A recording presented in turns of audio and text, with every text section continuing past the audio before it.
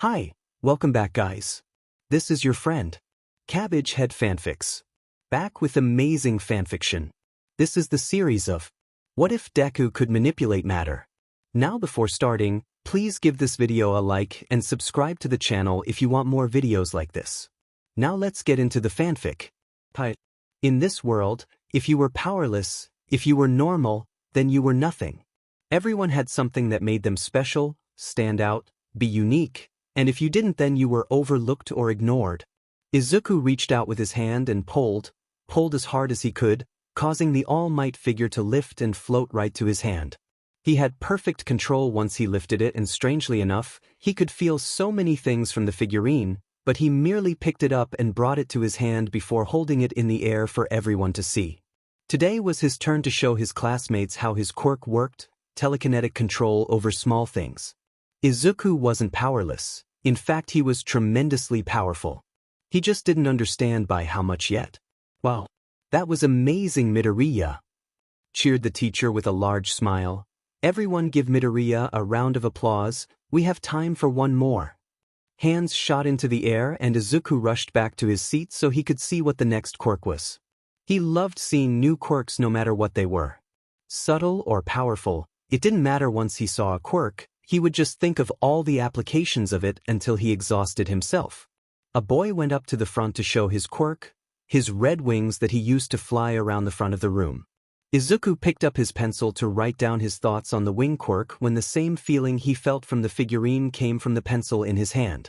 Izuku frowned, then focused and pulled. The pencil immediately cracked and broke apart, shattering across his desk, shocking the others around him. "Hey Deku, what are you doing making a mess?" shouted the boy directly to his right.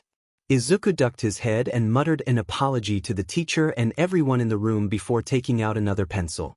He would have to look into that, maybe his mom would know? "Broke your pencil?" his mom repeated with a frown. "Describe it to me again, please." "I felt the pencil in my hand, and it felt like there were so many little tiny things inside of it, and it was like feeling something with my quirk, but there were so many. So I pulled on a few of them and then the pencil just broke apart," explained Izuku with wide eyes, clearly trying to show how surprising it was. Midoriya was a young and attractive woman, standing a bit over 5 feet and having long green hair pulled into a ponytail. She was a well-educated woman and loved her son more than anything else in the world. As she looked down at him and his shocked little face, she got a feeling, nothing bad, just a strange feeling that nothing would be the same after today. They were scheduled to register his quirk, but that entailed a doctor's visit, and she knew they would be able to help him understand what he did with the pencil. "I'm not sure, honey, but the doctor will be able to help," she said before smiling. "I hope you've thought of a name." Izuku jumped with a wide grin. "Of course. It'll be like yours." Laughing, she grabbed his hand and led him out to their car. The doctor hummed as he wrote down his findings. Quirks generally have 3 paths they can follow: combining, where both parents give their child a piece of their quirk; mutating, where something completely new occurs; and finally enhancing, where the child inherits a stronger version of one of the parents. You see any of these all the time, and I believe young Midoriya here has a stronger version of your quirk. Inko looked at Izuku in surprise. "Just what is his quirk capable of?" "Well, that's the thing, we don't have some way of perfectly telling you. But from some tests we ran with young Midoriya, here we can confirm that he can perfectly control what he grabs with his quirk. No trembling, no shakiness. It goes where he tells it with no problems, unlike yours, which seems to be just attracting small things to you," explained the doctor with a curious tilt to his head. Although he seemed to have a very low weight limit, merely 5 kilograms, which is one of the weakest I've seen of telekinetic quirks, even just starting out. Usually it is how much they can physically lift or their weight or something like that. Izuku drooped at hearing that. "Does that mean I can't be a hero?" The doctor looked at him with a raised eyebrow. "Kid, there's no telling, you're still only 4 years old, so it would be pretty dumb to decide something like that right now. Quirks are like any other muscle, the more you use it the stronger it becomes." Perking up at that, Izuku smiled. "So my quirk can control really small things that dash." The doctor quickly looked up at that. "Really small?" "Of course." Both Midoriyas looked at the doctor with surprise as he shot up and ran out of the room. "Is that good or bad, Mama?" asked Izuku with a tilt of his head. Inko chuckled nervously. Personally, she couldn't imagine a doctor running from a patient as a good thing. I'm sure it's fine. But she wouldn't worry her son. A moment later, the doctor came back with a glass of water. Oh, you were thirsty? Nodded Izuku, getting a chuckle from the doctor. Not quite, he said before handing the glass to Izuku. Not to drink, it's for your test. Again, both Midoriyas looked at the doctor with confusion.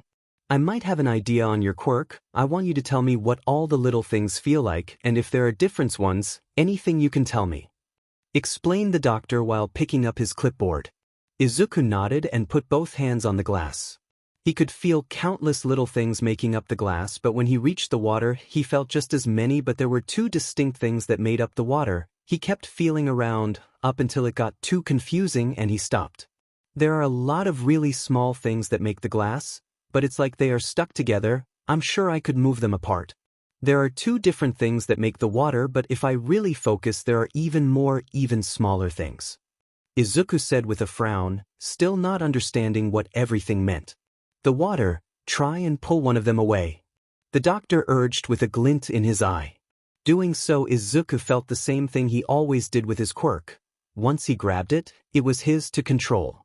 One of the two things making up the water was pulled, and the water slowly began to vaporize from the cup, not even leaving a dampness in the glass. Izuku looked surprised. Inko looked shocked, and the doctor had a massive grin on his face. Last test, this will be hard, put them back. Izuku frowned and reached, but it was hard to find the two things he just separated, but he found a very small amount of them and pushed them together. After almost a minute of focus, he made 3 small water drops at the bottom of the glass, to which the doctor shot forward and took the glass. Marvelous. Astounding. Truly, my boy, you are a marvel. Do you have any idea what you are capable of? The doctor's surprised and ecstatic shouting echoed off the walls of the small room, making the Midoriyas wince. I played with the water? Asked Izuku with furrowed brows. The doctor roared with laughter. Yes. Yes, you did. But not how you're thinking. My boy, you manipulated the molecules, the very building blocks of the water. You told me how you did something similar to the pencil, and that seals it. The reason your weight limit is so low is because that isn't the focus of your quirk. Inko frowned. I don't understand. So he can unmake and then remake things? No. It's even more than that. If that were the case, then he would have remade the same amount of water as he unmade. My boy, I think you will be capable of manipulating matter itself. All things that make up this universe are incredibly small, and you, Izuku Midoriya, can perfectly control anything that weighs less than 5 kilograms, anything. I bet with practice and study you could manipulate atoms. The doctor took on a frantic look. You could do anything. My boy, you asked if you could be a hero? I think you could do whatever you well please with a quirk like yours. Anything. Most of the doctor's words were flying over Izuku's head. He didn't really know what a lot of what he was talking about meant. But he understood that the doctor was telling him that he could be a hero. That made him grin, and he almost shouted with joy. But his mom was looking at him with wide eyes while nervously looking at the doctor every couple of seconds before she stood up from her chair. Thank you, doctor, but my son and I will be leaving now. Thank you for everything you've done today. Inko forced Izuku up and to bow with her before leaving the room, trying to ignore the laughing doctor behind them. Honey, your quirk's name is manipulation of small things, okay? Understand? She asked him seriously, and Izuku nodded with a frown. I need you to keep what happened with the doctor to yourself. It's better if we don't talk about it for now, okay? Izuku frowned deeper but nodded slowly. Am I in trouble? Inko stopped and kneeled down next to him. Baby, your quirk is powerful, and there are people who will want to use it, so we have to make sure that they don't know about it too soon or you won't be ready. Oh, muttered Izuku. If I get better with my quirk, can I tell people and be a hero? Inko sighed. Her son really had a one-track mind. If you master that quirk, you can do anything you want, and yes, you most certainly can be a hero. But for now, don't talk about it too much or tell people everything, okay? Okay, shouted Izuku with a wide grin. The rest of the day was his mother nervously filling out papers and naming his quirk in the registry, then his celebratory dinner. He talked to his dad over the phone, then went to play in his room. His mother was in a quiet conversation with his dad, but he didn't care because he had a quirk and he could be a hero. Like All Might.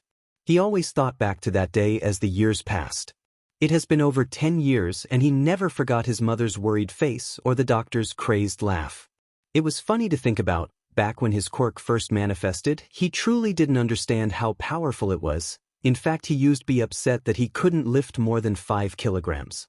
But at the behest of his mother, he studied sciences, specifically atomic sciences, and while it took him years to really understand what he was reading, when he did, he understood just what he was blessed with. His quirk had 2 ironclad rules. He could only lift things that weighed exactly 5 kilograms or less, even a milligram over, and it was impossible to move. His range of control started at just 5 meters. With training, he's increased to 11 meters. However, the further out, the less fine of control he has. Other than those 2 rules, he hasn't found a single limitation, and he has done some wild things. He created gold from minerals. Granted, it was a small amount as he can't influence matter to that level yet, but it was a 24-carat square of gleaming gold. He has created a diamond from coal. He can turn the air around him into water, then freeze it into ice, and with a flick of his finger vaporize the ice into nothing. But the most insane things he's manipulated was himself. Izuku clenched his fist with a subtle grin. To be a hero, you needed to be strong in some way. His quirk was one of the most powerful in the world, but it was also very subtle. So, he needed something that was good for physical combat. After all, he was just a normal person and couldn't win a fist fight with people with combative quirks. He started with his bones. With study and careful preparation, and a full 26 hours of focus, he turned his bones into something else. They were far more durable but even more streamlined. He took inspiration from carbon fiber and titanium, compacting the building blocks of his bones so tight it would take something incredible to even crack a small one. From there he went to his muscles. Denser, each and every fiber being better than the absolute peak of a normal person. He could lift tons. His thoughts moved throughout his body. While he only finished his muscle manipulation and enhancements last week, he was looking at what else he wanted to change. He has been studying the human body extensively, and he was looking at his senses. See further, process faster, hear even better, and so on. If he could do that, then he would be set. He had a powerful and adaptive quirk, and his body wouldn't be vulnerable like most emitter types. But perhaps the most incredible thing he's accomplished with his quirk is how he's able to heal. Any injury to himself he can stitch back together instantly. He could heal well enough to remove scars and recreate blood and tissue, so as long as he could focus, he could heal. His mother was right all those years ago. His quirk was powerful, and he could see how people would want to use his gift for themselves. Settle down. His teacher shouted over the rowdy class, bringing him from his thoughts. I know that all of you are excited, but we need to talk about potential high schools. Who am I kidding? You all want to go to the hero programs. The class roared at that, and Izuku chuckled to himself. It found the energy infectious and couldn't help grinning. But before anyone could really say anything, an explosion sounded off. Now don't you go lumping me in with all these extras, shouted an arrogant voice to Izuku's right. I've got top scores, the best quirk to come out of this sheet-hole of a school, and I'm destined for UA. The voice belonged to Katsuki Bakugo, his former friend turned class a-hole. Many of the class booed his words for calling them extras, while Izuku just rolled his eyes. Bakugo was too arrogant for his liking. He was a promising hero candidate, but he didn't have any real chance of being number one. No one would ever like him that much. The teacher nodded lazily. And it would seem like Midoriya also applied for UA. Izuku nodded. I aced all the mock tests too, and I'm very confident that I will pass, he said with a smile. Most of the class didn't know what to say to that. Many of them knew he had a telekinetic quirk, but not the extent of it. Many have never even seen him use it, but they knew he was smart, so if he was confident, then all they could really do was shrug. Except for one student. What? Roared Bakugo, jumping from his desk. Deku, you think you can just apply to UA? Trash, like you should just stay out of my way. You hear me? I'm the only one who'll get into UA. He got up to rush his desk, but Izuku just ignored him. The teacher was quick to get the room under control. Bakugo, get back into your seat, no quirk usage at school, you know that. Reluctantly Bakugo sat back down but was glaring at him pretty hard. Izuku just ignored him as best he could while writing into his hero notebook. Class ended after a while, and right as Izuku was about to walk out of class he was grabbed by the shoulder. Looking over, it was by his long-fingered classmate whose name he couldn't remember. The fat flying one was next to him while Bakugo stepped in front of him.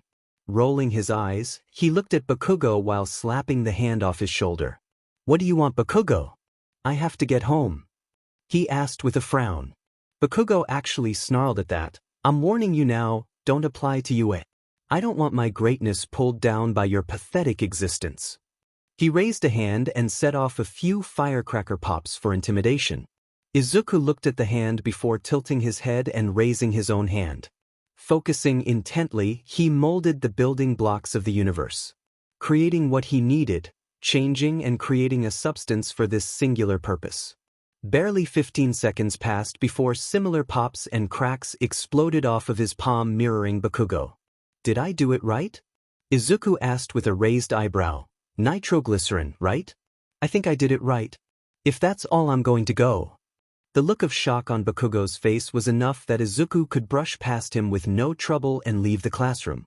If he were honest, that was one of the most liberating things he's ever done. Only 3 people besides himself really knew what his quirk was, and he's been extra careful not to show it off. Now that he was older and stronger thanks to his self-enhancements, he wasn't scared to flex a bit. Not to mention pushing back against Bakugo was a nice feeling. The boy was just too arrogant for his liking, too different from the Kaken that used to be his friend. On his way home he thought about his plans for Yue. The test was in a bit under 10 months and he needed to be ready for anything. Maybe instead of neural enhancements he should focus on defenses and functional processes like organ efficiencies. It would be delicate, but it was doable. Walking under the underpass, Izuku didn't notice the sewer grate open behind him as a green sludge poured from it. A massive amount of green sludge surged forward and enveloped Izuku, trying to sink its body into him. A nice invisibility cloak. "Stop squirming, it'll go faster." The sludge growled as it tried to take him over. Izuku glared at the sludge before reaching out with his power, and the molecular forces bent to his will. Before the sludge knew what was happening, his body was frozen in place, allowing Izuku to brute force his way out with a flex. Izuku grinned down at his body. If that wasn't proof enough of his strength, then he didn't know what was. "Oh yeah, I can be a hero," he muttered to himself with a grin as he clenched his fist. "I'll say." A voice boomed from behind him. "You made that look easy, young man. That one even gave me a bit of trouble," the booming voice said with a laugh. Izuku spun around with a look of shock and awe. His idol was standing in front of him. "All Might. I never thought. What are you?" "What?" Izuku's brain shorted out as he stared at the grinning face that he's looked up to since he was capable of thought.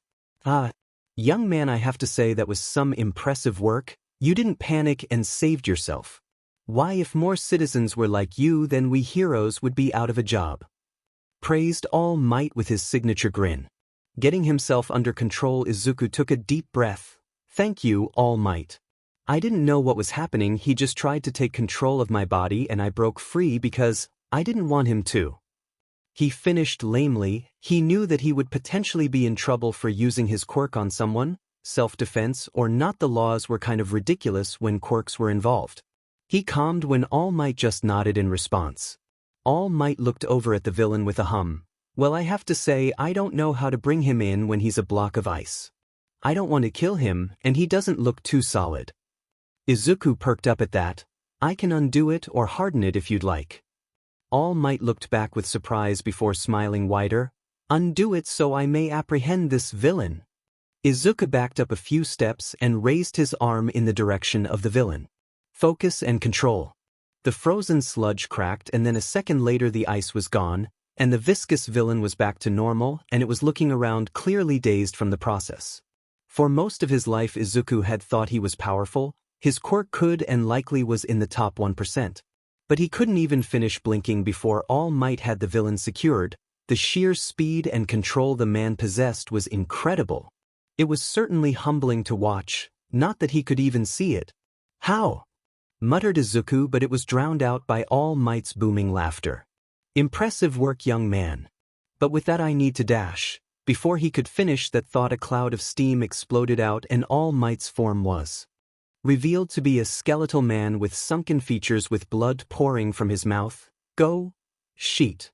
Izuku just looked at him with wide eyes and complete shock. All Might? And I was afraid of this. I was in that sewer longer than I thought. Hey kid, you okay? The skinny All Might asked. What happened to you? Is this your quirk? Can you transform? Izuku muttered. He and the rest of the world could never figure out the man's quirk. It could have been invulnerability or super strength. No one knew for sure. The skinny All Might groaned. Not quite. Look, he said while lifting his shirt to show a truly terrible scar. With my injury I can't maintain myself for longer than a few hours a day. What I do is SCK in some air and puff out my chest. That makes no sense, thought Izuku with incredulity.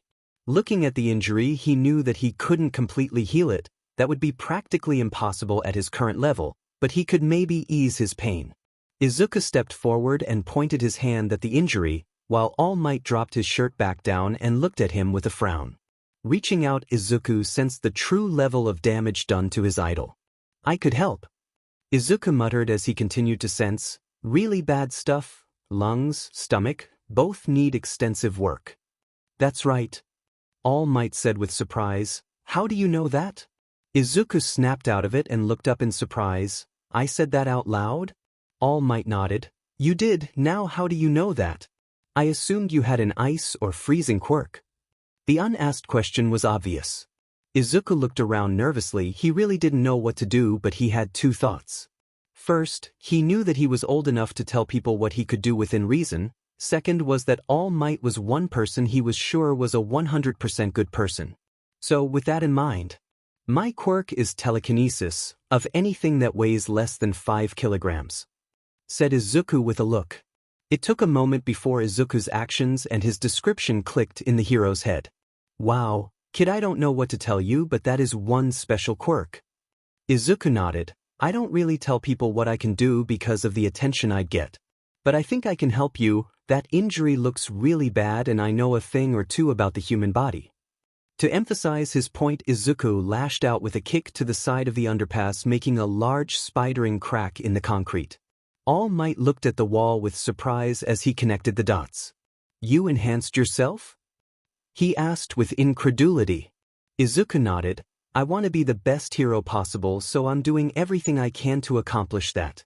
He was actually quite proud of his work. Only his mother knew what he's done. So, it was nice to show off for once. All Might had just become even more surprised hearing that. Kid, that sounds like it was a delicate process that you could have easily messed up on. Tell me someone knows you've done this to yourself. My mom, and I plan on doing more. But anyway, I can help you if you'd let me, Izuku said with a large smile on his face. Just the thought of helping his idol would make his year. His whole life. All Might shook his head. I think I'm going to have to pass on that for now, young man. But I'd like to know your name. Izuku blushed at having realized that he never introduced himself to his idol. Oh, I'm sorry. My name is Izuku Midoriya and I will be a hero. I plan to go to UA. I have a feeling you will. All Might said with a grin. Good luck and work hard. I'm sure you'll make a fine hero one day. The two parted ways on a good note, All Might taking in the villain and Izuku having a story for his grandchildren. As he walked home, he froze in shock. Nearly 10 minutes he was talking with All Might, the number one, his hero, his idol, his inspiration, and he never got an autograph. No, wailed Izuku. It took a surprisingly long time for him to get over his mistake enough to get home. To think he could stand so close to All Might and not get an autograph. He was a shame to all fans. He was too ashamed to go onto the forums and debate with Fars 1GT420 about obscure All Might trivia. After dinner, Inko had enough and walked up to him with a frown. Okay, young man, what has gotten into you? You've been moping all afternoon, she asked with worry. She was a gentle woman, and as her son grew up, she only got more worried about his impending life as a hero. She was glad he had such a strong quirk. At least she knew that he would be well equipped. But that didn't save her from her chronic worry. Izuku groaned. I met All Might Mom, I met him, he was so close I could slap him. Then, tears welled in his eyes as he stared up at him. Mother. I forgot to get an autograph. He wailed. What? Inko muttered in confusion, then rolled her eyes. Of course that's the problem. How did you meet All Might? She asked after realizing what he said. Izuku calmed down and took a breath. I was attacked by a villain and he showed up after I stopped it. Actually, maybe he shouldn't have. What? Shouted Inko before practically teleporting to him to look him over. Are you okay? Did the villain hurt you? Did it touch you? Izuku flinched back with a grimace. What? What are you talking about? I was attacked by a slime villain, like he was made of slime, so I froze it. Then All Might showed up saying he'd been chasing it for a while. His mom really needed to calm down, honestly. Inko sunk into the couch. Thank goodness, you know how dangerous it is out there. What if someone grabbed you and tried to do something to you? I think I'm gonna be alright, Mom. I've become pretty strong, you know. He said while sending a look to his mom. Hearing that, his mom sighed. I know, but I just can't stop worrying. You know how I am. Both of them calmed down enough that Inko looked back at her son. I'm sure that you'll get another chance for an autograph dash. What? I can't believe I let my chance go. Wailed Izuku in anguish, making his mother sigh. With his disastrous, shameful, no, he was over it. With that day behind him. With that day behind him, it was time to refocus on his ambition. Getting into UA.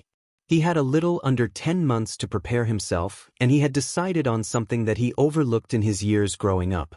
Fighting experience.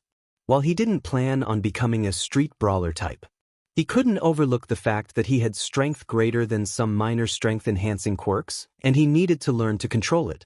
After school, he was going to look into a dojo or training club or whatever was out there that could help him. In the meantime, he had class to deal with. With class came Bakugo, and with Bakugo came... Izuku flinched back as a loud explosion came from right behind him. He didn't feel anything, but it was very loud. Turning around, he glared at Bakugo. What do you want? Can't I go to class in peace? He said with a frown. Honestly, the guy was obsessed with him. Deku. He growled. What the hell was that yesterday? You think I didn't notice what you did? You copied me, my quirk, you lied about your quirk, didn't you? You think you can look down on Dash? I'm going to stop you right there. Interrupted Izuku, getting actual steam to come out of Bakugo's ears in his anger. You have to realize that I don't have to tell you anything, right? You're not my family or friend. You know that, right? It's very important to me that you realize I don't owe you anything. Izuku didn't bother correcting him about his quirk, honestly, let him think what he wants. But really, did Bakugo think he was supposed to tell him every little thing about his life and ask permission about things? He was delusional if he did. Did you just interrupt me, Deku? Growled Bakugo while reaching forward with crackling palms. It's time you understand your place, you useless piece of trash. I'm the only one who'll dash. Izuku slapped away the hand and pushed past him. I don't have time for this. The bell for class rang and Bakugo realized that he needed to get to class himself and put down his hands with muttered threats under his breath. Sitting at his desk, Izuku hummed to himself while looking through his notebook, specifically the one about his quirk. So far, he was capable of many things, but time was the issue. New things took longer to do, so he started practicing changing different things or creating things so that he could do them quickly. So far, water was what he was fasted with. He could create it out of nothing, freeze it, unfreeze it, and so on. It was his go-to, and it saved him against the slime villain. He planned on practicing the process of weakening and strengthening objects or even people. If he wanted to get inside of somewhere, he could manipulate the walls to allow him in, or to defend, he could strengthen things. If he came across someone with an armor quirk, he'd need to find a way to fight it, and weakening the bonds was the best he could think of other than just pounding away with his strength. Next, he was going to work on creating objects, which was going to be very difficult. To create something from essentially nothing, it meant that he needed to manipulate atoms to create it from quite literally the ground up. Possible, but just so very difficult. So far, he can create water, but there was enough in the air that it wasn't too hard. He's also made sand and wood from nothing, but both took a lot of focus. Shaping would be easy, but the materials were what was going to take practice, and that was one of the things he was going to have to work on. He'll just have to go through the periodic table until he got them all down. From there everything should be easy. In theory at least, hopefully. His goal would be a sword and shield. If he can make one from nothing for the exam, then he'll consider his level 1 creation training complete. Last was just plain old combat, punches and kicks, grabs and so on. Yeah, he needed help. Actually, there was a girl in his class that was a martial artist, so he'd ask her after school. With that thought, school started and his teacher began talking. The day went like all the others, monotonous and unnecessary. Rushing after the crowd of his classmates, he found who he was looking for, Umeshi Akemi. She was a well-built girl. Visible muscles and short black hair gave off the impression of tough tomboy. Umeshi, Izuku called, making the girl in question look at him curiously. I had a few questions I wanted to ask you. Well, what is it, Midoriya? She asked with an impatient frown. Izuku pushed down the annoyance at her tone but worked through it. I wanted to look into physical training, specifically martial arts. I know you practice them, so I was wondering if there are any places you recommend. Umeshi perked up at that, wanting to get some fighting experience. And Midoriya? She said with a smirk, why don't you come down to the fight dojo? They teach a bit of everything there, but the goal is in the name, you learn to fight. That sounds perfect. Is that where you go? Yeah, nodded Umeshi. I go to a few places, but fight dojo is the best when I just want to wail on people. Her smirk took a more viscous turn and Izuku felt he understood why people were a bit intimidated by her. Umeshi gave him the information on the dojo and Izuku sent the information to his mother and told her he would be home late. Fight Dojo was a large 6-story building with the first and second floor having a top-of-the-line gym while the upper floors weren't visible from the ground level. If he were to be honest, he was kind of intimidated by the look of it. While he was pretty confident that he could win because of his enhancements, he was sure that he was below novice level. Walking in, he was met with the second largest man he's ever met, who giving the front desk worker some papers. He was well over 6 feet tall and every muscle on his body was well defined. He was wearing a GI with a black belt and his head was bald. How can I help you, young man? He asked, and his low baritone voice was as deep as Izuku was expecting. I was hoping to apply to the martial arts program or whatever it's called here. I heard you don't teach just one thing. Izuku said with some uncertainty. The man nodded with a grin. I see. Well, you've come to the right place. I teach my students how to fight, be it with their quirk or with a martial art. Tell me why you wish to fight. Izuku firmed himself up. I'm going to be a hero and I know that the job is dangerous, and I will need to know how to fight. I have more than enough strength, I need control. The man perked up when he mentioned strength. You have enough, you say, you have a good build, but nothing is perfect. Tell me your name. Izuku blushed at forgetting to introduce himself yet again. Izuku Midoriya, sir. And I didn't mean to sound cocky, but with my quirk my body has plenty of strength. I just want to know how to control it because it's so new to me. I see, the man hummed. My name is Ryujin, and this is my dojo. If you wish to join, then follow me. Ryujin didn't leave time to say anything. And Izuku rushed to follow him towards the central stairs. They walked up to the second level where a lot of machines were being used by people working out as they continued up to the third level. This was a more open floor with lots of mats and people with GIs sparring with each other. This is the beginner floor. I will pair you up with someone to test you, said Ryujin while gesturing to another boy. You don't have a GI, but remove your shoes and whatever you feel is too restricting. Izuku threw off his red shoes and took off the outer part of his school uniform, leaving a white undershirt. He'll leave the pants since he didn't want to fight in his underwear. Honestly, he could easily change his clothes, but he wasn't too keen on drawing attention to himself just yet. Stepping into the center mat, Izuku limbered up, trying to mimic some of the others who were doing stretches. Good thing about his enhanced bones and muscles was that they were always primed and ready no matter what, but everyone else didn't know that. Ryujin stepped in front of him. You will be sparring with another hero applicant. He is new to this place like you. Kaminari Denki, come forward. From the crowd of people, a blond boy walked forward. He didn't look cocky, but he was confident. He had a black streak in his hair shaped like a lightning bolt, and his GI had a white belt showing his novice level. Now I want both of you to do your best to knock the other off the mat or force them to submit. I will authorize the use of quirks, but don't make me stop this because you went crazy. At that he sent a look at Kaminari, who scratched the back of his head. Ryujin looked over at Izuku. You said you were strong?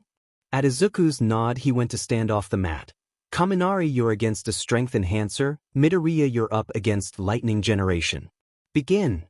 Kaminari, being the more confident of the two, rushed toward Izuku to begin the fight. Izuku watched him approach, confident in his abilities.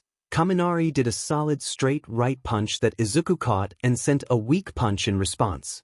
However, Izuku truly didn't realize the level he was on physically, as a weak punch still flew fast enough and with enough force to knock Kaminari off his feet with a grunt. Izuku winced and looked at his fist. He didn't put too much into that, but it was still too much. He really needed to lean to control his strength. Kaminari shot back to his feet with yellow lightning sparking off his body. You're pretty strong. But I won't hold back anymore. Izuku braced himself for a shocking hand-to-hand fight, but instead a wave of yellow lightning exploded out from Kaminari, with him being the epicenter. Izuku frowned at the clear lack of control. The lightning hit his body, but his increased hardiness allowed him to shrug it off without much issue. Izuku decided to go onto the offense and rushed forward. Kaminari grimaced and took a rudimentary stance with yellow lightning crackling off of his body. Izuku swerved and sent a kick to Kaminari's midsection that was dodged, but Izuku's body was beyond human, his balance and flexibility more than normal. Quickly adapting to the missed kick, he twirled into a punch that sunk into Kaminari's stomach, knocking him off of the mat, ending the match. That was actually easy. I didn't even need to use my quirk. I could have countered the lighting by using air molecules, but I wasn't even that affected by his quirk. Mused Izuku while marveling at his body's abilities. The sound of clapping brought Izuku from his thoughts as he looked over at a grinning Ryujin. That was impressive, Midoriya. I can tell you pulled your punches. Just how strong are you? He asked. Izuku looked down in thought. He really didn't know. He knew that he could lift a car, but that was about it. Not sure, couple tons, I think. Really, between his bones and muscles, his strength was beyond most of humanity. Only strong enhancer types could beat him in terms of force. We'll have to work on your technique, cause from what I saw it was non-existent. You don't use your body right in your strikes and there's a lot of wasted movement. But we'll get it right. He said with a nod before turning toward Kaminari. I will say it again, you need to find another way to use that quirk. It has no control. Other than that, I could see real improvement in your form. It just didn't help against someone so much stronger. Kaminari ducked his head. Yeah, but my quirk is like impossible to control once I bring it out, no matter what I try. He said with a sigh. Izuku, on the other hand, tilted his head in thought. But you held it in your hand? He said, getting both Kaminari and Ryujin to look at him. I mean, from what I know about emitters is they are usually one of two types, outer or inner manipulation. During the fight I thought you were going to coat your hand in lightning, but instead you shot it out. Maybe try controlling it internally. Kaminari pursed his lips. Really? Are you dash? Genius! Shouted Ryujin with a massive grin. He quickly turned to Kaminari. Your fighting has always been focused on flashiness and high damage. You produce internally and then expel, but there was no control once it left your body. So obviously all the control was internal. We need to make it so you surround yourself with your lightning. It would be like getting into a fist fight with a taser. Wow! Exclaimed Kaminari. I've never thought of that. I always wanted to make like a lightning sword or something. Ryujin snorted. You usually just blast out as much lightning as possible and hope for the best. Kaminari grumbled to himself at that. Thanks for the tip, dude, I appreciate it. He said to Izuku before walking off while staring at his hand. Ryujin shook his head before turning to Izuku. From what I saw, you need the fundamentals, like throwing punches and kicks, blocks and parries, and so on. Izuku nodded. Yeah, I don't have any experience fighting. Well, that will change pretty quick here, he said with a grin. You're required to fight at least once a week to keep your membership. But most fight every day. His grin turned feral at the end. Izuku replicated the grin as best he could, although he felt a bit more nervous than excited. He had a feeling that his strength wouldn't matter in the coming weeks. Izuku as he put ice on his head. He was right when he felt nervous about fighting at the dojo. Master Ryujin didn't hesitate to throw him against more experienced fighters. In terms of fighting, Izuku was in a catch-22 situation, seeing as how he was too strong for someone at his level but not good enough to fight people who could fight through his strength. So Ryujin just expected him to get good enough to fight the more experienced fighters, while fighting them, even if he was thrown to the ground every 5 seconds. Even if his poor head was throbbing for the whole training session. Oh well, he'd overcome this like he will everything else. It was hard for now, but he was training and getting better with every fight. Even if it wasn't too noticeable. For now, it was time to focus on his next big portion of training. Learning to create from nothing. His quirk was capable of DMing near anything, but the problem was that he was in complete control. Quirks that can make things usually went off the imagination of the user, meaning that all the tiny little details were skipped over, but with that came limitations. Like Pixie Bob of the wild pussycats who could manipulate Earth to an impressive degree over a huge range. But she could only manipulate Earth and couldn't produce it. Not his quirk. Matter manipulation was incredibly precise and left everything to the user, i.e. him. With that meant that he could do anything, but it also meant that every little detail was up to him, which meant things took a lot of knowledge and focus. With time he would get better at doing things, but at the moment if he wanted to do something intricate, he had to be careful or it flat out wouldn't work. So, with that he was going to memorize all the elements of the periodic table. If he could make them seamlessly, then he had a large part of the building process out of the way.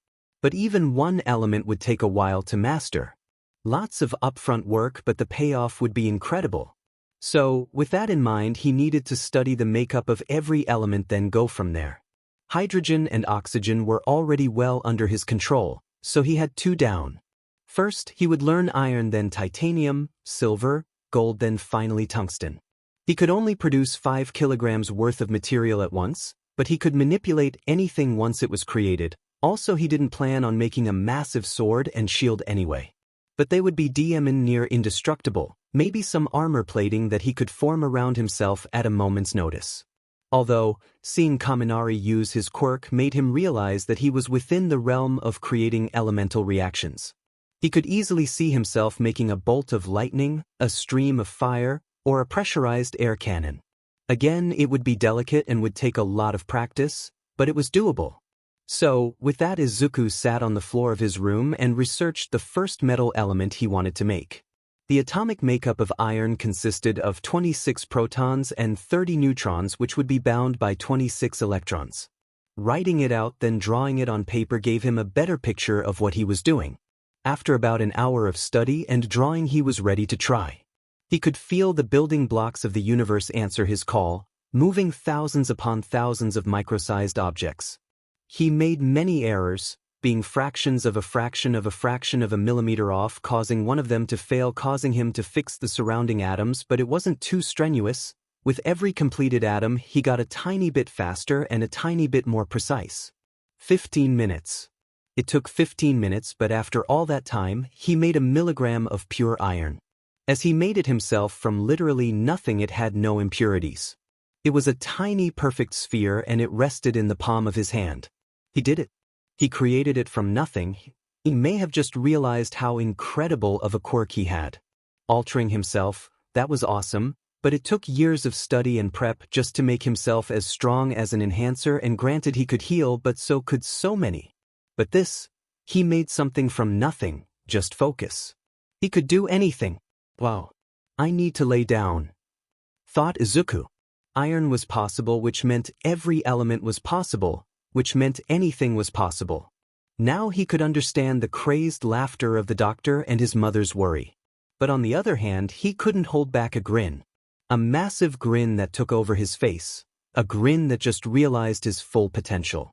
He wasn't going to ever stop improving. He would keep going until he hit a wall, and that wall was already known to him, the 5 kilograms limit. That was the only thing stopping him from shaping the world how he wished. Changing the land to fit him or altering the very earth to fit his desires. He could only go 5 kilograms at a time, which meant that he would have to stick to gases and plasma for large-scale effects. Gas. Maybe I could try to recreate Midnight's gas to knock people unconscious. Thoughts for later. Mused Izuku. Okay, it was time to work through how that went. He already had a few thoughts. First, the amount of focus it took for 1 milligram of iron was more than he expected, which meant he needed practice and a lot of it. Second, the strain on his head to focus that intently was enough that he was kind of tired.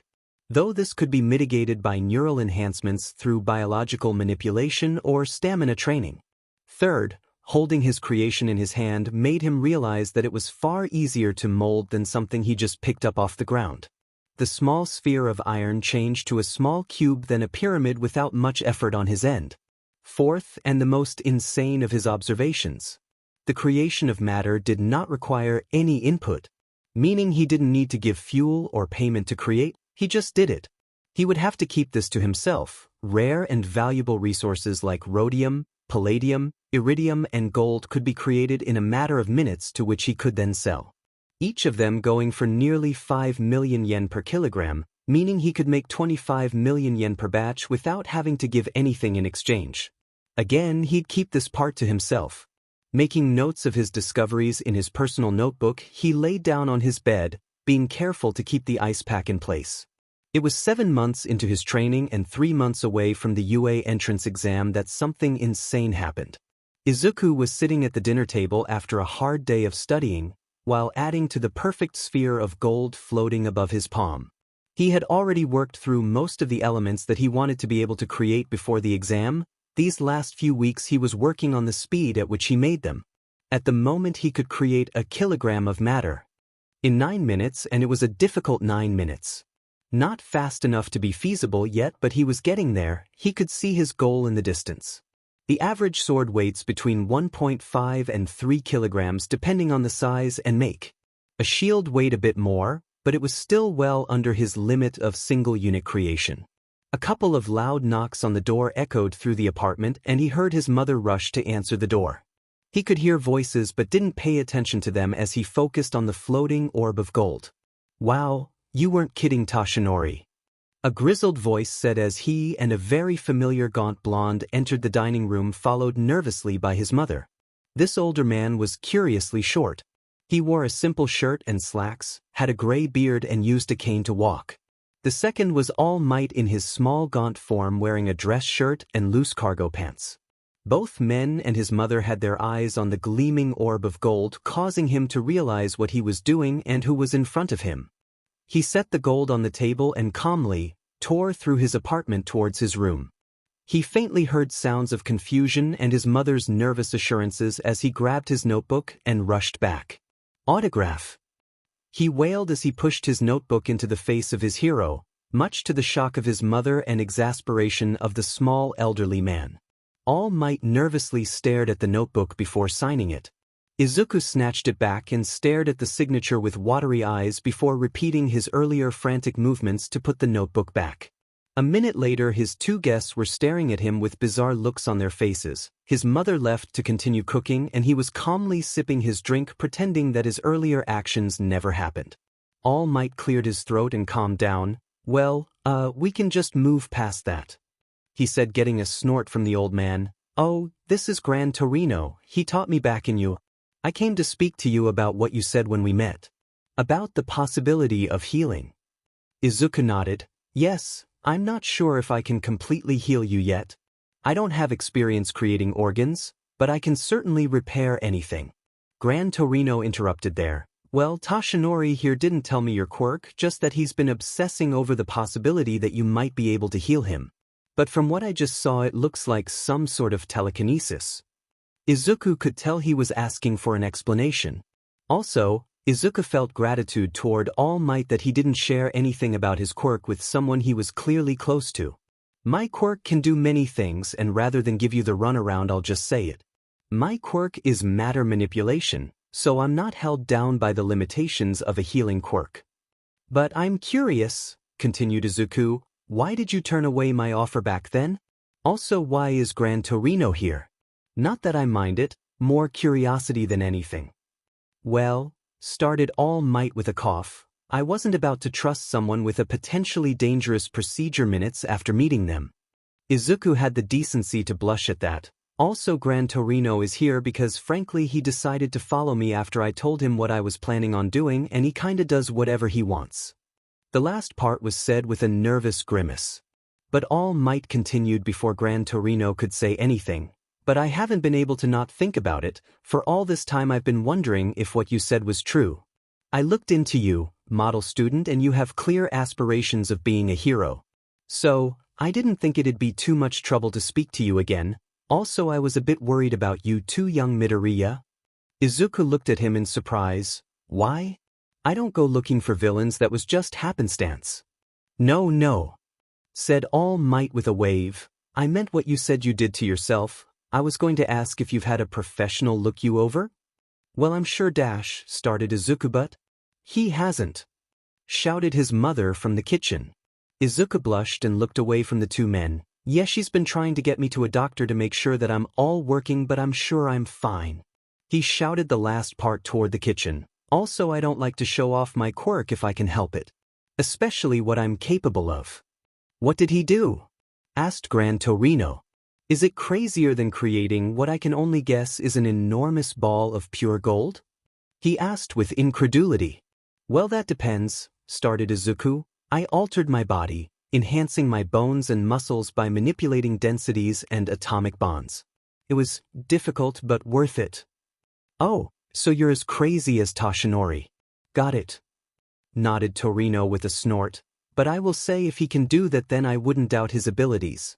Also, he doesn't look threatening, so I got what I wanted from this meeting.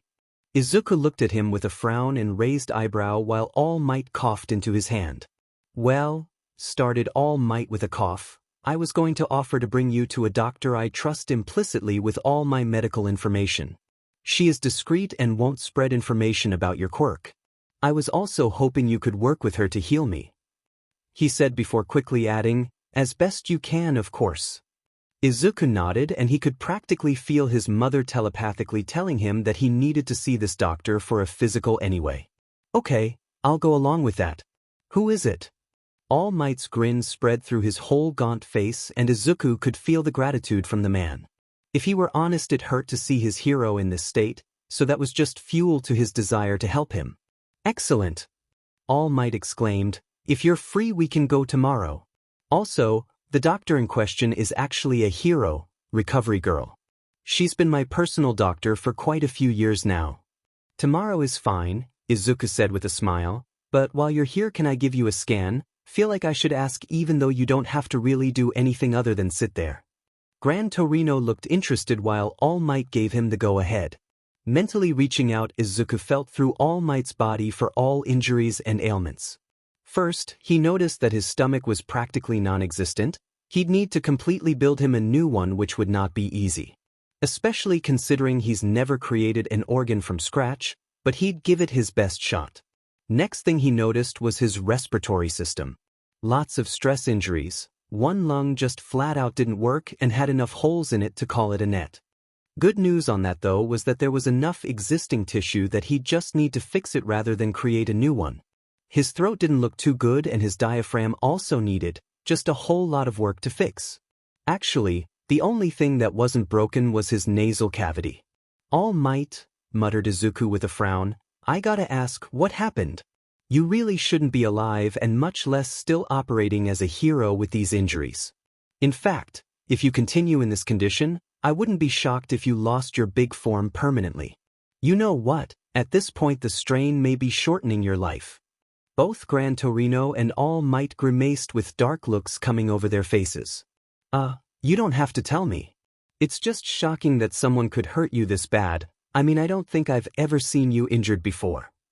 Izuku said with a grimace. That got a sigh out of the two, and they shared a quick look.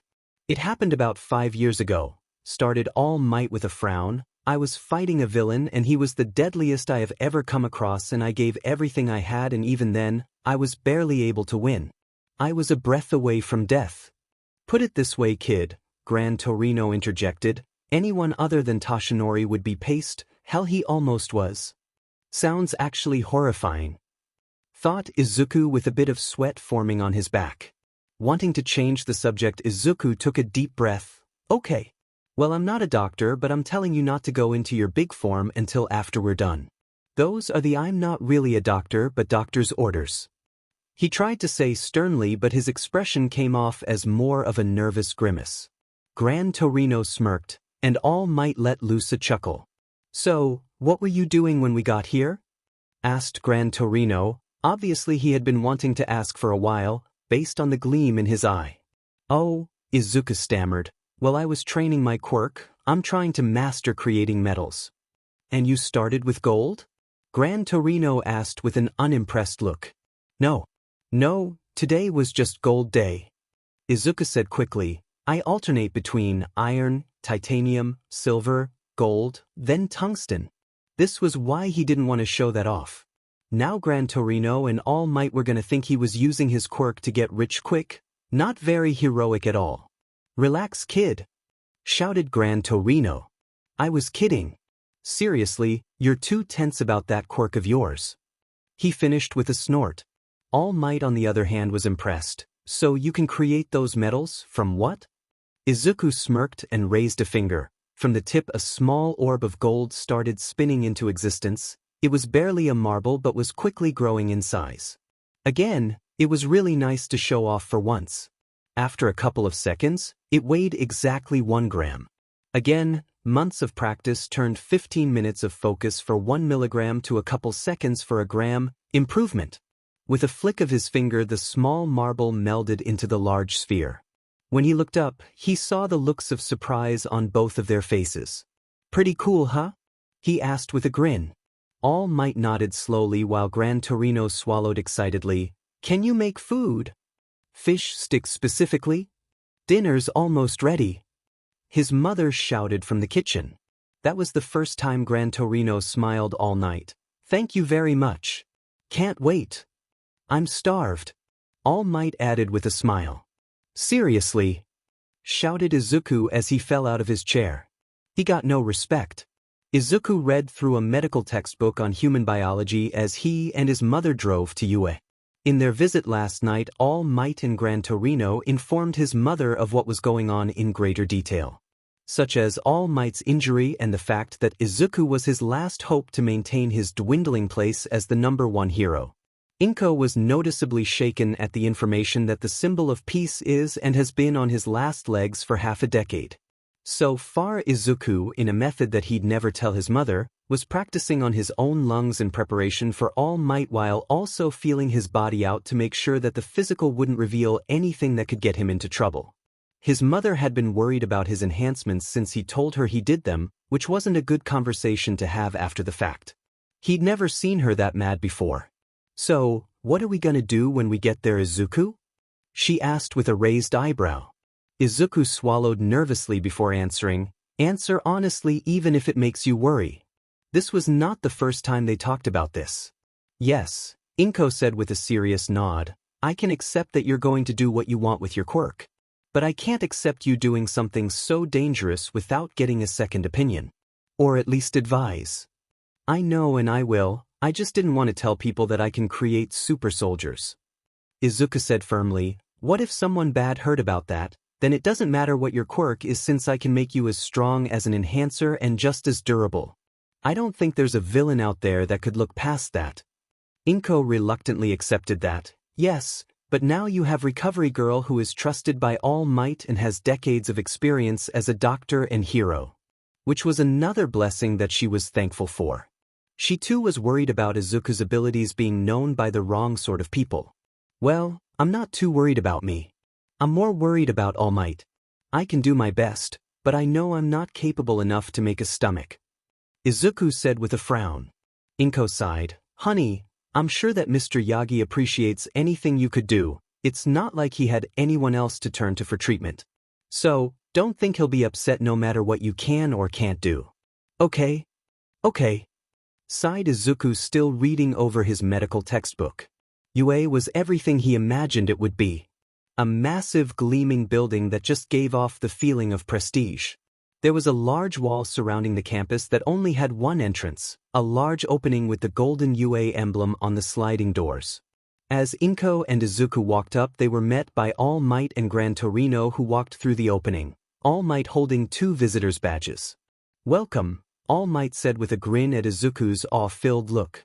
"Put these on and make sure they don't come off, or every alarm in this place is going to go off." "That DMN rat," grumbled Gran Torino in the back. Izuku put on the badges and followed the 2 into the campus, All Might taking the time to explain what they were. "See, there are a multitude of classes offered at UA. Heroics obviously, but UA is rank 4th for general academics and 5th for business in the entire country. Also, our support department is number 1 in Japan and number 2 in the world, just behind I-Island's Academy." All Might pointed to a large warehouse that had loud explosions shaking the entire foundation of the building. "That's where first-year hero class 1B is training on super moves. You'll get into that later, young Midoriya." "1B?" asked Inko. "Is there a 1A?"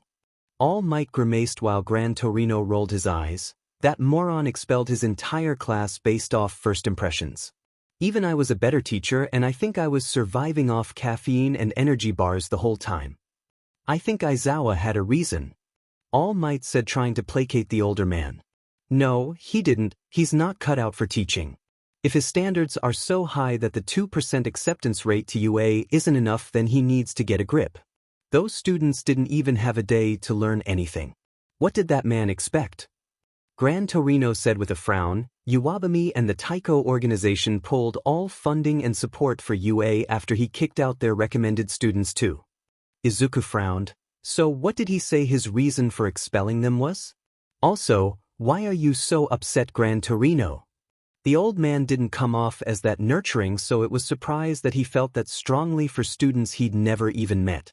Gran Torino sighed. "Years ago I wouldn't have cared, but I guess age has turned me soft.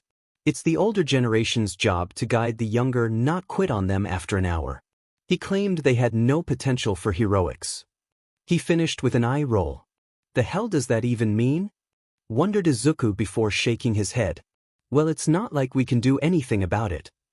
"Exactly," interjected All Might, "and we've arrived at Recovery Girl's office." The door had a red cross on the front, and the inside looked like a clinic mixed with a doctor's office.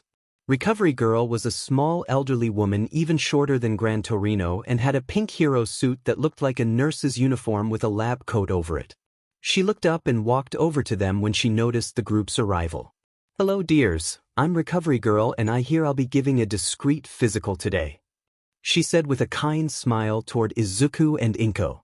Inko and Izuku introduced themselves and she gestured to an examination table that Izuku moved to sit on. Inko sat in a chair near the wall while All Might and Gran Torino followed. "So, I'm told that you need an X-ray and full physical. Can you tell me why?" she asked while listening to his heart and lungs. Izuku took another deep breath as she listened. "My quirk lets me manipulate matter. I used it to enhance my body. My muscles and bones are stronger and denser than a normal human." Recovery Girl narrowed her eyes and continued to listen. "Yes, that would make sense," she muttered before moving to her next test. 15 minutes later, a very irate Recovery Girl was looking over her notes while Izuku fidgeted nervously as his mother waited for the declaration that he had a terminal illness. "Young man, I have to say that you are the most foolish boy I've ever met, and that includes All Might and the many problem students I see every day," she growled as she smacked him with her cane. Izuku grimaced, not from the pain, but from the tightening of his mother's fist at Recovery Girl's words. She continued without pause. "If you were even 1,000th of a percentage off, you could have crippled yourself. Altering muscles affects your nervous system, which can then affect quirk usage." After saying that, Recovery Girl sighed tiredly and sat in her rolling stool. "That being said, you did everything, somehow, perfectly." Izuku beamed and looked at his mother, who looked like she could fly from the weight lifted from her shoulders, and that made him smile even more. "I told you, Mom," he said with a smile. "I spent years prepping before I did it." "But," cut in Recovery Girl, making Izuku duck his head, "your body isn't suited for the enhancements. There's no immediate issue," she said to Inko before she could start worrying. "But if you wish to continue enhancing yourself, then you must make sure your organs can withstand the strain," she continued.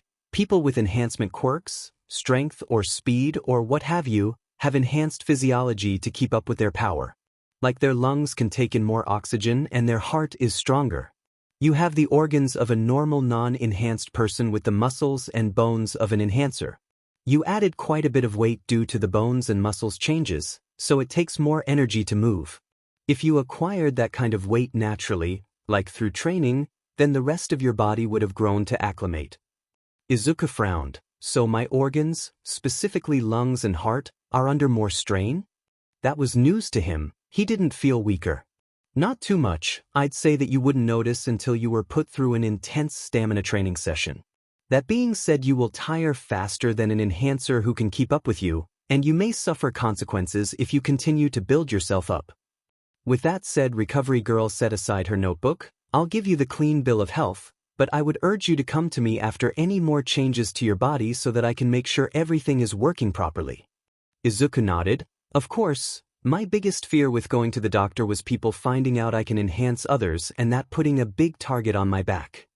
It had been eating away at him for years actually, which is why he never said anything about it to anyone until recently. If a villain or someone with less than good intentions learned of it, then not only would he, but his mother too, would be in danger. That I understand, Recovery Girl said with a tired sigh. When I was young, the government assigned protection to me so that I wasn't kidnapped for my quirk. I was one of the most powerful healers back in my day. Really? Izuku asked incredulously, although he supposed that made sense. She was old enough that quirks were only about century and a half old, so she could have been one of the first healing quirks. That would have indeed made her a target now that he really thought about it. Oh yes. Back when I was young there weren't any heroes that had a healing quirk. I was the first. She confirmed. Recovery Girl quickly moved on. Now enough about that. She gestured. For All Might to come over. I don't want to allow this, but I am going to have you work on All Might. Now, I want you to walk me through your process. Tell me before you do anything. All Might laid on the examination bed and went to remove his shirt. You don't have to remove your shirt. My quirk works through that, said Izuku with a slight grimace when he saw the wound again. Recovery Girl shook her head. I need to be able to monitor what's happening and I can't see through a shirt. Understood, Izuku said before taking a breath and spreading out his senses. Inko walked over. I'm going to wait outside till you're done. Don't want to distract you. Izuku frowned as he turned to her. Actually, you might want to just head home. My bone enhancements took 26 hours to complete. So even while this isn't as extensive, it will still take a long time to finish. That was news to everyone in the room. You kept focus on something that precise for over a whole day? All Might asked in shock. When did you do that? Shouted his mother. She would have remembered her son not moving for over a day. Izuku rubbed the back of his head. It was about a year ago when you went to visit Dad. I had the weekend to myself.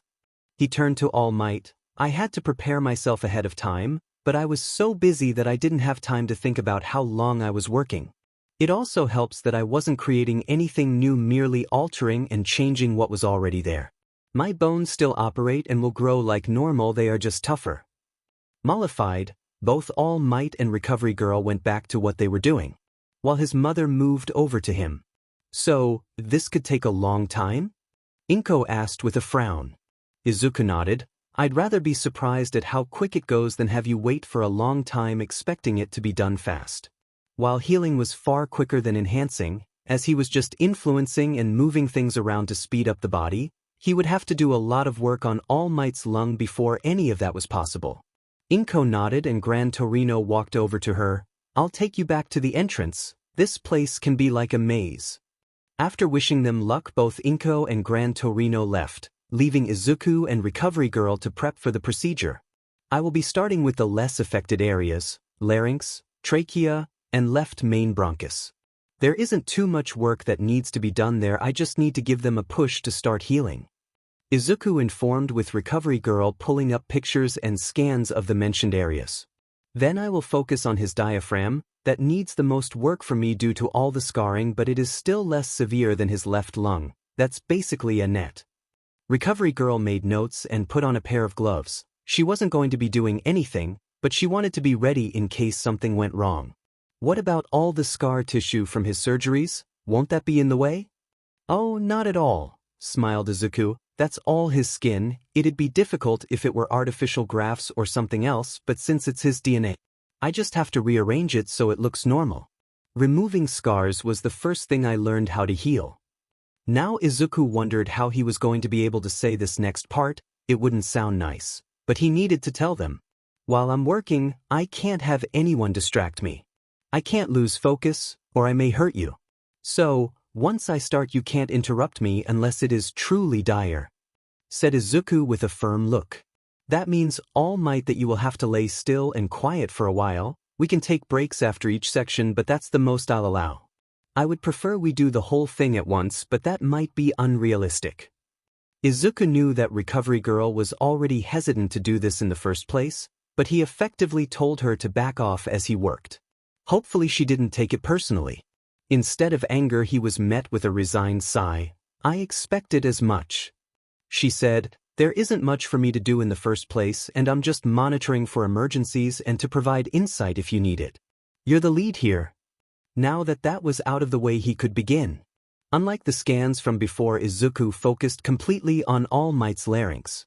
There was damage, scarring from surgeries, and trauma from what he could only speculate was a hammer being shoved down his throat. But as Izuku started mending the tissue, removing all damaged and repairing it through his quirk, he became more confident. He had been worried that his skill at healing his own body wouldn't transfer over due to each person being different. Which in hindsight was stupid. It was still a human body, and while it was extremely damaged, it was still fixable. Also, he wasn't creating anything from scratch, so there wasn't anything truly beyond him that he would have to do today. As well, the larynx wasn't too damaged, as the surgeries were able to mostly save it. He was able to remove and heal all the damaged tissue and fix the scarring quite quickly. Okay, I'm done, he said with a sigh, shocking the two. All Might's head shot up. You're finished with the procedure? It's only been an hour, he shouted in awe, while Recovery Girl was giving him a shocked look. No, sorry, said Izuku, feeling bad he didn't specify. That was the larynx. I'm done with the larynx. We have a long way to go. Oh, muttered All Might as he laid back down. Recovery Girl sighed tiredly. You weren't kidding when you said this could take a long time. Well, settle in, because that was the part that required the least amount of work, stressed Izuku as he cracked his neck. From here we're going to work on the trachea. UA faculty gathered at least once a week, usually on Saturday or Sunday, so no lesson plans were interrupted or rushed to make the meeting. Many of the faculty also had to balance hero work with their teaching schedule, so their meetings were held around lunch on the weekends, so that the early risers or night owls had time to get here. Nedzu watched as most of his staff gathered into their meeting room. Vlad King looking exhausted as he just finished a weekend session of super move training, something his whole class begged for.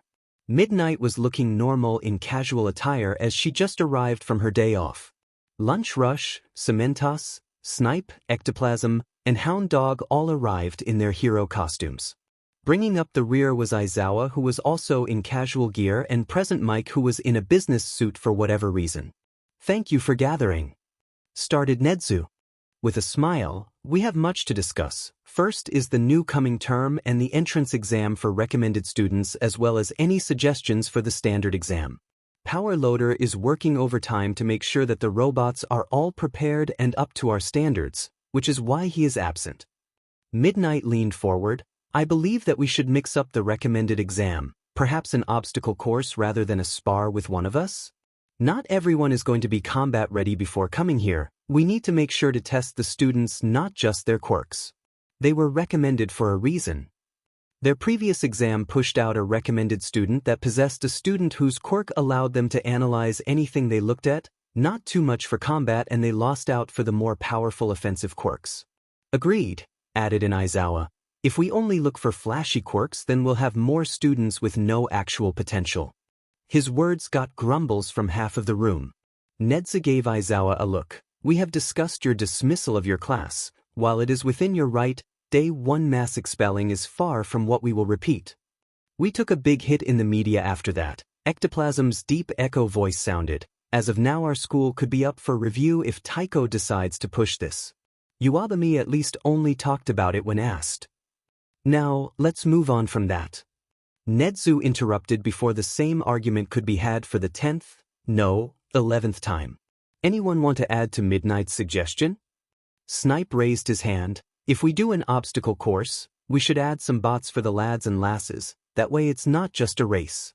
Give them something to look out for, needing to take out a set amount or something.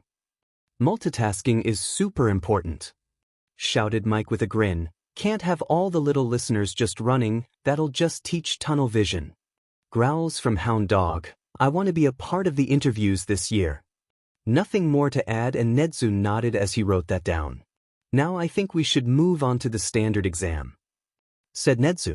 The one with the most issue with that exam is always Recovery Girl. Midnight said with a frown, where is she?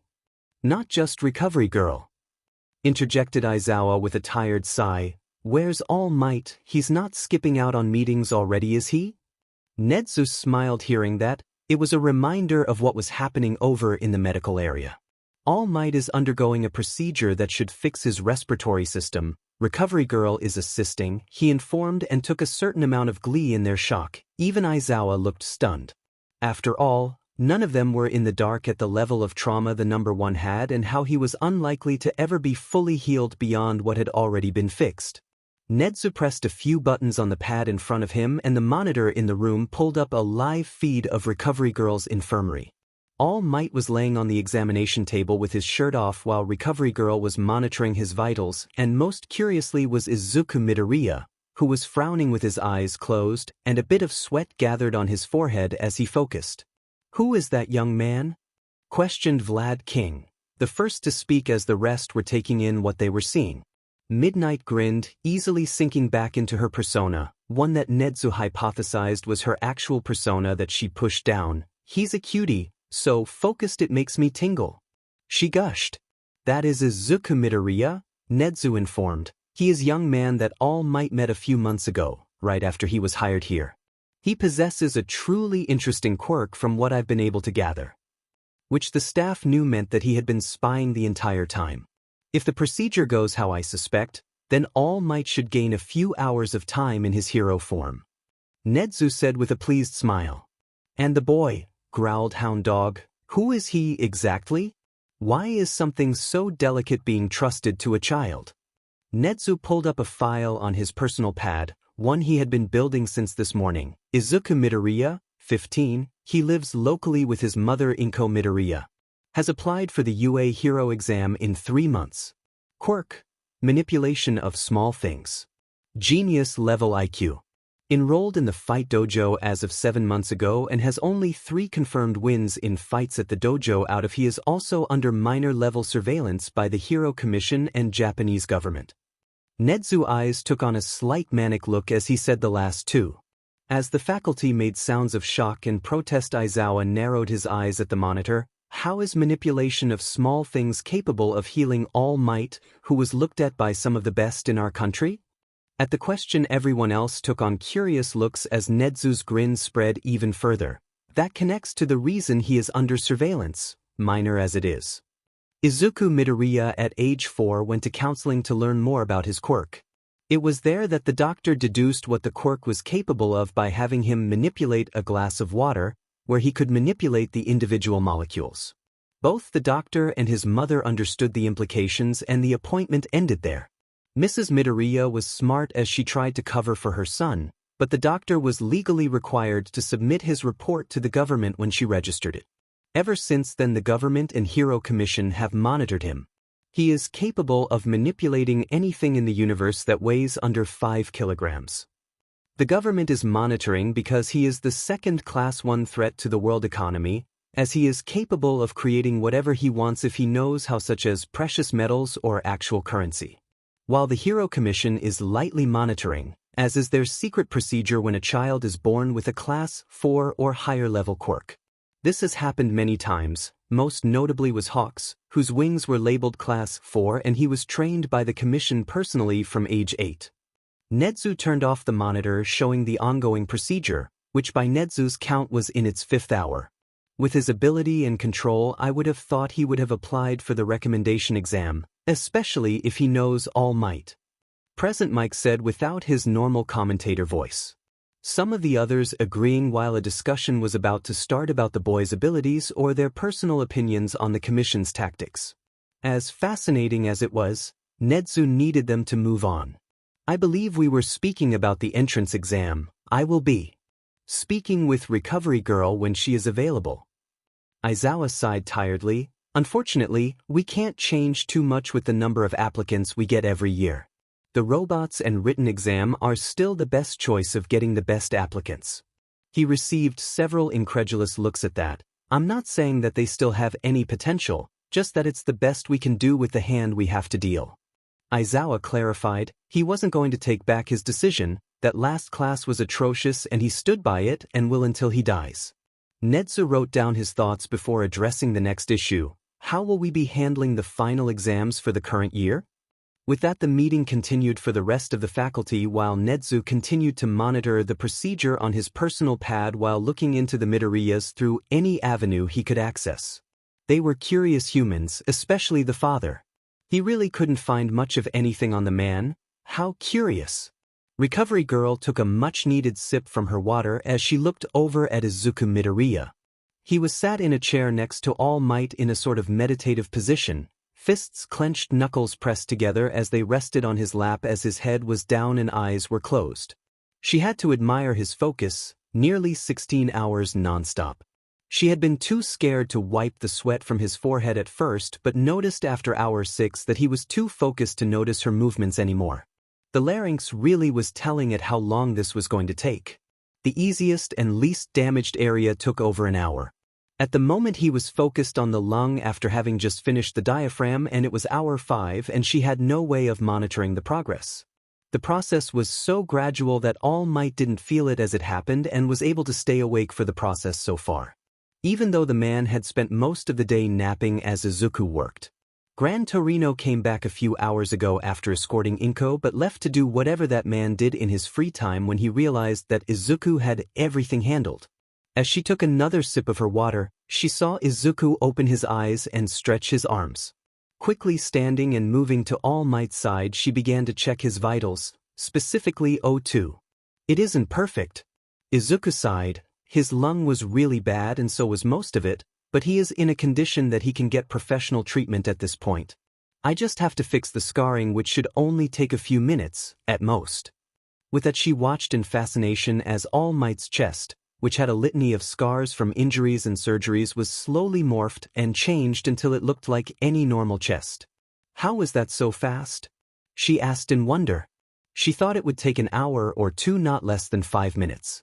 It took so long because I had to repair his organs by slowly healing and pushing his body to do a lot of the work. Picture it as his body walking around in the dark, not knowing where to go to fix him while I provided a small flashlight. It was a slow process because for his body to heal and still operate normally, I had to coax the body into doing it, albeit at a tremendous speed comparatively to normal. For the scarring, I just had to move it around and fix it. I've done that more times than I'd care to admit on myself, so I'm practiced at it. Explained Izuku as he gulped down a large glass of water before repeating the process 2 more times. Looking down, she could already see the difference in All Might. His body wasn't as sunken and damaged looking. He was still small and weak looking at the moment, but she could tell just by looking at him that he was going to be in a much better condition once he woke up. Speaking of, Recovery Girl shook All Might awake with the man taking a reflexive gasp from waking so suddenly. Normally he'd wince in pain and have a bit of blood leak from the strain, but neither happened. All Might took a breath, a deep one. I had forgotten what that felt like. A full deep breath. And for the first time in years, the patented smile of the #1 hero wasn't painted on. He actually felt like smiling. Taking a deep breath, he flexed to his muscled form. He could feel some of his older strength return to him. He could feel a few more hours returned. But he knew, as much as it pained him to think about, his body was still too strained to support his quirk like it did pre-injuries. He may have 6 to 8 hours, but he'd still have his smaller form. "How do you feel?" asked Izuku. "I wasn't able to perfectly fix you, but at this point someone might be able to." All Might grinned at Izuku. "I feel many times better." My boy, I don't know what to say. Before I met you, I had given up hope on so much as living comfortably. Good, nodded Izuku. Now I'm going to pass out. Don't worry, this is part of it. I slept for 2 days after my own procedures. Almost immediately after saying that, Izuku's head fell back and he passed out in his chair. Recovery Girl sighed. Honestly, if he didn't do that, I was going to make him sleep. He didn't stop the whole time. I'm sure he's exhausted on a mental level few could imagine. Do you have his mother's information? We'll have to tell her what happened. I might as well keep him overnight. I want to get some fluids in him too. She said mostly to herself while All Might carried him to the next bed over. You were right, he is heavier than he looks, said All Might as he sat him down.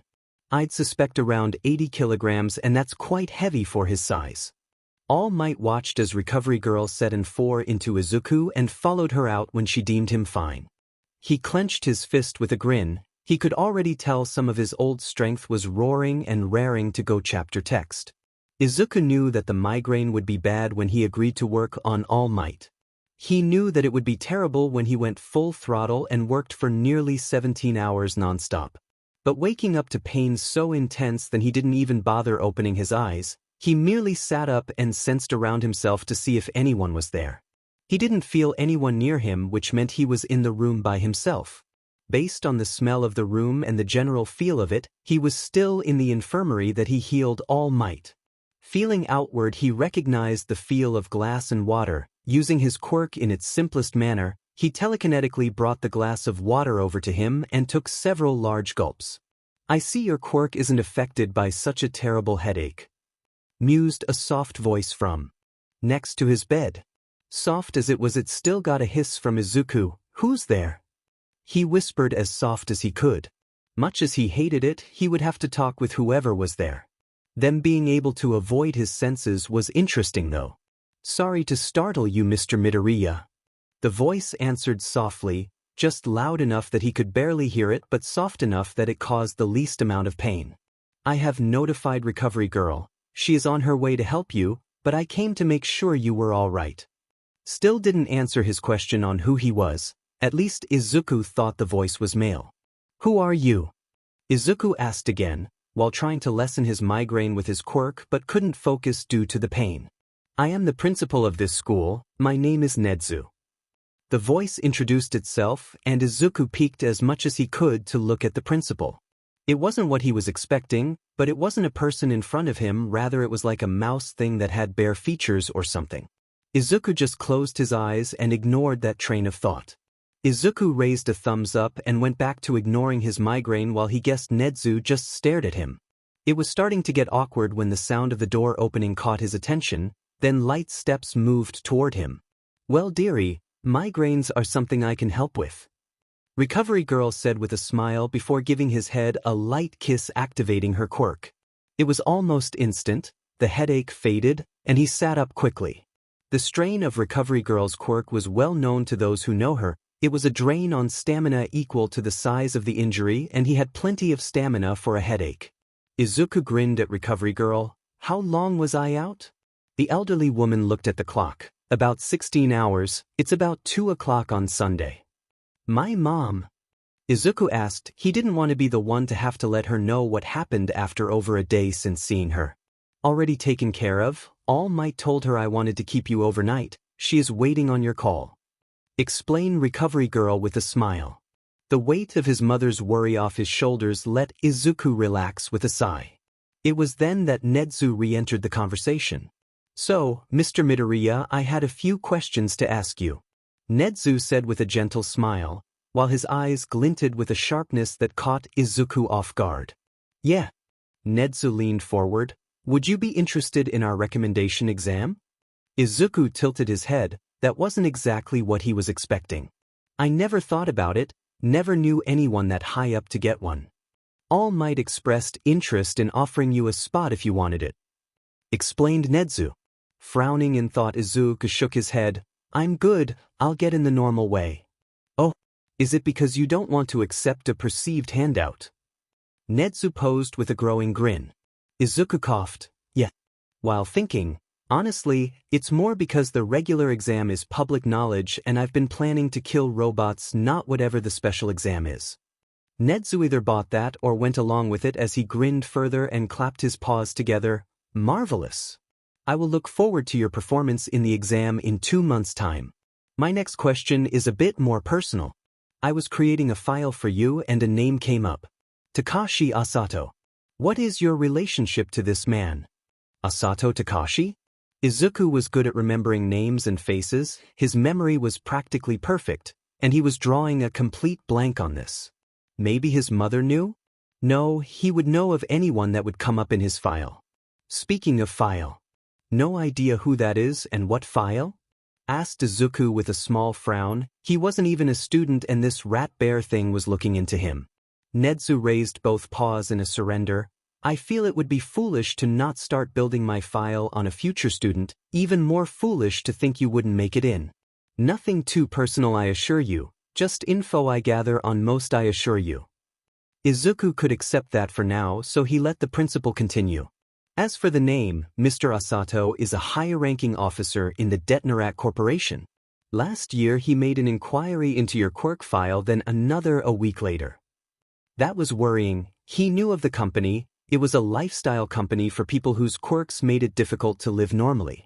They were huge. Top 10 in Japan, huge, and with as much political pull as they had, it wouldn't surprise him if they had people who could look into government documents. But why him? Izuku frowned. I don't know him nor anyone at that company. My father works abroad, and my mother doesn't work. A glint shone in Nedzu's eyes when he mentioned his father. And what does your father do? Izuku wasn't dumb enough to answer that question blindly. It was obvious now that Nedzu led him to that question. It would take someone with the principal's pull, one phone call or a few clicks to see that he didn't know of this Asato person. Izuku just gave up the info about his parents, specifically his father, without realizing. Not that he knew why that was bad or why he was suspicious, but he suddenly got the feeling of not giving out information recklessly. He works in a support company overseas. Nothing special, but it pays well. Shrugged Izuku with a smile. Although if he ever decided to retire, I could just sell some gold or something. He shrugged. I see, although I wouldn't recommend using your quirk like that. Nedzu said with a smile. I think I have all my questions answered, Mr. Midoriya, and I suspect I will see you at the start of term.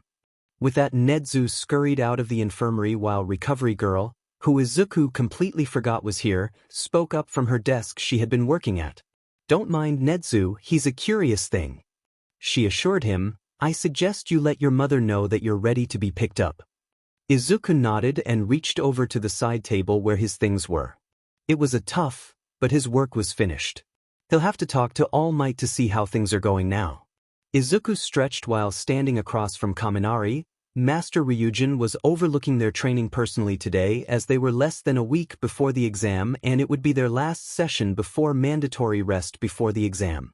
Izuku had an impressive 4 wins in over 300 matches, while Kaminari had apparently made some headway into his quirk and wanted to spar with him. So here they were. I'm hoping you're the easy win, I hear you are. Kaminari said with a snicker. It was no secret that Izuku was on an impressive losing streak. I remember beating you on my first day, and I've improved since then, Izuku said with an eye roll. Not his fault that he'd been forced to fight the high-level guys, so he didn't hurt someone with his strength. That's enough, you two, cut in Ryujin with a smirk. This is going to be your last fight before the exam, boys, and I want it to be good. Izuku calmed his breathing. This wouldn't be as bad as the last fight he had, but he needed to be ready as Kaminari's quirk was very strong while he's handicapped to not using his quirk, just his strength.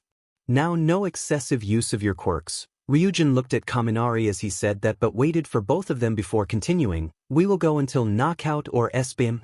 Begin. Izuku took a breath before exploding toward Kaminari, who unlike last time held a more confident posture that seemed looser. Izuku's starting punch was a simple straight right. During the 10 months of time Izuku has been at Fight Dojo, his strikes have become a thing of legend. Every person that has fought him knew of the weight of his fists. The bigger ones tried to parry with their bulk, while the smaller, quicker ones used their speed to avoid them. The power of Izuku's fist was enough that full contact usually meant that he won the fight. That was why he's won 4 times when it was clear that the decade or more training his opponents had meant he was never supposed to win. Until today, where a straight right from Izuku, bearing quite a bit of his strength, was caught in the hand of Kaminari Denki, whose eye twitched with effort, but he smirked at Izuku. Surprised? He asked while golden sparks of electricity were coming off of his hand all the way up to his shoulder, barely noticeable at first, but now it was obvious. Kaminari gripped his palm and did a throw to toss Izuku onto his side. Izuku rolled to his feet just in time to see a sparking Kaminari in his range lashing out with a straight right of his own. Izuku blocked the punch but felt a slight jolt from the electricity coursing through Kaminari. "You're coating your body in your lightning?" asked Izuku as he rubbed his forearm that he used to block. "I'm guessing that you are using it to energize and empower your muscles, giving you more physical power while also slightly shocking your target? I would guess that this is a very difficult move to pull off and your limit must be a single limb at the moment and that there is a time limit." Kaminari had a dumb look on his face as his arms dropped comically. "Huh? How'd you figure all that out?" Izuku grinned. "Let's say that I'm a quirk enthusiast, and yours is the second strongest in the dojo that I know of." Izuku got back into his stance and clenched his fists. Izuku exploded forward and lashed out with a faster straight right that Kaminari hesitated to catch and dodged. Not expecting it to hit in the first place, Izuku flowed into a left straight that was blocked by Kaminari. Izuku rotated his hips and put nearly all of his power into a right haymaker that Kaminari ducked under with a hair's worth of space to spare. Izuku grinned at him as their eyes locked and continued to rotate and lashed out with a right kick into Kaminari's guard. Kaminari was thrown across the room, sprawled on the ground with a grunt. Izuku heard muttering and turned to see several of the people from the dojo watching on the sidelines next to Master Ryujin, who had a massive grin on his face as he watched. "You okay?" Izuku called out. Kaminari grunted before jumping back up to his feet. "Yeah, I'm okay, let's go." Kaminari took the initiative and rocketed forward. Izuku tried to see where he would strike by looking for yellow lightning but didn't see any. Kaminari jumped and did a double drop kick that Izuku was so stunned to see he could only raise his guard. As soon as he felt impact, he felt a much larger shock jolt through his arms. The force caused him to slide back and he nearly lost balance when Kaminari's spring boarded off him. Izuku grunted at the shocks but got back within striking distance and ducked low and sent a left uppercut that was avoided but opened up for a spinning back fist that rocked Kaminari enough that Izuku followed up with a chest kick. Kaminari's entire body exploded with sparks right as the kick landed. Izuku felt more pain from the jolt and he noticed that Kaminari's body didn't look as hurt from the kick as it should have been. Izuku hummed to himself as he thought about his next move. Kaminari was wily enough that he would be able to take him head-on. Physically he had Kaminari beat, but his quirk was leveling the playing field more than expected. Switching it up, Izuku put up his guard and waited. As soon as Kaminari got close he'd take him down. The blonde didn't hesitate as he rushed forward, his right hand crackling with lightning that caused a tingle to spread across Izuku's skin. Kaminari sent a straight right punch that Izuku ducked under and countered with a right of his own to Kaminari's chin. Unfortunately, the punch rocked Kaminari enough that his extended right fell right onto Izuku's back. The condensed lightning was so strong that Izuku felt it go through his whole body, knocking him off his feet. Some chuckles were heard in the background as both Izuku and Kaminari slowly got to their feet. Okay, his lightning is far more powerful when he builds it up, meaning it isn't an instant move, rather a stockpiling technique. He built up for that hit as he rushed me, but if I pressure him, he won't have the chance to do that again. Also, it felt different to when he blocks. I've been using about 30% strength so far, time to up that. Izuku strategized mentally as he got to his feet. Kaminari got up while rubbing his jaw. "You got some serious power, man. If you put more into that I'd be seeing stars. Don't want to take your head off by accident," Izuku said with a snort before grimacing. "That being said, if I didn't get shocked again, that'd be great." Kaminari smirked as his hands began crackling with lightning, as if. Izuku rushed forward, banking on his offensive pressure to keep Kaminari from building up too much lightning. Kaminari met him halfway and lashed out with a left hook that Izuku ducked under and sent a left kick to Kaminari's chest that was caught by Kaminari's right arm but managed to push him back a bit. Pulling back and recentering, Izuku pushed back in but was met with a right punch from Kaminari that he had to block. Instead of the minor jolt, the shock that came from the punch was a massive shock even greater than the one from earlier. Izuku fell onto his back as he was assaulted by the lightning. However, he was able to recover and roll away from a punch that slammed into the ground where he was. The lightning, which Izuku suspected was the same amount as he was just hit by, impacted the ground, cracking the matted floor. Okay, so he doesn't need to build it up, got it, muttered Izuku to himself. Izuku rushed forward, trying to put Kaminari back onto defense, and sent out a right, then left, then another, and continued to barrage Kaminari with as many punches as fast as he could. It got to the point that Kaminari had to pick and choose which hits he took because he couldn't dodge or block all of them. It was the advantage of his enhancements that he didn't have to worry about fatigue from using a quirk. It was just his body's natural power now, so he could keep this up for quite a while. Although based on Recovery Girl's findings, he shouldn't try and push it to a battle of attrition. Kaminari took a punch to the side and exploded with yellow lightning that spread throughout the mat, shocking Izuku and anything in a 2-meter range. Kaminari fell to his knees while Izuku bent over as he grunted and fought through the pain. Out of breath, both Izuku and Kaminari slowly moved toward one another and began the last exchange of the match. Kaminari punched forward and the strike was blocked by Izuku, who punched forward into Kaminari's guard, but it was still too much and the blonde was rocked with an enhanced right fist to his cheek. Izuku took a few deep breaths as the pain was still pulsing through his body as he looked at the downed Kaminari, who wasn't unconscious but was down for the count.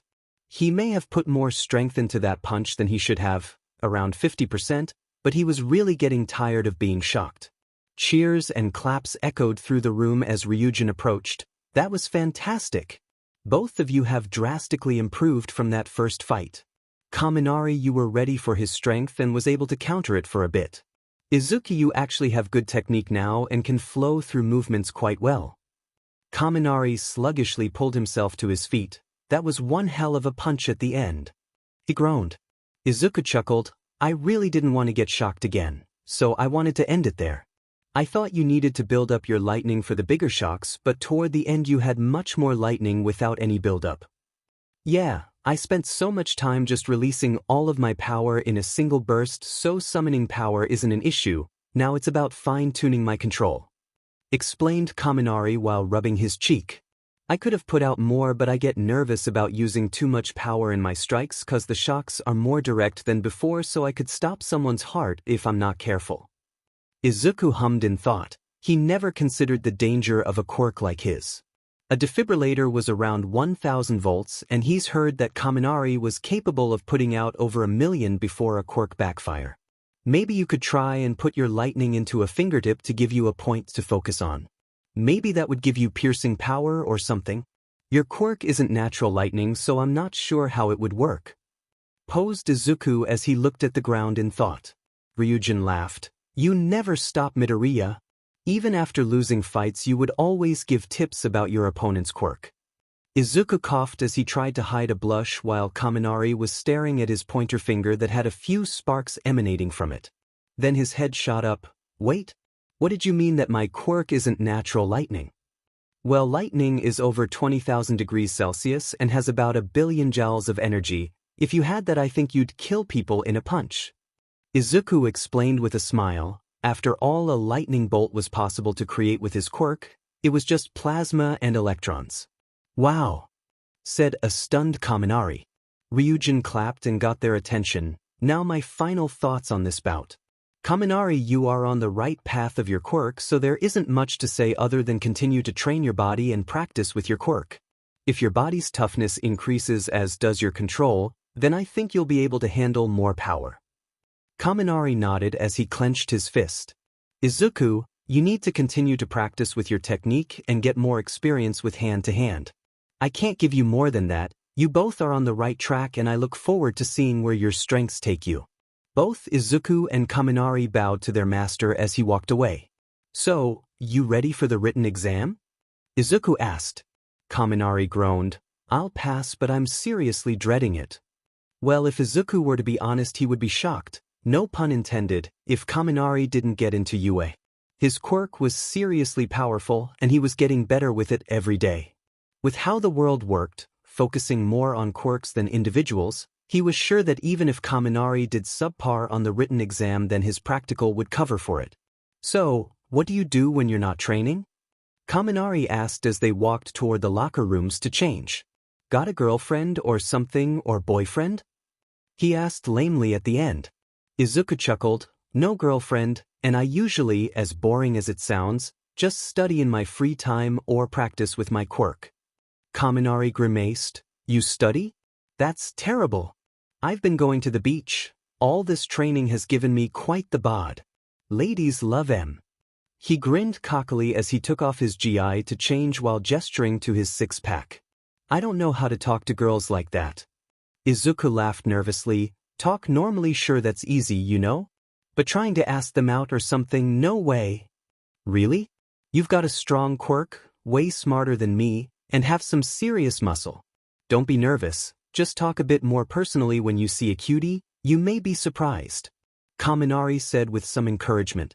Izuku hummed as he put on his normal clothes, maybe I will, who knows? So, do you have a girlfriend then? Kaminari's head dropped. I had a few dates recently but no girlfriends. Maybe my luck will change at you. He cheered to himself with a fire in his eyes. Izuku grinned. Who knows, maybe both of us will get a girlfriend at you. Crazier things have happened.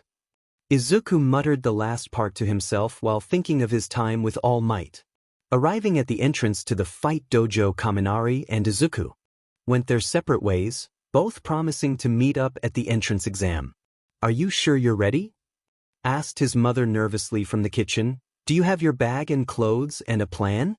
Are you sure you're ready to fight and the test is supposed to be hard, or meeting new people at the exam? What if the teachers single you out? Izuku stared at his mother with wide eyes as she spiraled in worry. He moved to intervene when she worried that he was going to have to fight a villain caught by All Might to the death for his entrance into the school.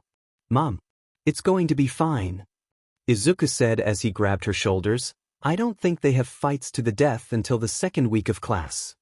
He joked, getting a sigh out of his mother. Sorry, but I worry, she said with a small laugh. I know you'll do great.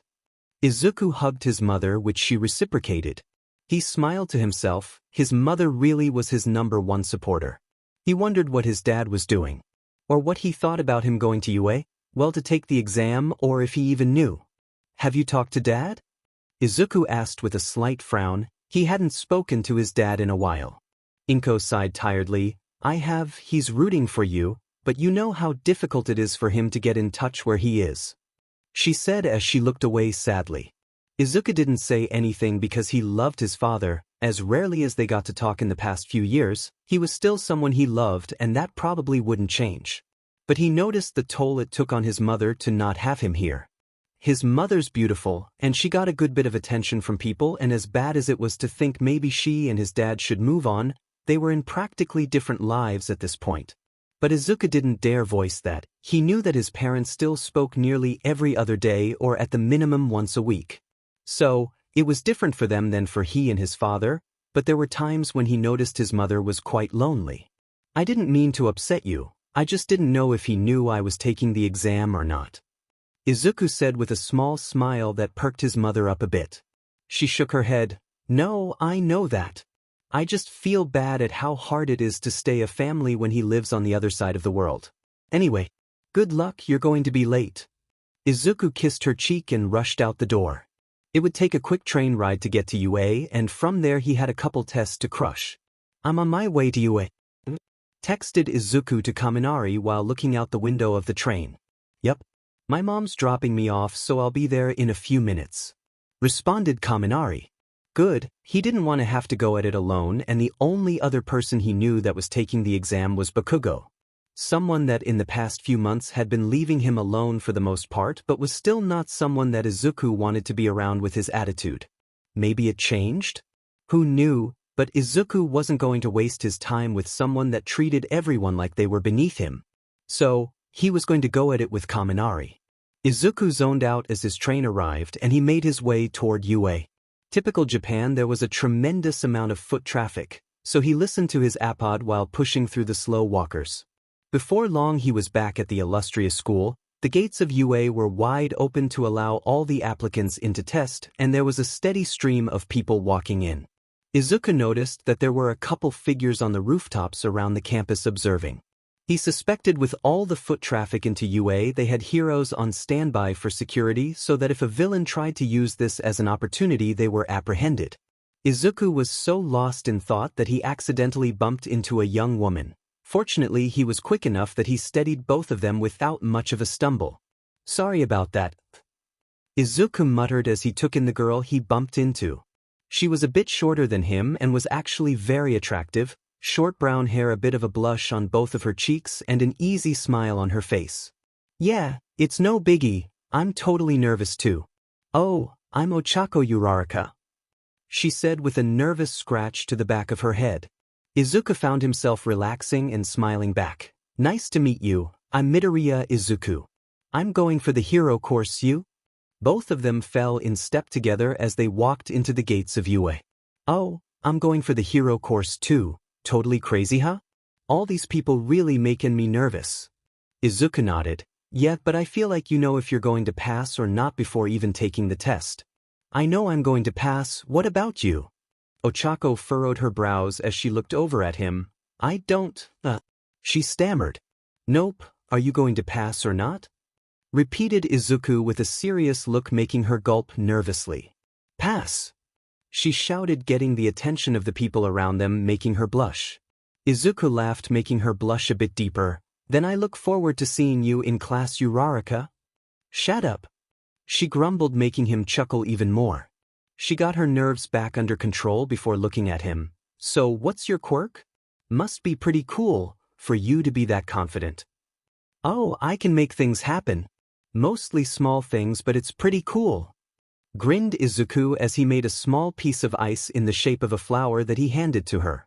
Uraraka blushed slightly at the gift. "So an ice quirk?" "No, not at all," Izuku said with a grin. "What about you?" Uraraka shook her head at his words. "Yeah, whatever. Well, my quirk is called zero gravity. If I touch something with all of my fingers, I can remove its gravity, making it weightless." She did that to the small piece of ice and they watched as it floated up into the air. "Ah, wow," Izuku said, stunned. "Is there a limit, or are you going to send a building into the stratosphere by accident?" Uraraka giggled. "I've got about 3 tons as my weight limit. For now, at least," she added. Izuku thought about all the uses of her quirk and found himself believing she would pass too. That's an impressive quirk, perfect for rescue work or even close-quarters combat. Mused Izuku. Uraraka smiled. "Yup, that's the plan." Seeing that they were being put in designated seats, Izuku turned to Uraraka. "Good luck. Remember, you're going to pass." "Yeah, you too. Nice meeting you, Midoriya," cheered Uraraka as she rushed off to her seat.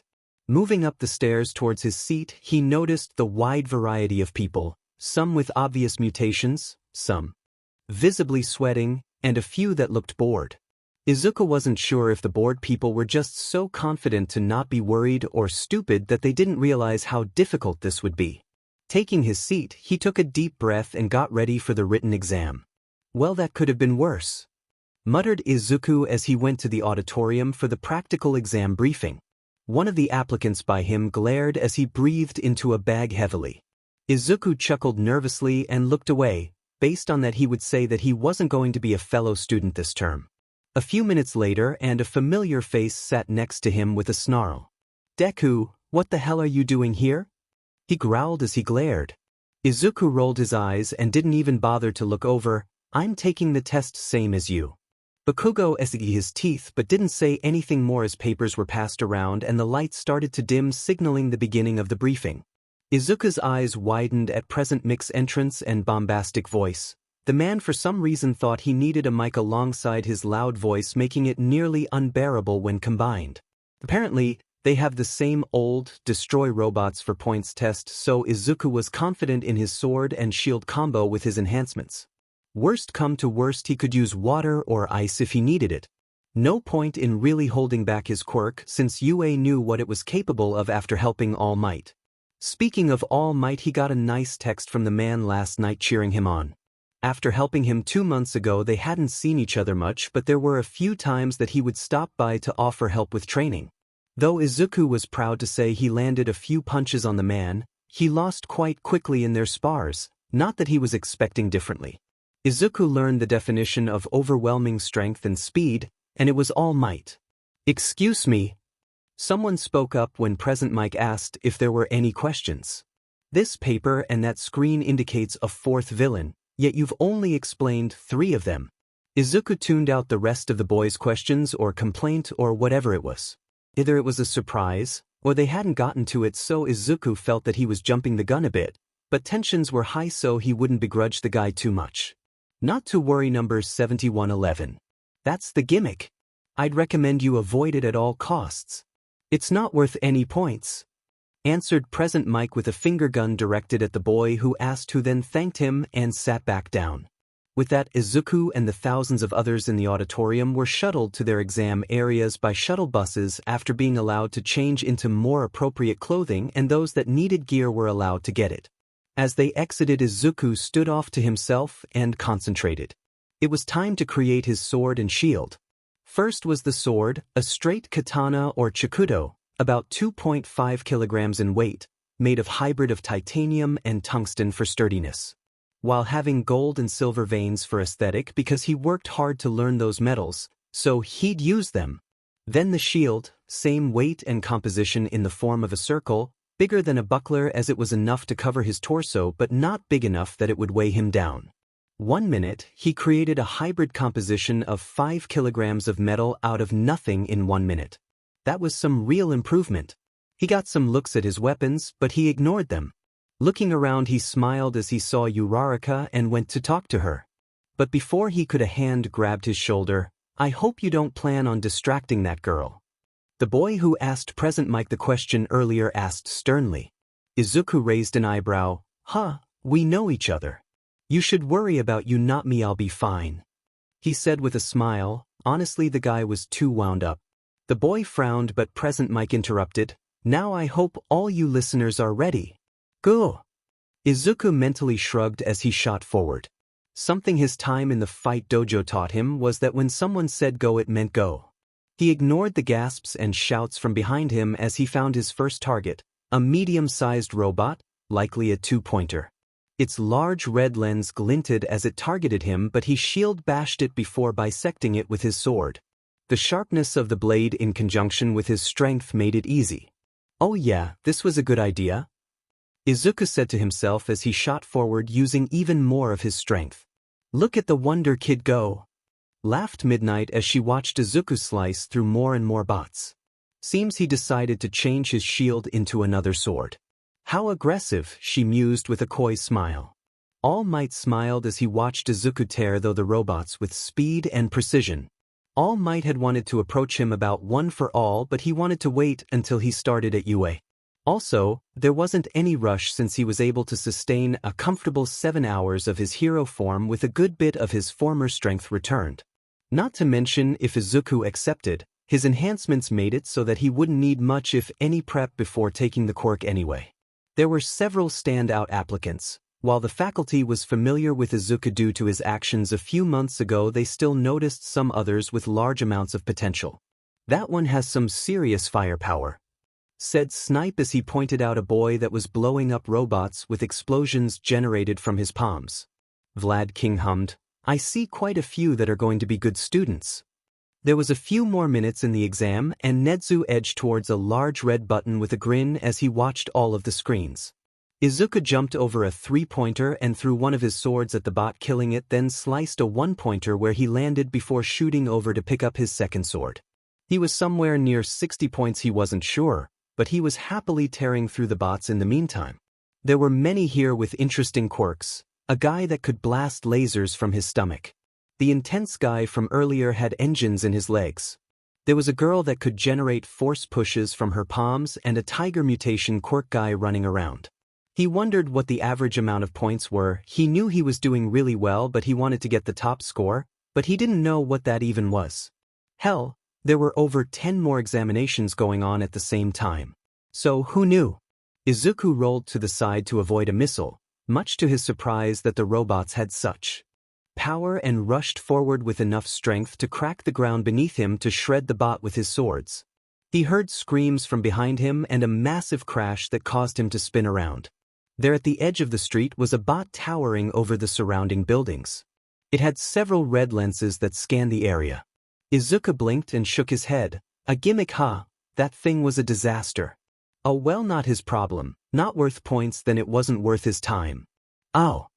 A feminine voice broke through his thoughts and he turned back around. On the ground was Uraraka, pinned under a bit of rubble trying to get free, even though her quirk should make that easy. Not hesitating for a moment, Izuku shot forward toward, pushing past and between the fleeing applicants that looked at him like he was crazy. Nearing Uraraka, he slid down next to her. You okay? What's hurt? She looked up surprised. Midoriya. Oh, my ankle and I'm trapped under the rubble. She tried to pull her leg free, but her ankle flared up making her wince and stop. Right as he was about to reach down to move the rubble, he spun around and saw the massive bot reaching down in a slapping motion. Stabbing the swords into the ground, Izuku raised both arms and with a massive grunt of effort, he caught the attack and nearly fell to a knee as he held the massive bot at bay. Okay then. He grunted to himself as he reached out with his quirk and just started shredding and ripping anything in his range. Surprisingly, his range had increased since he last tested it. Now he could feel at least 15 meters out. Izuku felt the force of the bot let up as small explosions popped throughout the arm he was touching as the effects of his tampering were made known. Gritting his teeth, he pushed the robot off of him. With the system failures going on, the bot fell onto its back with a massive crash that shook the ground of the arena. Phew! Izuku sighed as he whipped his forehead. Uraraka was staring at him in shock as he reached down and lifted the rubble off of her. There wasn't much, so he was still confused on why she didn't use her quirk. Maybe she was tired? Shrugging, Izuku reached down and picked her up, getting a sputter from her as her brain caught up to his actions. "WW, what are you doing?" she asked with a massive blush. Izuku tilted his head. "You can't walk on that ankle, so I'll carry you. Don't worry, you're not heavy or anything." He finished with a smile. The surrounding students made comments, but he ignored them. Uraraka gave up on trying to get him to drop her and just went along with, though she wasn't looking at anyone and had both hands on her cheeks. "Is she all right, dearie?" asked a familiar voice that made him turn with a smile. He leaned down, still holding Uraraka. "She hurt or broke her ankle?" "I don't think it's dash," stammered Uraraka. "Not to worry, young lady," Recovery Girl said while giving her a small kiss on the head. Uraraka was about to start getting embarrassed again, but the pain in her ankle disappeared and she was put back on her feet by Izuku. "There you go, have a gummy." Recovery Girl smiled and handed her a gummy in the shape of All Might that Uraraka reluctantly took, then ate, instantly feeling a bit of energy returning to her. "And how about you, any injuries I should know about?" she asked Izuku with an eye roll. Izuku grinned. "I'm good, I think I got a few scrapes, but I took care of them." Honestly, he considered healing Uraraka, but he wasn't 100% sure she was going to be a fellow student and he didn't want to show too much to a random person just yet.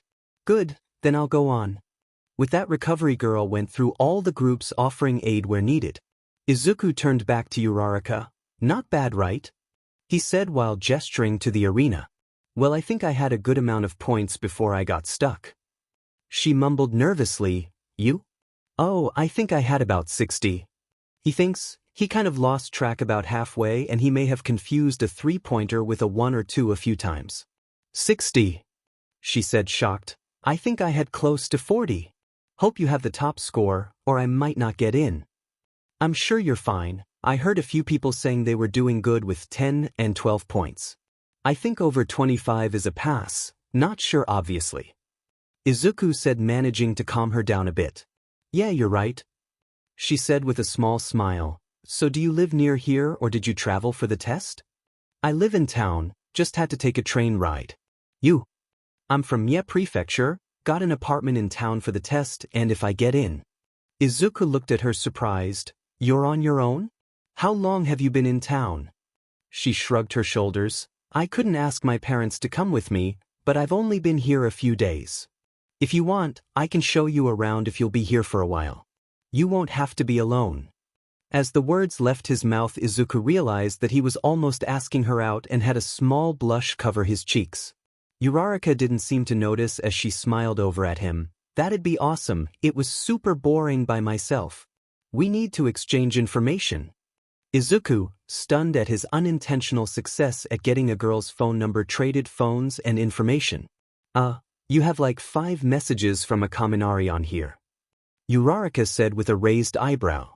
Izuku slapped his forehead. Right, totally forgot about him. He's going to be said. Who's he? She asked. A friend that's taking the exam today too.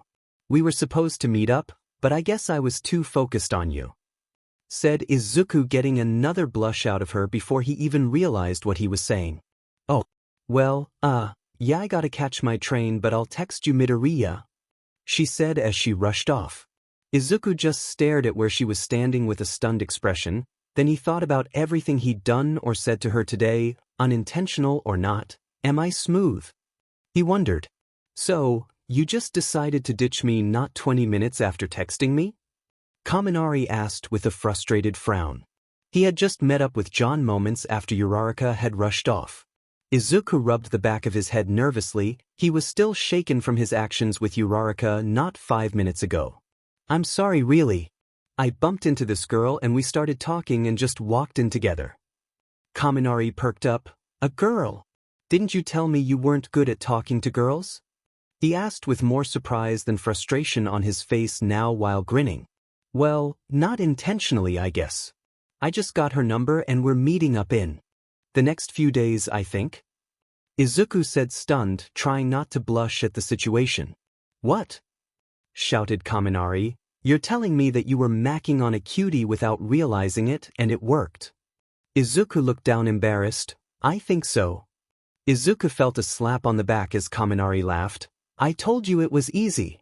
So, what does she look like? Short brown hair, roundish face, pretty? Izuku said with a confused tilt of his head. Kaminari rolled his eyes. Fine, I shouldn't have expected more than that. So, what's your plan? Plan? Asked Izuku. Seriously?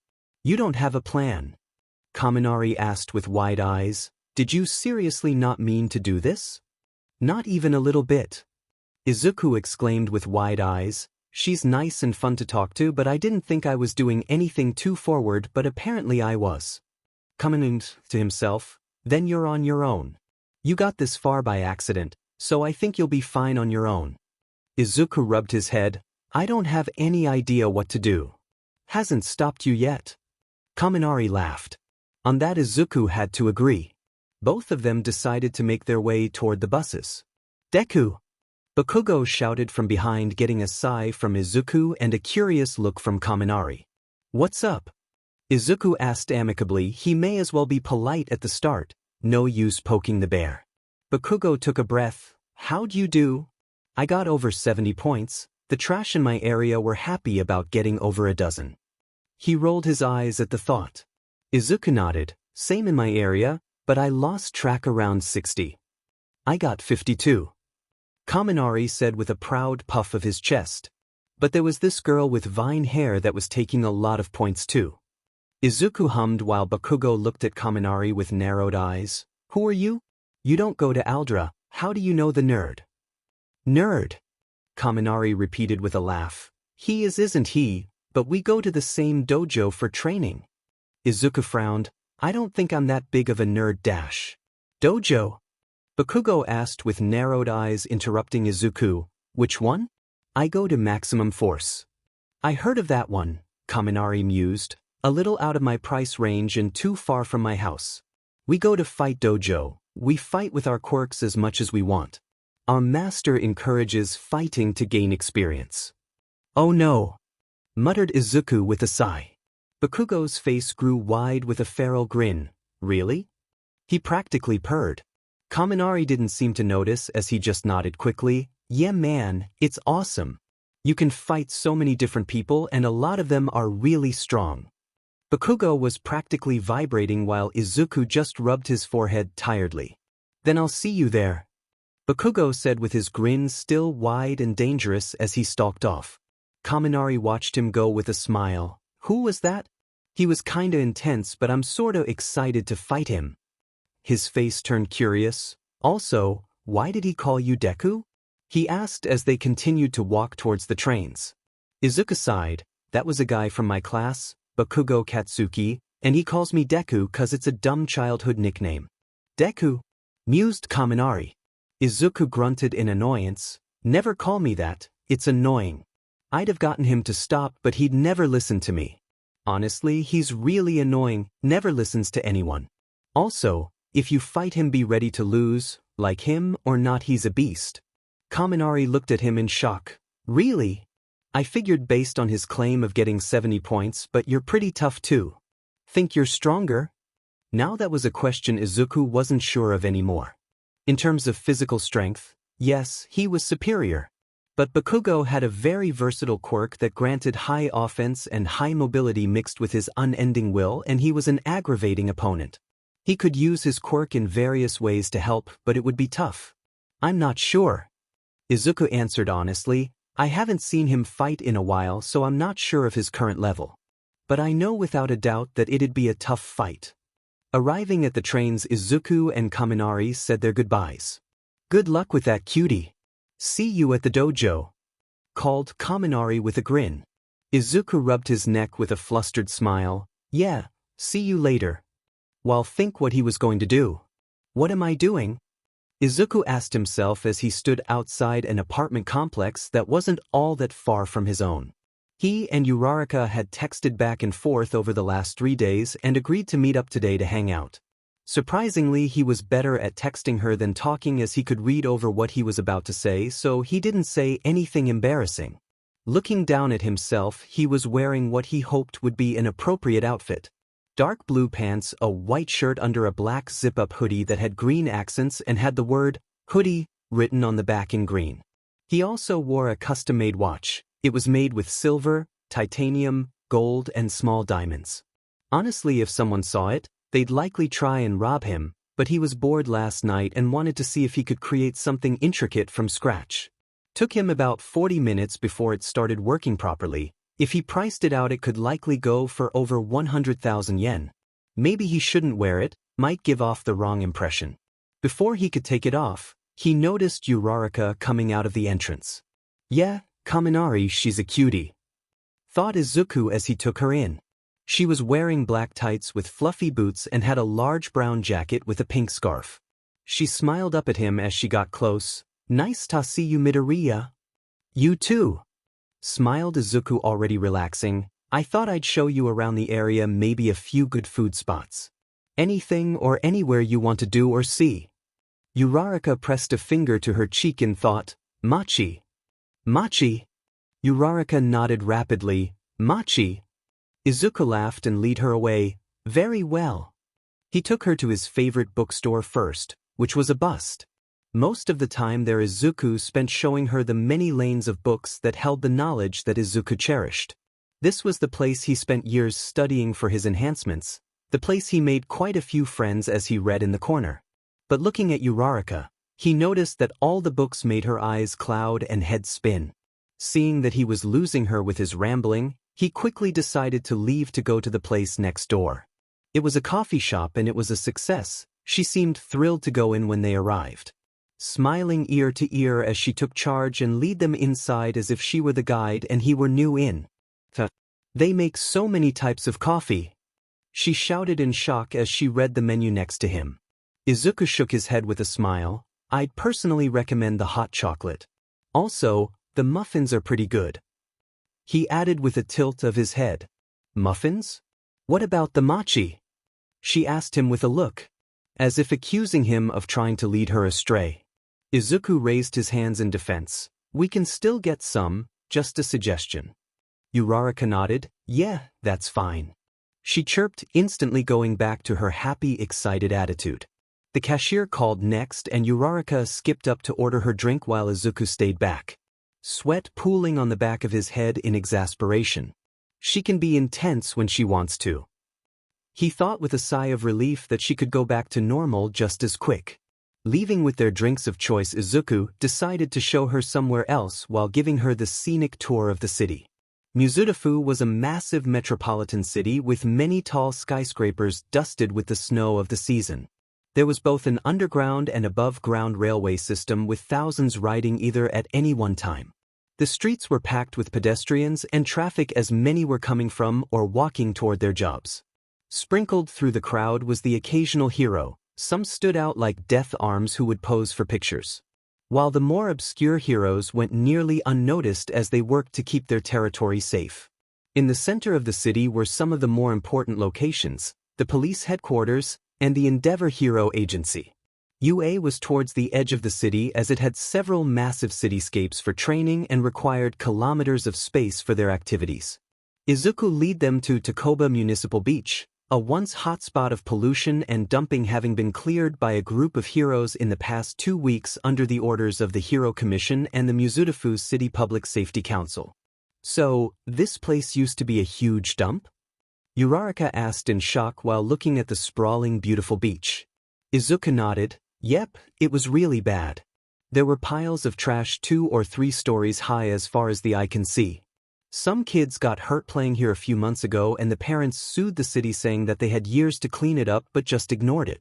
After that, a few heroes were hired by the city and Hero Commission to clean it up. It was an interesting week. Pros came and went using it as an opportunity to use their strongest moves to destroy trash. I'm surprised that you didn't hear of it. It was live streamed the whole time since so many pros were coming and going. I know that Endeavor came up to use his Prominence Fire attack and even All Might came down to Detroit smash some of it. Continued Izuku while looking over the beach. Uraraka tilted her head.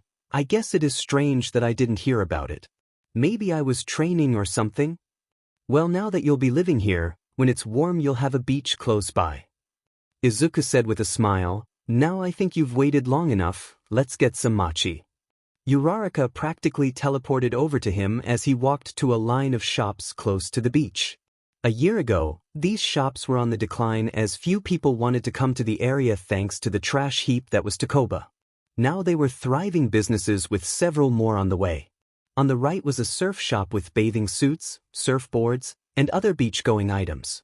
Next to that was a small ice cream shop that had a line out of the door even now in the cold weather.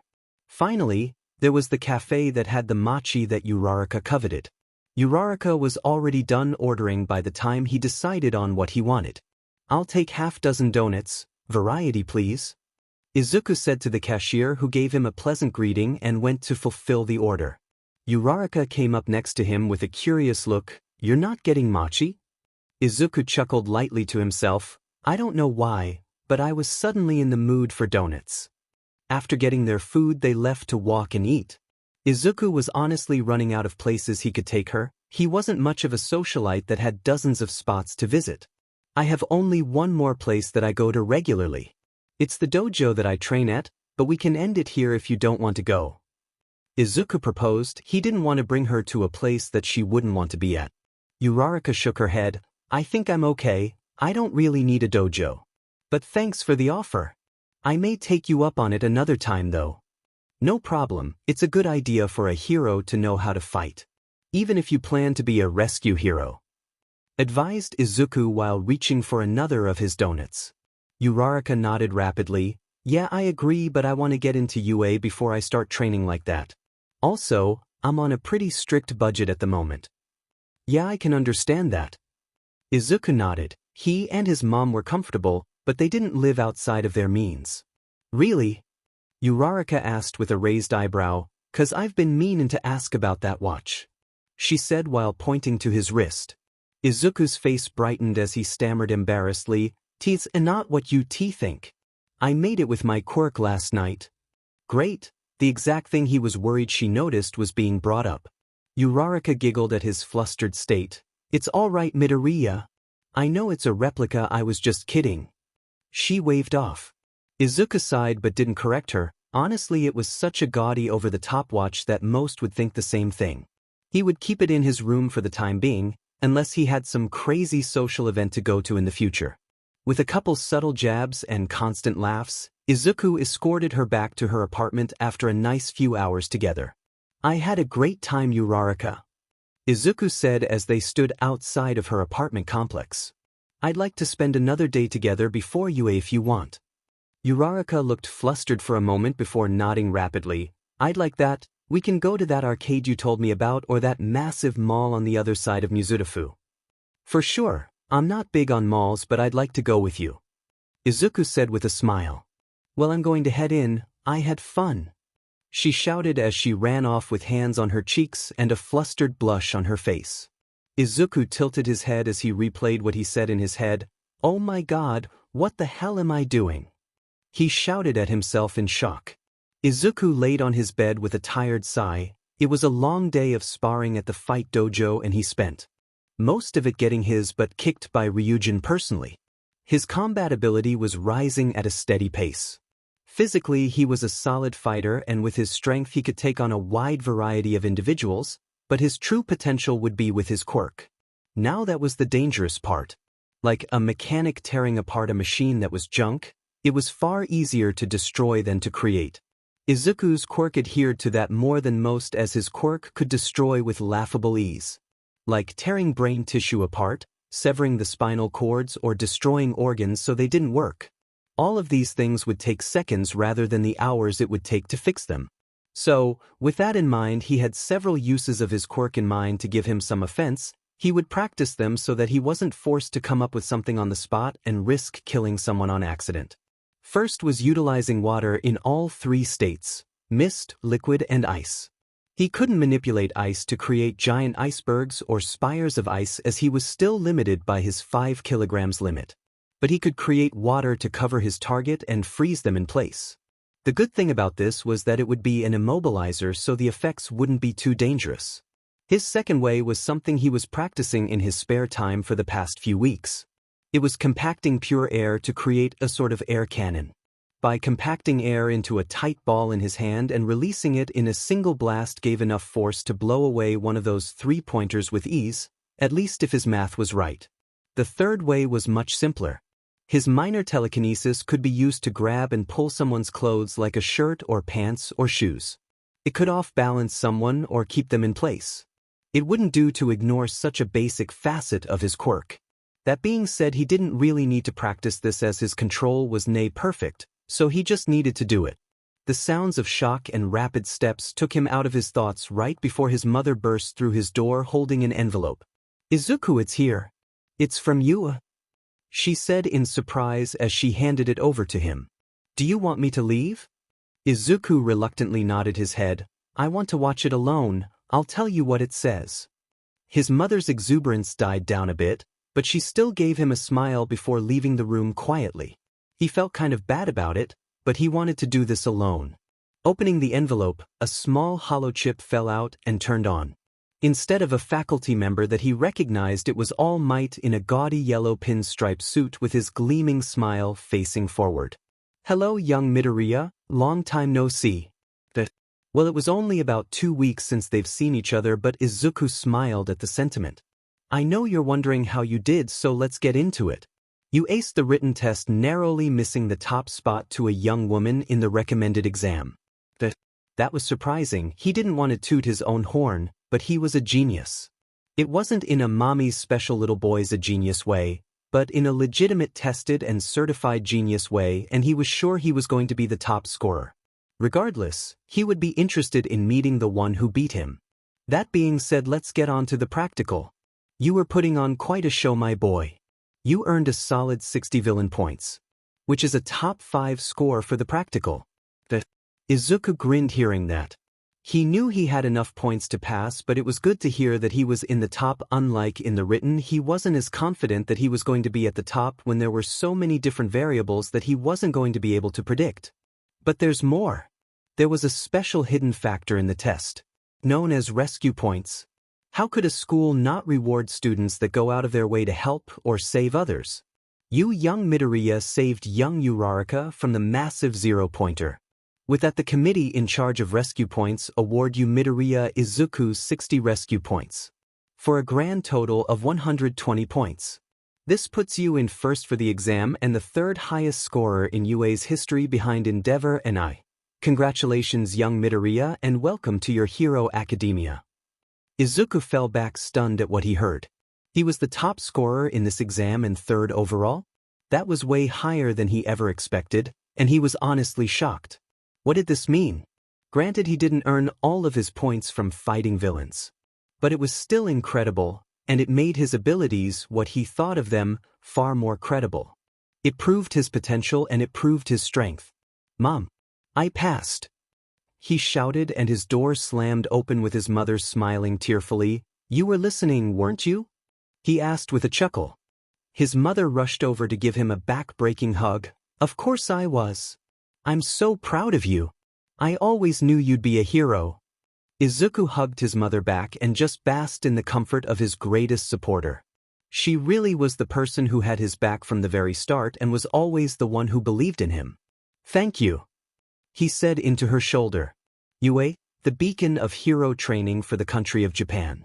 Izuku stood in front of the school in his new uniform with a nervous smile on his face as he was about to enter the school for the first time as a student. He saw students nervously also entering for their first day and the older ones laughing and talking with friends going on about their time off before the start of the new year. Izuku entered the school and made his way to his room, 1A, where he would be meeting his classmates and homeroom teacher. The door to the classroom was enormous, and it was clearly so because of the students with size quirks that this school must have taught in the past. Entering the room, he saw a few students in desks or mingling with each other. Because the universe hated him, he noticed Bakugo first, keeping to their decade-long streak of being in the same class. Then there was the tense boy from the exam with blue hair, who was in the midst of an argument with Bakugo. There was a boy with two-tone hair, half white and half red, with a curious scar over his left eye and an empty expression on his face as he stared into space. A boy with 6 arms that were connected by a skin webbing and was seemingly meditating, hard to tell with so much of his face covered by his mask. A girl with pink skin, a set of floating clothes and a girl with violet hair were talking with each other, and a spiky red head was listening in and would occasionally speak up. In the back he noticed a stunningly beautiful girl sitting patiently. She had a spiky black ponytail and no discernible feature that would give her quirk away. Next to her was a smaller boy with purple ball for hair who unashamedly stared at all the girls in the room.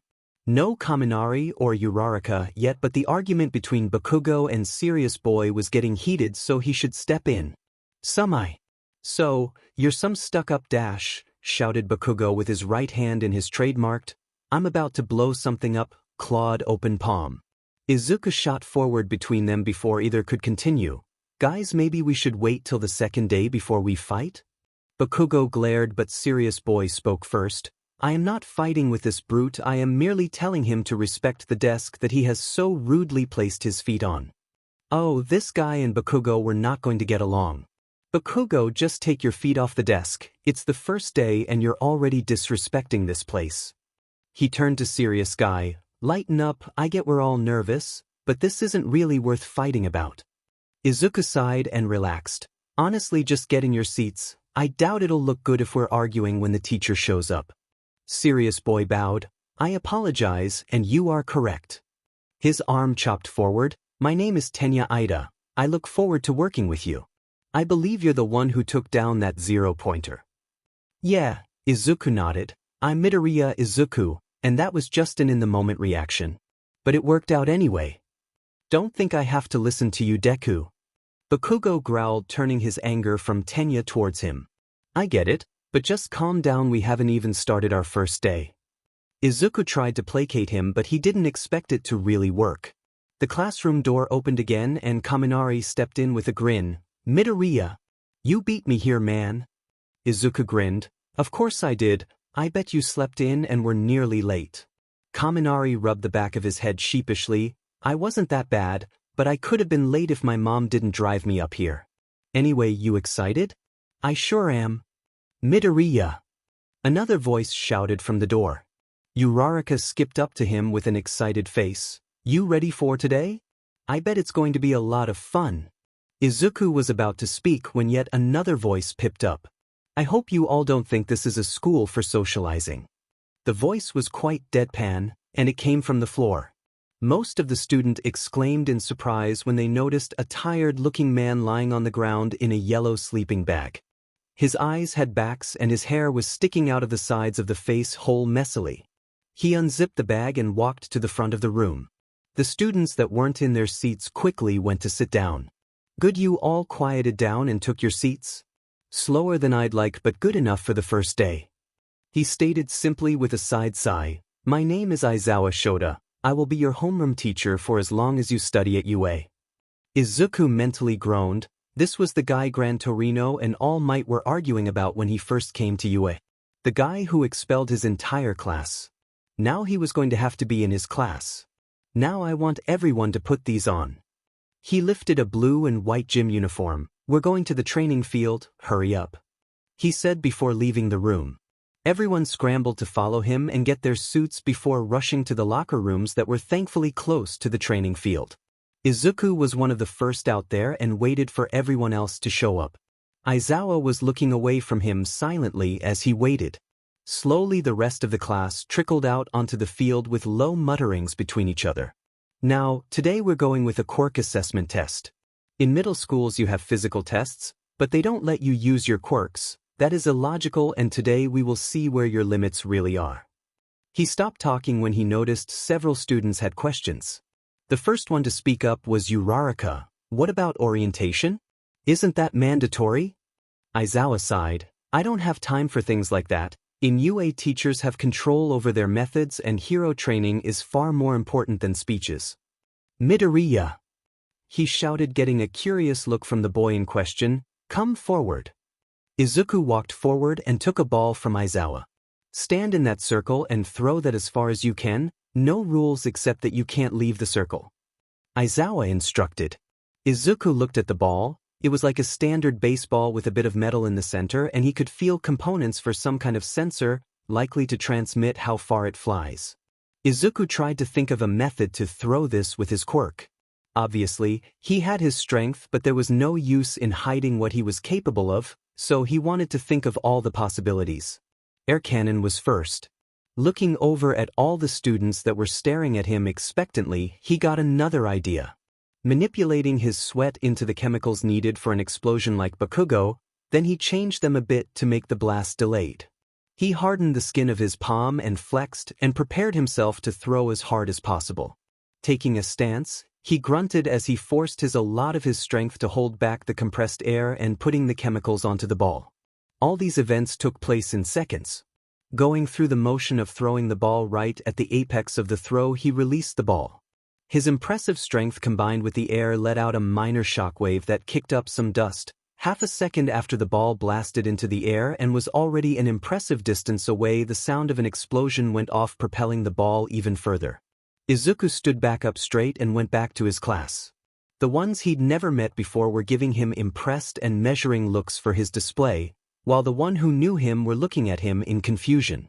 Kaminari particularly was looking at him with confusion so intense it looked like he bit into a lemon. Bakugo meanwhile was shaking with barely withheld fury, for whatever reason. You copied my quirk again, you bastard! Roared Bakugo as he shot forward, only to be caught by a scarf courtesy of Izawa, who looked like he was just forced to do something against his will. Some of the other students were muttering to themselves at Bakugo's claim. Don't act out like this again, Bakugo. Or you'll be looking for a different hero academy. Izawa threatened with glowing red eyes and a frown. Bakugo grunted but stopped struggling, never letting the glare at Izuku up. Izuku, who wasn't fazed by Bakugo anymore, just shrugged it off and went to stand over by Kaminari. What the hell was that? I thought you had super strength. Kaminari exclaimed in shock. Izuku rubbed his neck. I never said that, I always said that I was strong. Then what is your quirk? He asked quickly. Well, Izuku started to speak when he noticed that several others were listening in. Great, he didn't mind telling people anymore, but he wasn't excited to just shout it out. Well, I can manipulate matter of anything that weighs 5 kilograms or less. I compacted pure air in my palm, then made a chemical compound similar to Bakugo's quirk to propel the ball alongside my strength. Some of the others around him looked at him in surprise or confusion as they didn't quite understand his quirk, while the stunning girl with black hair he noticed earlier came up to him. Unfortunately, before she could say anything, a device in Izawa's hand beeped. Today is about knowing your limits, be it with your quirk or creativity. He looked at the device before turning it around to show the results to the class. The device read 1,410 meters. Wow! The pink girl exclaimed, "That's awesome." Kaminari joined in, "Yeah, I can't wait to try this out." "Looks like fun," shouted another voice that Izuku couldn't figure who it came from until he noticed rapidly moving floating clothes. Aizawa's eyes glowed red as he glared at the class, shutting them all up. It was then that Izuku realized who he was. Eraserhead. His quirk allowed his to cancel quirks with a look. "Fun, huh?" grunted Aizawa. "Well then, how about this? The person who comes in last will find themselves dropped from the hero course. This is UA, be ready to go plus ultra." With their excitement killed and some actually sweating, Izuku felt himself dislike this guy a bit more than when he met him. Who actively tries to make their students uncomfortable and stressed, especially on the first day. It wasn't like Izuku didn't understand, this was a tactic to make everyone give it their all. But it was a bit too soon, like let everyone learn each other's names before threatening expulsion. As Bakugo raced up to throw next, the girl with black hair spoke up, "So you are able to manipulate matter, as in changing things on a molecular or atomic level?" Izuku looked over at her with a surprised expression. "I can, but I can also manipulate any atom to do anything as long as I know exactly what I want to do." For an example, he raised a figure and made a ball of pure iron the size of a marble spin into existence. You must have to manipulate the protons, electrons, and neutrons of each atom in order to create, as there wouldn't be iron particulates floating around. She said in awe before her expression grew serene, "So that's what that feels like." Izuku tilted his head. "What feels like?" She smiled at him, making his stomach do a flip, feeling pity for someone with such a complex quirk. "People usually feel that about mine. You're the first person I've met with a more difficult-to-use quirk."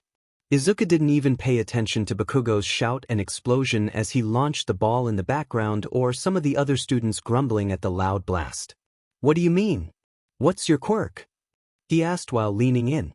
"My quirk allows me to convert my lipids to create any non-organic object as long as I know its atomic structure." For an example, she made a Russian nesting dolls pop out of her hand. Izuku stared at the doll, stunned. She made that in an instant, not even needing real focus. Also, hers was a quirk that was a step down from his and would, in exchange for the rule of non-organic creation, would construct what she wanted without the tiring focus his required. "Wow," Izuku said, stunned, "that's just not fair at all."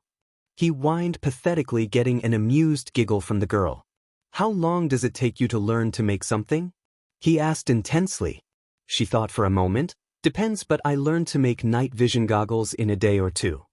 Izuku fell to his knees. "You've got to be kidding me. It took months to make iron that fast," he cried, getting weird looks from the class. The girl laughed awkwardly. There," she said, patting him on the head.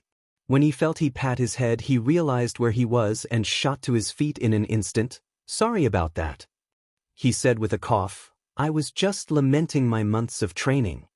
Your quirk is quite simply amazing, and I am completely jealous," Izuku said with a serious look as he stared into her eyes. Aizawa called the girl for her turn. "Yairozu, your turn." Izuku watched in complete fascination and jealously as she popped a cannon out of her shirt and fired the ball 4 kilometers away. That was how all the tests went. Izuku gripped the handle of the grip test with all his might, getting nearly 2 tons of force, only to be beaten by her making metal jaws that let her clear 2 tons. He beat her in the sprint but lost badly in the distance run, where he came in the bottom half. Pull-ups he lost due to being tired from the runs, toe touch he lost, and he was embarrassed at seeing how flexible she was. Long jump they both cleared the sand. Side steps he lost, he was fast but didn't have spring shoes that let him bounce back and forth. Every time one did a test, they compliment the other on their creative use of their quirk. The tests came to an end, and Aizawa in a rather unclimactic and didn't expel anyone, and Izuku felt it was more because he wasn't allowed to anymore, rather than the invisible girl or purple boy showing anything that impressive despite their low scores. Izuku followed Yairozu off the field. "You are incredible. I thought I was going to be the top scorer," he said, praising the one person to beat him. He managed second place while she had the gold medal. Izuku barely recognized a sulking Bakugo stomping off with a fourth-place medal. Yaoyorozu blushed cherry red at his praise. It was nothing, I've been training for a long time, you did very well too. She tried to say, but he just kept staring at her. She continued, your quirk is actually incredible too.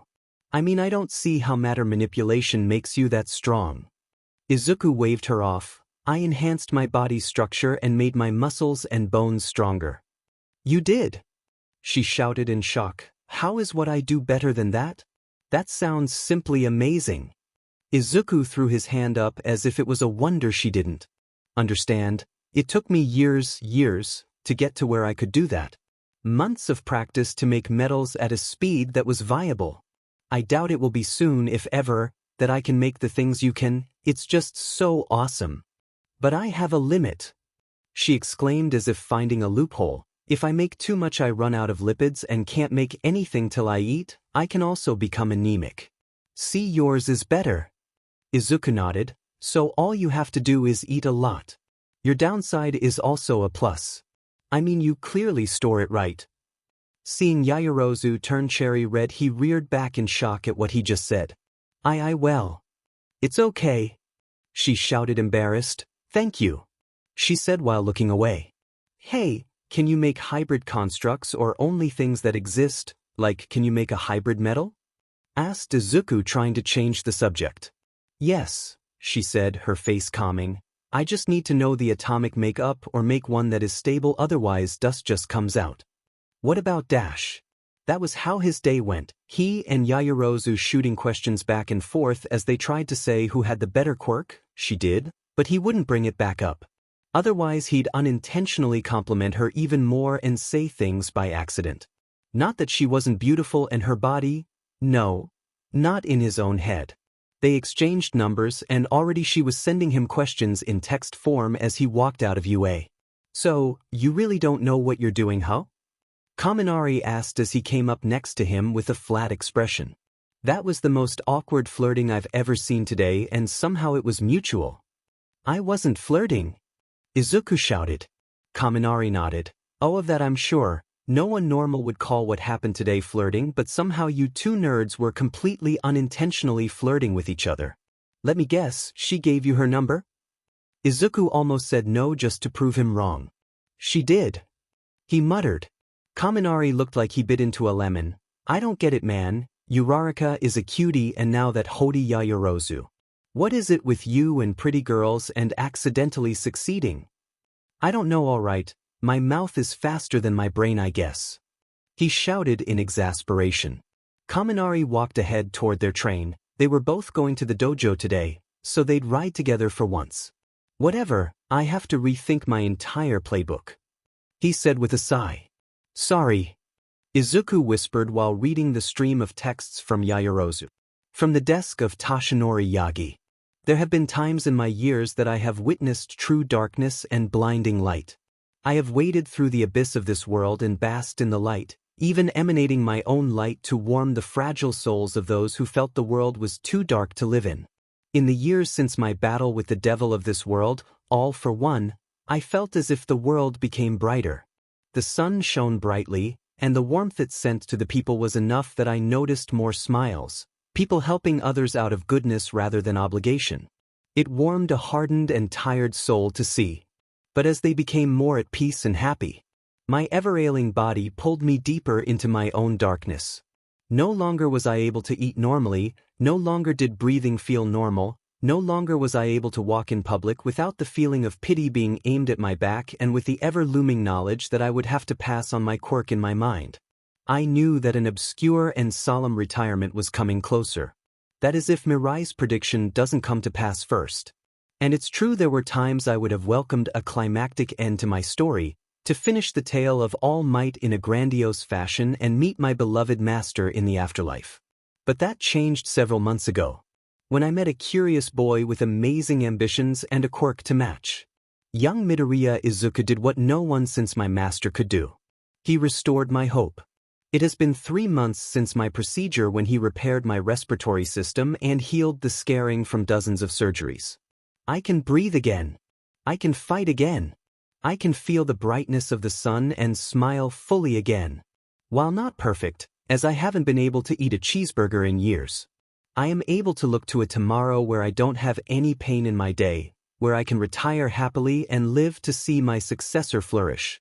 That is if Mirai's prediction doesn't come to pass first. I have met with young Midoriya several times since my procedure, and while never for more than an hour or so, I have learned a lot about the boy. He is a thinker rather than a fighter, more inclined to win the fight before it began than during. That being said, he knows how to brawl. Gave this old man a couple punches that were more than just a tickle. He has a good heart, something that is key for me when looking for a successor. He offered assistance without hesitation the day we met. While I do acknowledge that his fanboy nature might have influenced his readiness to divulge his, at the time highly secret, quirk and capabilities, I have a feeling that he would have done it regardless if it were something only he could do. My thoughts were reaffirmed during the entrance exam. Young Midoriya ran towards danger, weaving in and out of promising hero candidates that were fleeing the scene to save someone from simulated danger. I knew then and there that his potential went from something to keep my eye on to someone who made the list of potential successors. Speaking of the list, there is young Togata.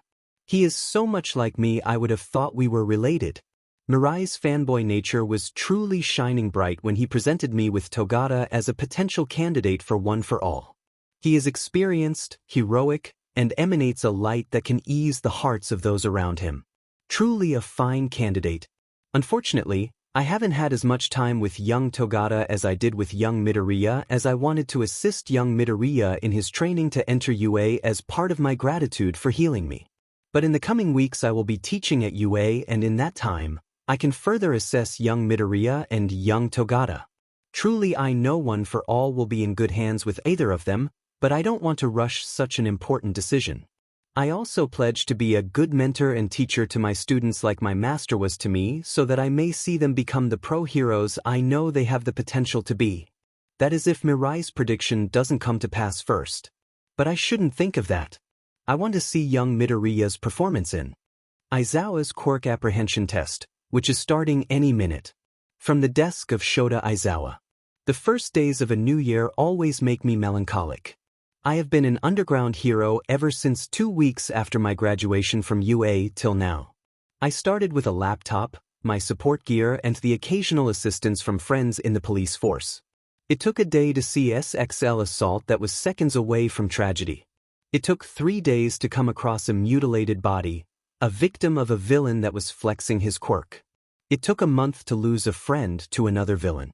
I have scars on my body from mistakes, I have scars from failures, and I have never wanted them removed because they remind me of the most important truth of this line of work. Hero work is dangerous. I'm a tough teacher and I will never not be. It is cruel to destroy dreams, but I'd rather them fail here than out there. At least here, no one dies for real. Although, after seeing the potential of this new class, even I have to admit that there is no one that I feel shouldn't be a hero. If only Emmy could hear me say that, she'd think I was going soft. Then she'd propose again, and I'd say no again. Then I'd feel bad again and move that dial in my head towards saying yes, just a tiny bit. So far, I'm at 17.5 out of 100 on the scale of saying yes.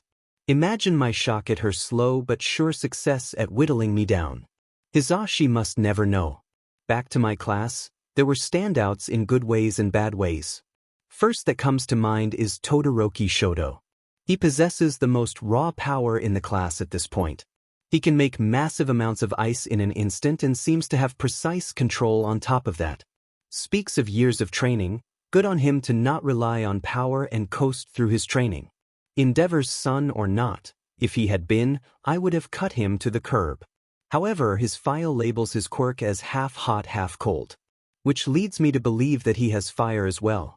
Which he should, as son to the man with arguably the strongest fire in the country. It would be odd if he didn't. But he didn't use it, and I will find out why. Is he not confident in controlling his fire? If that is the case, then it is admirable to hold back to not risk injuring his classmates, and I would commend him for it. Is he holding back for some other reason? Again, unclear, but I will find out. He needs to use every tool at his disposal, otherwise he will suffer. Hero work is dangerous. Second to stand out is Bakugo Katsuki. An interesting one. Labeled a genius, and his scores show a high intelligence, and he is the second in terms of pure power. He has a determination that is rare to see and the same ambition of every hero student to be number one.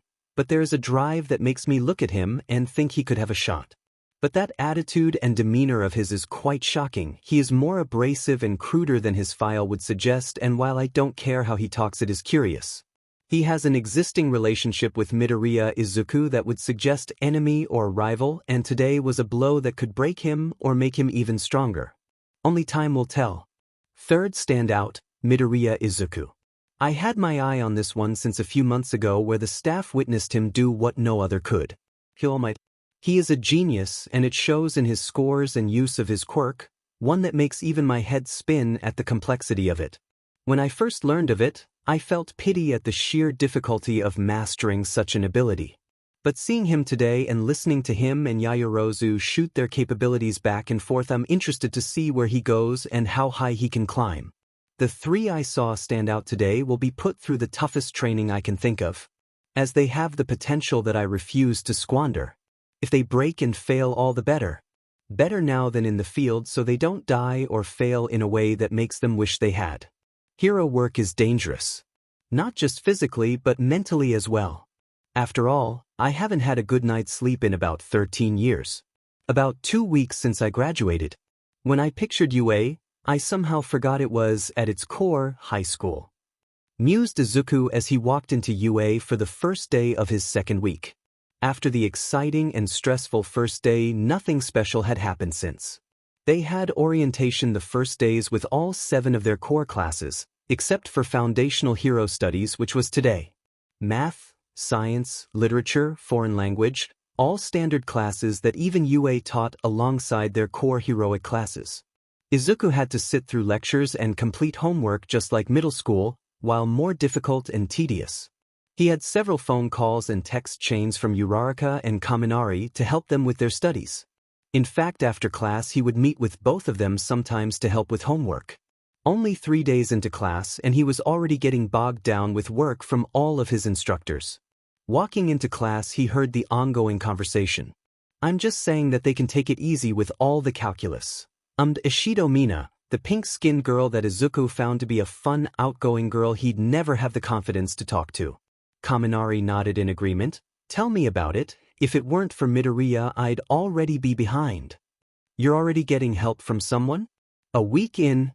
asked the purple-haired girl, Jiro Kyoka, a generally laid-back girl in Izuku's opinion, with a laugh.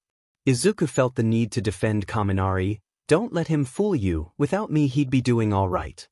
He got a grateful look from Kaminari and a considering one from the 2 girls. "He just gets overwhelmed by the amount and asks for help." "Exactly," added Kaminari with a smile and a nod. "I've never struggled with school before. It's just that UA has so much high-level work that it's nerve-wracking." "That I understand." Jiro agreed. "It's because they focus so much time into heroics that normal high school classes are accelerated to compensate. We're probably a week ahead of normal schools for our core classes." Ishido's head dropped. "Which is just mad aggravating. I've always been a good student, but I just can't see myself doing better than all right at this level." Izuku tried to reassure her. "Well, the good thing is that you've already been accepted into UA, and as long as you don't fail, you'll be fine." "That doesn't help, Midoriya," she shouted with comical tears streaming down her face. Right as he was about to respond, Aizawa came into class with his perpetually tired aura around him. The class noticed, and after their first week of classes knew that they needed to quickly and quietly get into their seats. "Good," grunted Aizawa as he wrote on the board. "Today will be a bit different than the rest of the week as you will have a single class taking up most of the day," he said as he gestured to the board. "Foundational Hero Studies." Mutters from the class was halted by a glare from Aizawa. "I expect all of you to give this your all. Failure to do so will see you out of this program." With those ominous words said, Aizawa moved to the corner of the room and promptly fell asleep. Midoriya chuckled to himself as his homeroom teacher battled exhaustion just to threaten them. "Wonder who's going to be our instructor?" Kaminari asked aloud. Jiro turned to him. "Likely a pro, but all the teachers are pros, so that doesn't really narrow it down," she said with a shrug. Ashita wiggled in her seat. "I'm totally nervous. What if they're a hard ass like Aizawa?" she asked frantically. Kirishima laughed at that. "I'm sure it will be all right." The door slid open, and before any of the students could comprehend what happened, All Might was standing in front of them with his full hero costume and a beaming grin. Izuku, having met with and trained with the hero in the past, was used to the sheer absurdity of his physical abilities and wasn't taken too off guard. The rest of the class, however. "He just appeared," Uraraka shouted in shock. "How is he that fast?" The normally controlled Ida balked. Bakugo leaned forward with a grin. "That's what the #1 hero is capable of, huh? I didn't expect any less." The rest of the class wasn't faring much better. Torn between silent shock and incoherent murmuring, it took a few moments before the class settled. Aizawa, who had been forgotten from his place in the corner, sighed tiredly. "Focus," snapped Aizawa. "This is a good lesson. Maintaining control while surprised or scared is a key skill for any pro hero. Now, continue, All Might." All Might in typical fashion laughed off the students' reactions and Aizawa's comments. "Thank you, Aizawa. Students, we have much to do today. I originally intended for this class to be taught by just myself, but I have invited your homeroom teacher to join us," he said while gesturing to the hero in question. Aizawa merely sipped from a juice box he pulled from his sleeping bag, fully content to ignore All Might. All Might continued quickly. "You learned on your first day what your quirks are fully capable of at the moment. So today we're going to build off that and learn what you're capable of in combat." The class perked up after hearing that. "Is it going to be a battle royal?" shouted Kirishima with a large grin. Mineta started to sweat after hearing that. Wouldn't that just let Todoroki or Bakugo win it easy? "Can we kill each other?" Bakugo asked with a large grin. Uraraka timidly raised her hand. "Is there a risk of expulsion like last time?" They were silenced by a loud clap from All Might. "That was a lot of questions. I can't answer them all if you don't give me a chance." He laughed. "Now this isn't a battle royal. I will explain more once we get to the training facility. For now, I want everyone to go to their designated locker and gear up. Then we'll go to our training site." Izuku got up from his chair and reached out for his locker with his quirk, which caused him to grunt in annoyance. His locker weighed over 9 kilograms, making it impossible for him to lift, so with a sigh he waited his turn, then followed the rest of the guys to the locker room to change. While the guys were chatting and changing, Izuku was looking over his outfit with a satisfied smile. It was the perfect costume. It started with a tight dark green and black bodysuit that covered from halfway up his neck to his ankles, with padding on key areas like his stomach, chest, shoulders, shins and elbows. He wore bright red boots, and over his hands were red gloves that had hardened pads over his knuckles, fingers and up his forearm. On top of his bodysuit was a heavy piece of body armor that covered his shoulders, sides of his neck, chest, stomach and back. On the center of the chest piece was a design for a simple atom to be his emblem. "I like the look of this all right." Izuku grinned to himself while making a fist. Before he set aside the box that contained his suit, he saw a small box at the bottom with a note on the top. "You didn't have anything labeled for your face, so we decided to add this. Hope you like it. Design team." Izuku opened the box, and lying inside was a pair of dark glasses that were nearly impossible to see through from the outside. Putting them on, he was hit with a small burst of light before his eyes focused and he recognized screens on the lenses. The screen read, "Rapidly adapting light shields," with a description stating that the glasses' tint reacts to the brightness of the environment to give the wearer perfect vision while obscuring the identity of the wearer. Izuku grinned. "They're perfect. I didn't know I was missing something like this till I got it." Even though to the outside they were pitch-dark tint glasses, he could see perfectly in the low light of the locker room. "Whoa, look at you," Kaminari commented with a grin. "Look ready for battle. Those are some killer shades. Seems we had the same idea." Looking over, Izuku noticed the same type of glasses on his face. The rest of his costume was an insulated black jacket and form-fitting pants with lightning bolt designs running up the sides. Overall, it fit his motif quite well. "Not too bad yourself, Kaminari," Izuku said with a smile. "Ready to kick some butt?" Kaminari grinned. You know it. They were all led to Training Ground Beta, which was a massive city that was several square blocks. The roads, intersections, and buildings were all perfectly replicated from actual cities for proper simulations. They were led to a large building and into a room with a bunch of monitors. Aizawa was seated in a chair in front of the monitors, looking both bored and exhilarated. Izuku noted that all the costumes seemed to hint at or blatantly reveal the nature of the quirks of his classmates. He did, however, completely avoid looking at Yaoyorozu for too long. Izuku may understand why it was necessary, but that much skin was too much for him at this point. He elbowed Kaminari, who was busy drooling at their female classmates. Pay attention. He grunted. Sorry. Kaminari said with a laugh. Now, wonderful youngsters, said All Might. This is going to be a series of 2-on-2 battles. The teams are already decided, so I will announce them in a moment. The purpose of this battle is to simulate a real hero scenario.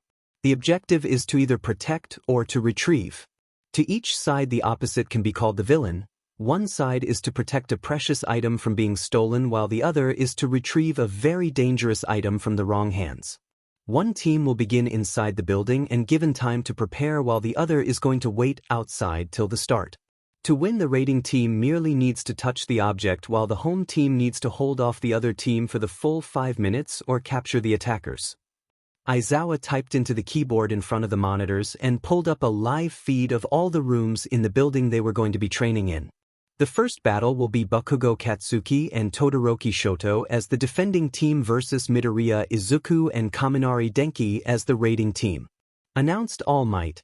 Defending team, go and get into position.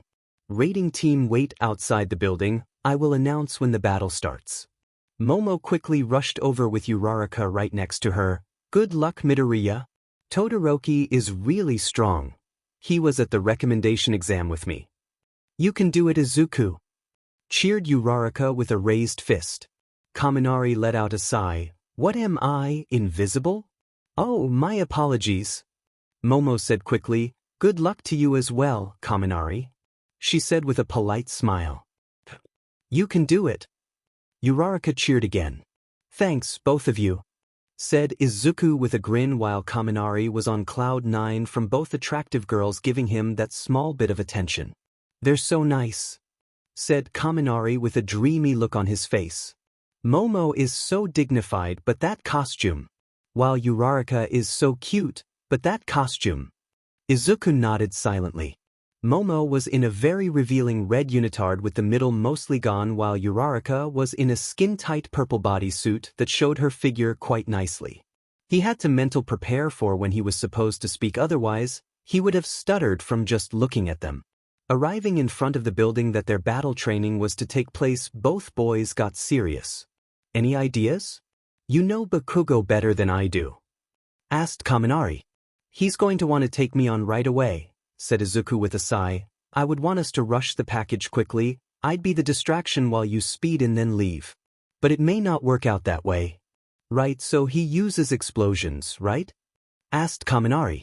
Yes, he can create explosions using the sweat he generates on his palms. The faster he fires, the less powerful, since he can't build up power, but he can make some monstrously powerful blasts if he builds up for a bit.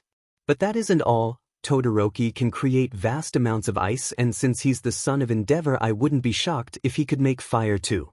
Man, why do we have to get the tough ones right off the bat? Whined Kaminari while throwing his hands up. So it will be 2 1-on-1 fights rather than a 2v2? A loud horn sounded throughout the area, followed by, Begin! Izuku rushed forward and kicked the door down. For now, let's just proceed and play it by ear. Got it. After 10 steps into the building, the entire area became cold, and in the next instant both Izuku and Kaminari were frozen to the ground. Izuku grunted before kicking himself free, while Kaminari flooded his body with lightning, causing he ice to shatter around him. Well, that was something, commented Kaminari with a groan, his breath visible in the cold atmosphere. Izuku took a breath and slowly manipulated the ice around him. He could only go 5 kilograms at a time, but after a minute or so the entire area that he was able to control with his quirk was completely void of ice or water. Water and all its forms were among the first things I learned to manipulate," explained Izuku to the surprised Kaminari. "We'll have to stick together, or the ice could overwhelm you if you aren't careful." "He can't throw attacks like that around constantly," said Kaminari. "Doesn't matter what quirk you have, there is always a point that you can't use it anymore, and I have to believe that he can't just freeze the building over and over." "Who knows?" responded Izuku with a shrug. He had quite a bit of stamina with his quirk, so he wouldn't hold out on someone like Todoroki having a small tank. Making their way through the building, they arrived at the second floor to the sounds of shouting. "You better not pull that crap again. Deku's mine," shouted Bakugo. He was standing at the end of the hallway, putting his finger to his ear, clearly in an argument with Todoroki about the ice. "We can capture him while he's distracted, tag team him, or split up," proposed Izuku. Kaminari frowned in thought. "Fighting Todoroki one-on-one will be tough, then again both of them are tough. But I think you should let me fight Bakugo and you take Todoroki. His ice is useless against you. I would get overwhelmed after a few attacks. Then you attack, then I'll rush forward." Not needing more planning, Kaminari rushed forward, getting the attention of Bakugo, who glared at him but rushed forward with a trail of explosions. "I was waiting for you, but you'll do for now." Kaminari let Bakugo swing first, and with hundreds of spars worth of experience, he was able to flow around the hit and counter with a strong lightning-infused uppercut that stunned Bakugo enough that Izuku was able to rush past them to the stairs. Over a year at Fight Dojo taught Kaminari many things. Taught him patience, taught him to understand his quirk, taught him the skill of analyzing his opponent and strategizing in moments. He had over 250 fights with only 47 loses. Despite losing to Midoriya twice, Kaminari was regarded as a combat powerhouse thanks to his quirk's synergy with hand-to-hand combat. So, with that in mind, Kaminari's hit was hard enough and was flooded with enough lightning that Bakugo was stunned for 5 full seconds, allowing Izuku to rush past and start climbing the stairs without issue. "What?" groaned Bakugo before blasting back to his feet. "So the lightning extra has some power. Well, bring it on." Kaminari raised a fist with a grin. "Let's go." Bakugo rushed forward with a wide grin. As soon as he got within striking distance, Bakugo put both palms forward and blasted a large explosion that pushed him back and knocked Kaminari off his feet. "What a pain," grunted Kaminari as he got back up and rushed towards Bakugo, but not completely closing the distance. Bakugo didn't beat around the bush. He rushed directly at Kaminari and moved to blast over Kaminari to attack from his flank, but Kaminari was faster and lashed out with a high kick that was saturated with lightning. Bakugo convulsed the instant the kick connected before being launched at the wall. However, before he could impact, he recovered and blasted himself back into the fight. Kaminari got into a stance and saturated his body with crackling yellow lightning. Bakugo landed and closed distance on foot rather than in the air. Honed from over 200 bouts, Kaminari instantly connected the dots and in classic form, released the lightning in an indiscriminate shock as soon as Bakugo was in range. Bakugo howled in anger and pain as the lightning flowed into him. Izuku sighed as he made it to the 4th level, the one he was sure Todoroki was on. Matter manipulation was a very versatile quirk. His current range was a bit over 15 meters, and due to the fact that he could manipulate anything in his range with varying levels of effectiveness meant that he could sense everything in his area of effectiveness. Which meant that he could feel Todoroki slouching right in front of the bomb seemingly without a care in the world. The building became colder and colder the closer he got to the door. Focusing on his body and 10 centimeters off of it, Izuku manipulated everything in the bubble to be warm and instantly vaporize any water or ice that entered it. It was a sort of barrier that would render any form of water to nothing, instantly separating the hydrogen and oxygen. It took lots of focus and tremendous practice, but Izuku felt it was paying off right now. Todoroki was up against his worst matchup. Water and all of its states of matter were Izuku's to play with. Unless the team used his fire, he was effectively quirkless. Opening the door, the ice on it and around the doorway instantly vaporized as he walked through. "A bit chilly in here," mused Izuku with a smile. "I'll be taking that bomb, villain," he shouted as heroically as he could. Really just emulating All Might as best he could. Todoroki seemed nonplussed. Why is the ice disappearing as you walk forward? He asked in an empty monotone. Izuku smiled, not stopping as he walked towards the bomb. Any ice that gets within 10 centimeters of my body is vaporized. I'd try out the fire side. All states of water are useless against me. Todoroki glared at him before stomping his foot and sending a massive pillar of ice at Izuku, who just continued to walk forward. As soon as the ice entered his range, it vaporized, and the massive pillar was no longer as large or imposing. He was now 2 meters from the bomb and right next to Todoroki. Ice won't work, Todoroki, Izuku said with a smile before continuing toward the bomb. It's my win. The second Izuku said that he laid his hand on the bomb and a loud horn sounded. Raiding team wins, screamed All Might through the intercom. Todoroki looked shell-shocked as All Might's voice reverberated throughout the building. His fist clenching and unclenching as he glared at the ground with a furious look in his eyes. Izuku moved to speak to him, but he backed off when he thought about it. Todoroki didn't look like someone words would reach at the moment. Izuku made his way back to Kaminari, who was being verbally assaulted by Bakugo. You didn't win. You hear me? Shouted Bakugo. Ice Princess lost us the battle, not me. What a waste, having to rely on an extra like him. He grunted with a disgusted look on his face. I think it was more that Midoriya completely countered the ice half of his quirk, commented Kaminari with a thoughtful look on his face. If he used his fire, it would have been a bit more troublesome, I think. Yep, interjected Izuku as he got closer. For some reason he didn't use his fire, but we won, so I'm happy. Bakugo glared at him. Deku, this was supposed to be our battle, he said with fire in his eyes. Izuku shrugged. Kaminari wasn't in a position to fight off the amount of ice Todoroki could summon, so he wanted to fight you. Bakugo grunted before shooting Kaminari a look. We're going to fight again, and it won't be stopped because of someone else, he said before stalking away. Izuku watched him walk away before turning to Kaminari. Congratulations, he likes you, he said with a laugh. That's what that means? Kaminari asked in shock. I thought that meant he wanted to kick my butt. He does, said Izuku, but he wouldn't bother wanting to fight you if he thought you were weak.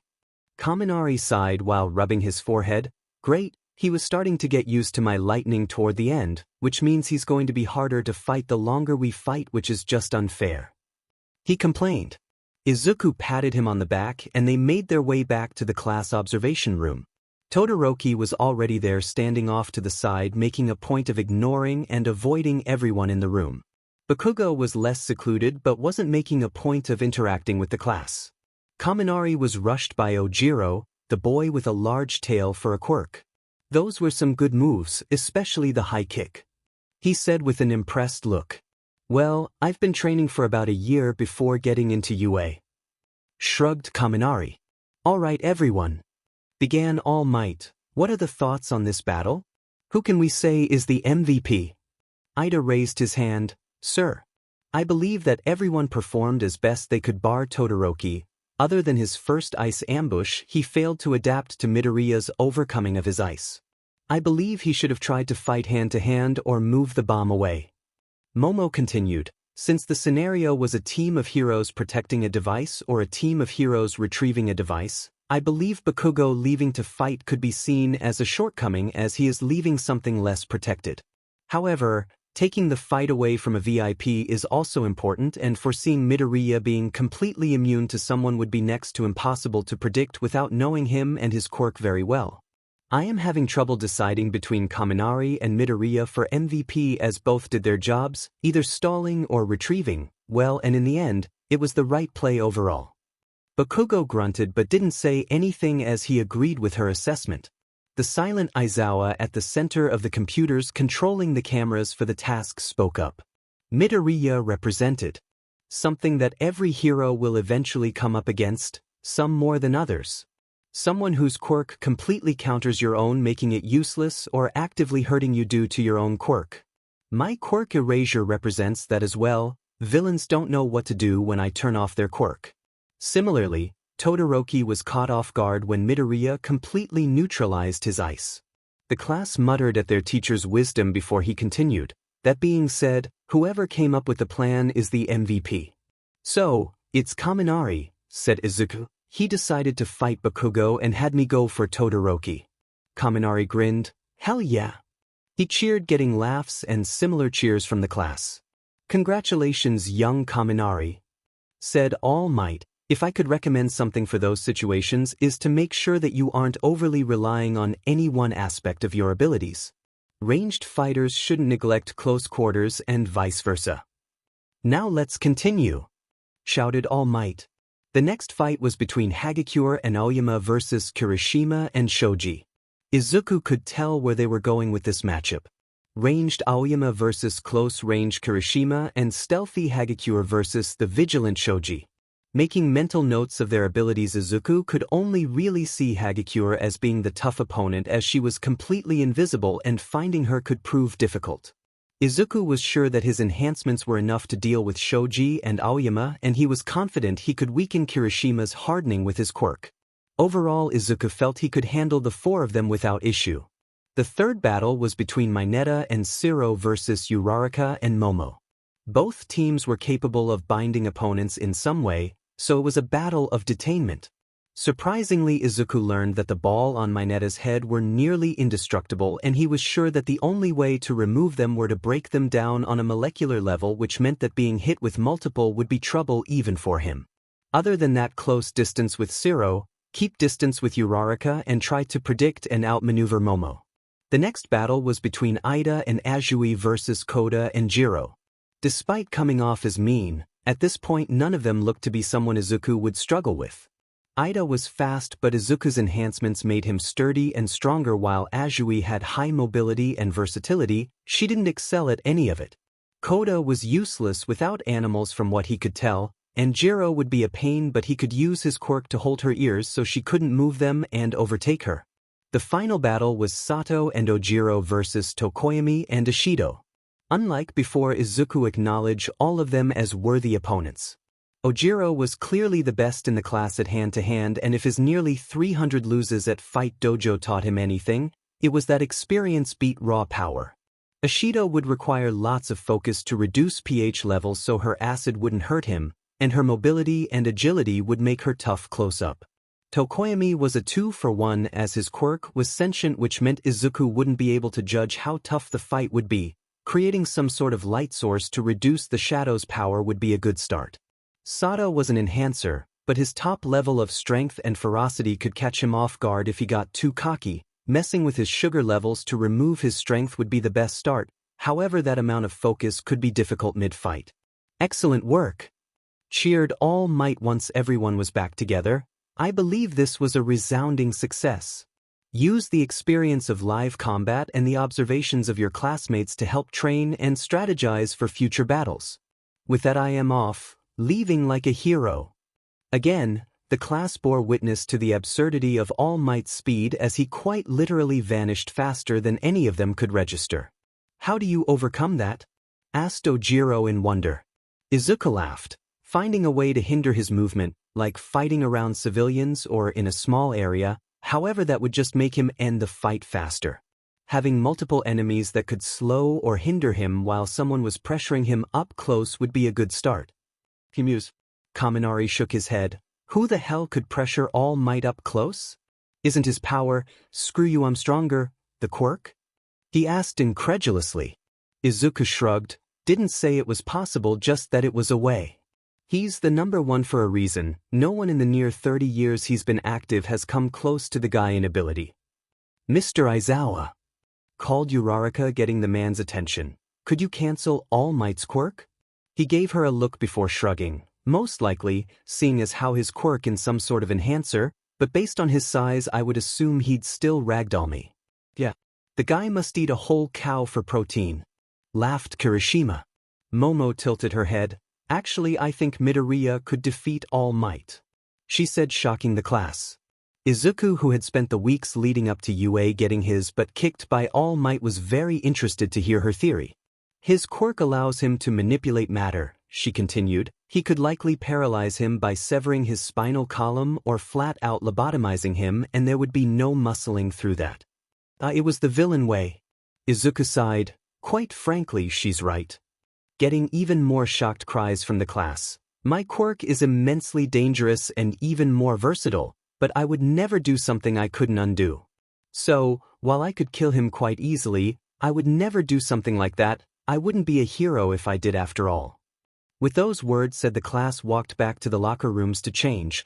All think about how lethal their quirks really were and where the line should be drawn in their uses.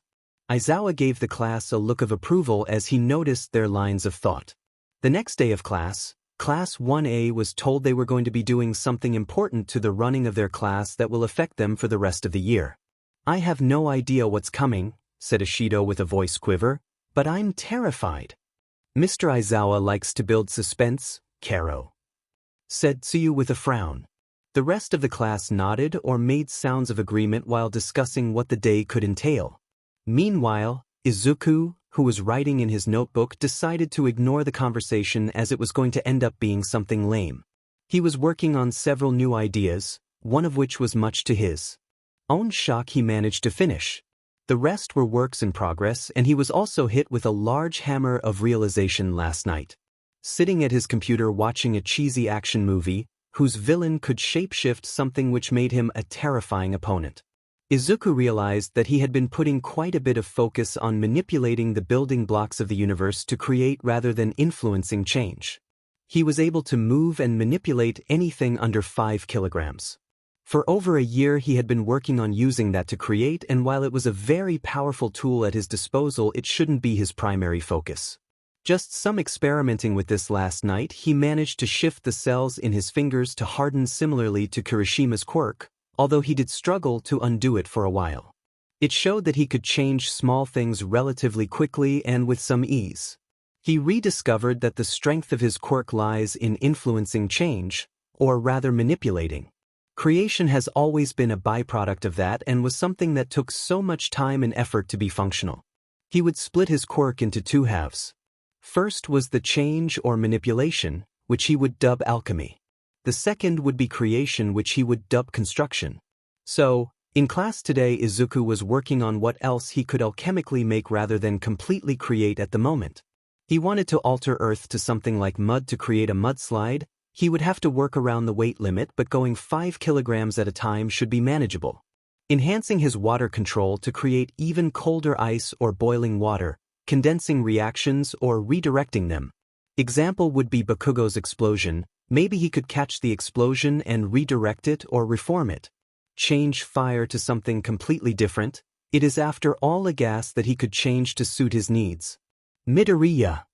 Izuku looked up and noticed that most of the class was looking at him, with Momo, who was blushing red, being the one who shouted at him. With everyone staring at him, he made sure to be eloquent. Nailed it. Ida, ever diligent, responded. We are supposed to decide on class president and are throwing out ideas on how to decide. Izuku looked over to the corner of the room to see Izawa passed out in his sleeping bag. It would seem that he missed the start of class in his thoughts. Why not vote or something? Izuku asked, not sure why it was a dilemma. Well, we don't know each other that well, said Kaminari, getting a raised brow from Izuku. Yeah, you and I know each other well enough, but not the whole class. It wouldn't be that good of a vote if everyone votes for themselves. Precisely, shouted Ida. With such a situation, if someone receives multiple votes, then they are the prime candidate. The rest of the class agreeing with cheerful cries. Izuku, however, I abstain, he said with a smile, much to the rest of the class's shock. What? Why? Ishido asked in shock. Momo turned with a confused expression. I thought you would be a good president, she said with a small frown. I mean, yeah, I was gonna vote for you, said Uraraka with a blush. I don't have the time, said Izuku. I have too much to focus on already. I don't think I can add to it with extra responsibilities in school. The hell you got going on, Deku? Bakugo asked with a snort. Izuku sighed. He was going to have to explain, wasn't he? My quirk takes a lot of study and training to be usable. I spend most of my free time studying and practicing with my quirk, he said with a sigh. Kirishima frowned. Yes, so does everyone else.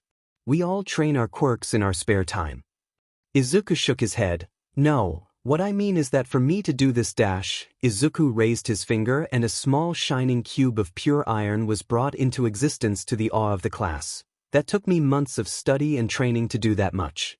To create a single milligram of iron took over 15 minutes of extreme focus almost a year ago. I only recently got it to a usable level. The class muttered to themselves, some giving Izuku looks of respect for his diligence while Momo was giving him a look of admiration and a touch of pity. He knew she was giving him the poor thing has a difficult quirk look, something she took joy in doing for the first time in her life. Even though it annoyed him something fierce. If that is your decision, said Ida, then we will pick from the rest of the class. After some paper passing and writing, Izuku collected all the paper with his quirk and tallied the votes. To his surprise, though in hindsight it wasn't much of a surprise, Ida won with 3 votes while Momo got 2. Izuku smirked. He voted for Ida since the boy was practically the class president already with his diligent need to uphold the rules of the school. Ida wins with 3 votes, with Momo coming in second with 2. There are president and vice president, announced Izuku. Ida stood and bowed deeply. I pledge to uphold the values and duties of this class, this school, to the utmost of my ability. If I were to fail then dash. We get it, interrupted Aizawa, who had woken during the commotion. Ida, go back to your seat. Yayarozu and yourself need to meet with me after class this afternoon so I can go over what you need to do. Aizawa looked at Izuku. Midoriya, don't think that the life of a hero will give you ample off time whenever you want. But that's why you're a student. Continue to use your time wisely. I say that to all of you, your time as a student should be the time you explore all avenues of your quirk. He said before walking out of the room. The next second the bell rang signaling lunch. The class rushed off to get food. Izuku was one of the first ones to get to the lunchroom so that he could say hi to Lunch Rush before he got too busy. Izuku was always going to be excited to meet a pro, even one that isn't super popular. The hero gave him his usual lunch, nearly twice the serving of everyone else due to his body's need for extra calories. Taking his seat, he got to work on his food while the rest of his class got into line. It was a few minutes later that Izuku was wiping his face after finishing his food that his classmates started to sit down by him. Momo sat first with Uraraka sitting next to her across from him and Ida sat next to him. He spotted Kaminari over by Jiro and Ashido talking animatedly with the girls, both of whom were showing varying levels of interest. Izuku mentally sent encouragement to his friend who had expressed interest in the cool punk rock chick. I'm surprised that you didn't think you could be president, said Momo as she tucked into her meal. Izuku shrugged. I don't think I couldn't, but I do want some free time when I'm not training or studying. I suppose, but it would have been nice to work together, she said before quickly adding, not that I don't like the thought of working with Ida, you seem fit for the role. The boy in question gave her a bow in thanks. Izuku laughed and Uraraka nodded. Yep. Since you backed out, I voted for Ida. He has that whole president aesthetic I couldn't pass up. You voted for him for his aesthetic, said Izuku with a chuckle.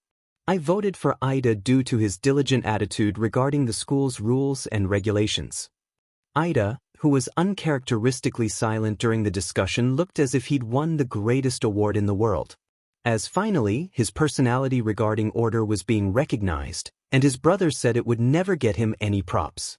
Thank you both, said Ida with barely contained glee, although I'm not sure how to respond to my looks getting me a vote. He said with a hand rubbing his chin in thought.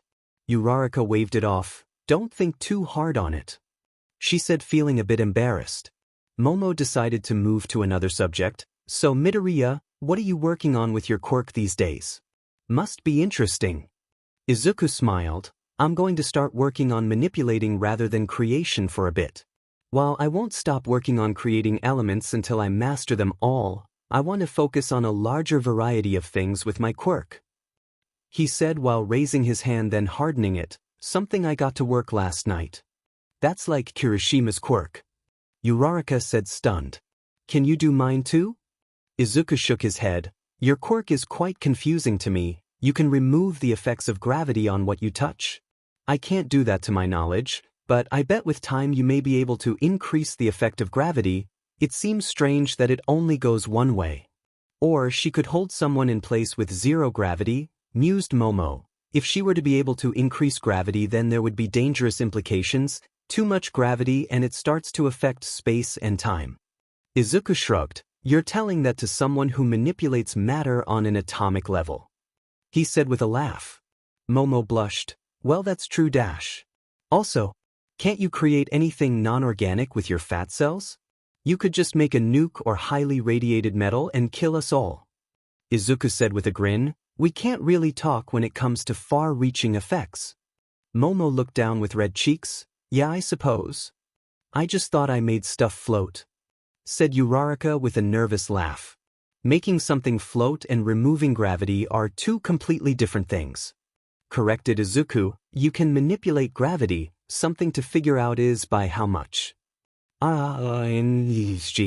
Everyone jumped up when the loud alarm started blaring, causing all of the students to panic and rush to the main exit of the lunchroom. That is the alarm if there are intruders on the campus. Ida shouted in realization. Everyone, we must leave at once. He shouted to the area where the rest of their class was. Izuku frowned and looked around the room. There was another exit in the back, but no one was going that way. He decided he should try and find a teacher to see what was going on. Someone breaking into UA during the day seemed highly unlikely. Exiting the lunchroom, he ran down the hallway and spotted out the side window a large crowd of reporters entering through the gates, making Izuku roll his eyes. Of course, it was something like that. Now that he was less concerned for everyone seeing as how there wasn't an actual threat, he was able to walk through the hall without worry. Once he got to the end of the hall, he felt someone enter his range. He didn't recognize them, but there were thousands of students at UA, so that wasn't cause for concern. But the closer he got, the less confident as he sensed more of the person he was getting closer to. The man turned the corner and spotted Izuku. He was tall, a full head over Izuku. He wore a black hoodie and black pants, but some of his teal hair was peeking out from the hood. So, an NPC decided to snoop around. He growled. NPC? Asked Izuku. Wait, I'm the one snooping? Aren't you breaking in here? I don't like this dialogue. He said before a purple warp gate opened under him, allowing him to fall to safety. Izuku tried to sense the properties of the warp gate, but all he could feel were the atoms being not quite split, but as if they were only half there. But before he could get an accurate feel of them, they were gone, and he was alone in the hallway. I don't need to tell you how bad it could have gone if you were attacked, right? Aizawa asked tiredly, but thank you for telling us someone actually broke in. We were under the impression that it was just the press, although we had suspicions about it due to the nature. Izuku nodded. He was a weirdo, but that would just make him dangerous. He said with a grimace. Also, that warp quirk was impressive. They're so rare that there isn't much info about them. If you need any help, get out of here, problem child, said Aizawa, waving him off. Leave it to us. Izuku nodded and rushed off after the class, who were already dismissed. He had promised Momo that they could discuss their quirks after class over coffee. He found her waiting for him in the courtyard, scrolling through her phone. He was pretty nervous about their planned outing. All he knew when she asked him was that she had some ideas about his quirk and would love to hear any ideas he had about hers. He proposed to do it over coffee instead of her idea of him going to her house. He wasn't sure he was ready for that. She may only intend for it to be a friendly meeting at her house, but he was sure his mind would overload with the implications. Regardless, she spotted him and waved him over. Time to pretend he had the confidence to talk to her in the first place. The whole fake it till you make it. Hey Yaoyorozu, he said with a wave. Ready to go? Momo nodded rapidly. Yes. I've been brimming with ideas for the past few nights, she said with a beaming smile. Think about me that much, huh? He asked. Momo blushed red. Well, I'm fascinated by your quirk, she said quickly. Izuku nodded. Why'd I say that? He screamed mentally. They continued walking with idle chat about their classes, Momo being interested in Midnight's art, history lessons, and the woman herself, while Izuku found the classes on heroics and hero regulations fascinating, as it was a subject he was interested in but didn't know much about yet. They arrived at the street where their desired coffee shop location was and noticed that there were a lot of people rushing away, passing them, bumping into them in their haste and not even bothering to apologize. He and Momo shared a look and continued on to see what was going on. Further up the block were 3 men and 2 heroes. The first man, and who appeared to be the leader, was a tall bald man who wore a sleeveless vest and dark red pants. The vest had flame patterns on it and his eyes glowed amber. Most notable were his hands that had large flames coming off them, and he looked confident as he gazed at the 2 heroes in front of them. The second man was in a set of baggy cargo pants and no shirt. He had spiky blue hair and his face was very chiseled, almost as if it were made of stone. On his fists were gleaming blue crystals that extended up his arm and some were on his chest. A very powerful defensive quirk from what Izuku could tell. The last man was the most normal-looking one. He was the tallest of the 3, but his features were quite plain.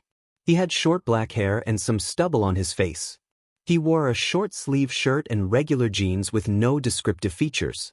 However, he possessed some sort of strength quirk as he just punched one of the 2 heroes across the street into a building, knocking him out. "Diamond, take out the other trash." "He's here," shouted the leader as his fire went out and he turned towards Izuku and Momo. The man with the crystals, now named Diamond, roared in excitement and charged the other hero who tried to stop him by causing the ground to vibrate. However, Diamond charged through it and covered himself in his crystals before impact, causing the hero to fly off and land right by his partner. "Which one is it, Pyro?" asked the strength enhancer with a bored tone. The leader, Pyro, smirked and pointed directly at Izuku. "That one." The strength enhancer cracked his neck and charged forward with Diamond following behind with far less speed but a dangerous amount of momentum. Momo reacted first and created a large net launcher and fired it at both of them. Diamond was actually tripped up by it while the enhancer caught it and ripped it apart without batting an eye and continued forward at them. Izuku created his shield, the same one he used during the entrance exam, and met the enhancer. The man's fist met his shield with a loud gong and a shockwave that disturbed the air around them. Izuku grunted but held under the man's strength. His enhanced bones and muscles straining but not at their limit yet. Pyro sighed and burned the net off of Diamond, who was clumsily trying to undo it. "You moron, the more you struggle the harder it is to undo." He spoke with an eye roll. Then Pyro turned to the crowd with a massive grin. "You all are bothering me," he said before he fired twin streams of flames at the building where the heroes were unconscious. The civilians screamed and Izuku growled, "Momo, go help them. I'll lead these 3 away, for some reason they're after me," he said, and before she could voice her thoughts on the plan he rushed off to where he knew a small park was that they could fight, hopefully without someone getting in the way. Diamond and the strength enhancer followed on foot while Pyro flew by shooting flames from his palms.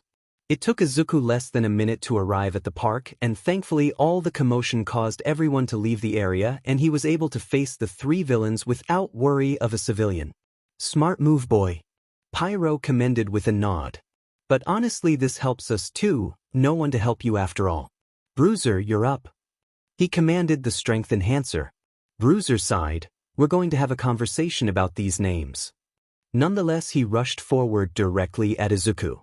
Izuku readied his shield and met the man in the middle of the clearing, but instead of clashing he ducked under the punch and bashed Bruiser in the chest with his shield. The man grunted in pain but was able to kick Izuku away and recover. "Diamond!" shouted Pyro. Bruiser backed off and Diamond took his place and rushed with his crystal-covered body. Izuku used alchemy to change the shield into a gauntlet and met Diamond with a punch to the face that only barely chipped the crystal but managed to knock him off balance and fall to the ground. Before Izuku could think, he was forced to roll away from a jet of flames and change his gauntlet back to a shield and defend himself from the flames. In his stationary state, Izuku was able to make a small barrier around his shield that would SCK the oxygen from the flames, snuffing them out, further enhancing his defense. Unfortunately, he had to remain stationary for now as he was getting a handle on the technique. Pyro let up his barrage of flames and Izuku released his hold on the vacuum barrier. "You're impressive," Pyro said with a patronizing smirk. "I can see why the boss is so interested in you. So far you've had an answer for everything we've thrown at you." Izuku frowned. "Who are you people?" he asked, hoping to give himself time to think of a plan. Pyro noticed this and smirked wider. "Irrelevant." he shouted. Bruiser rushed forward with even more ferocity than before, and Izuku was forced on the defensive, blocking the attacks that were slowly getting stronger and faster until he was disarmed of his shield. Instead of summoning back his shield, he decided to focus on hand-to-hand and slowly started to get used to Bruiser's timing. A quick jab was dodged and countered with a cross. The man didn't let up and tried to retaliate, but Izuku countered again with a right, staggering Bruiser. However, before Izuku could continue, he was barreled into by Diamond and was blasted through the swing set and sprawled onto the ground. He groaned, then he sensed fire coming at him and kicked the ground hard to dodge and ducked under a haymaker from Bruiser.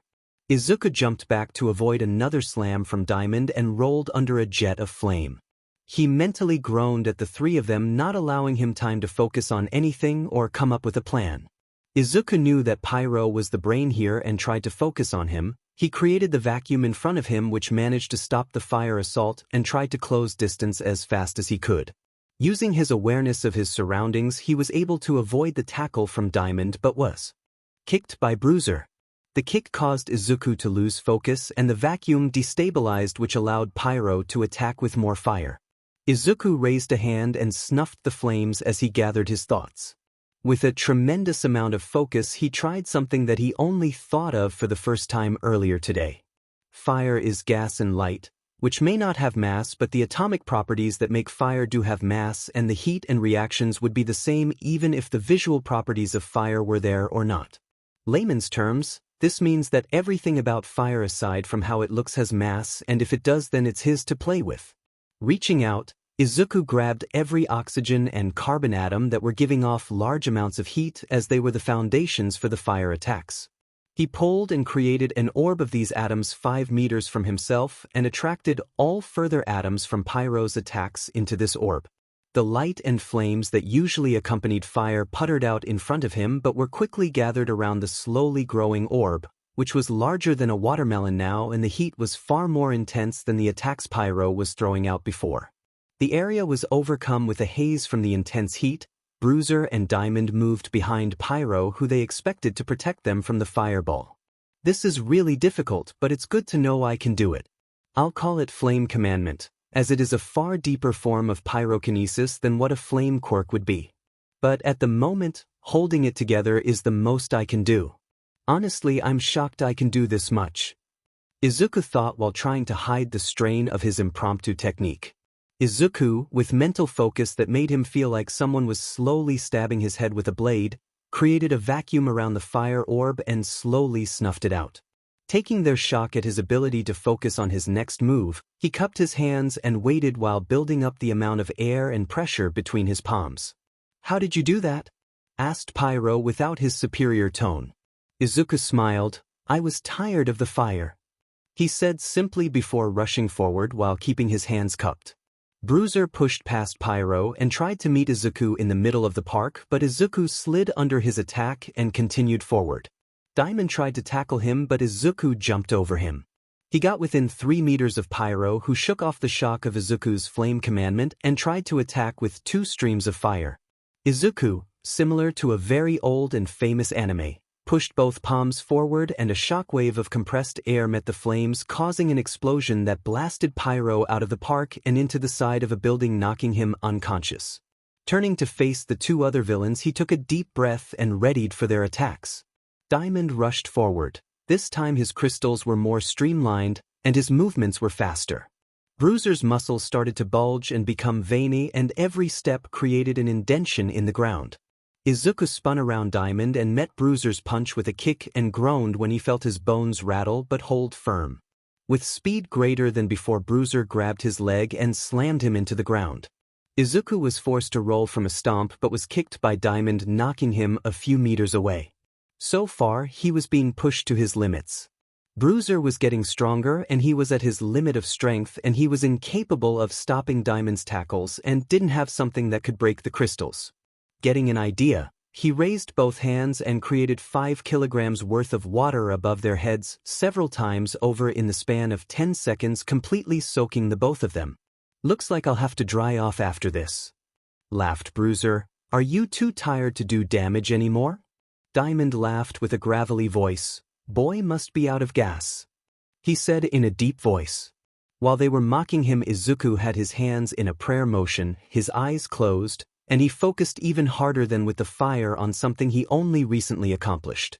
He in his right hand created positively charged electrons, and in his left, he did the same, while in the middle, he created negatively charged ones while passing everything by each other to create more.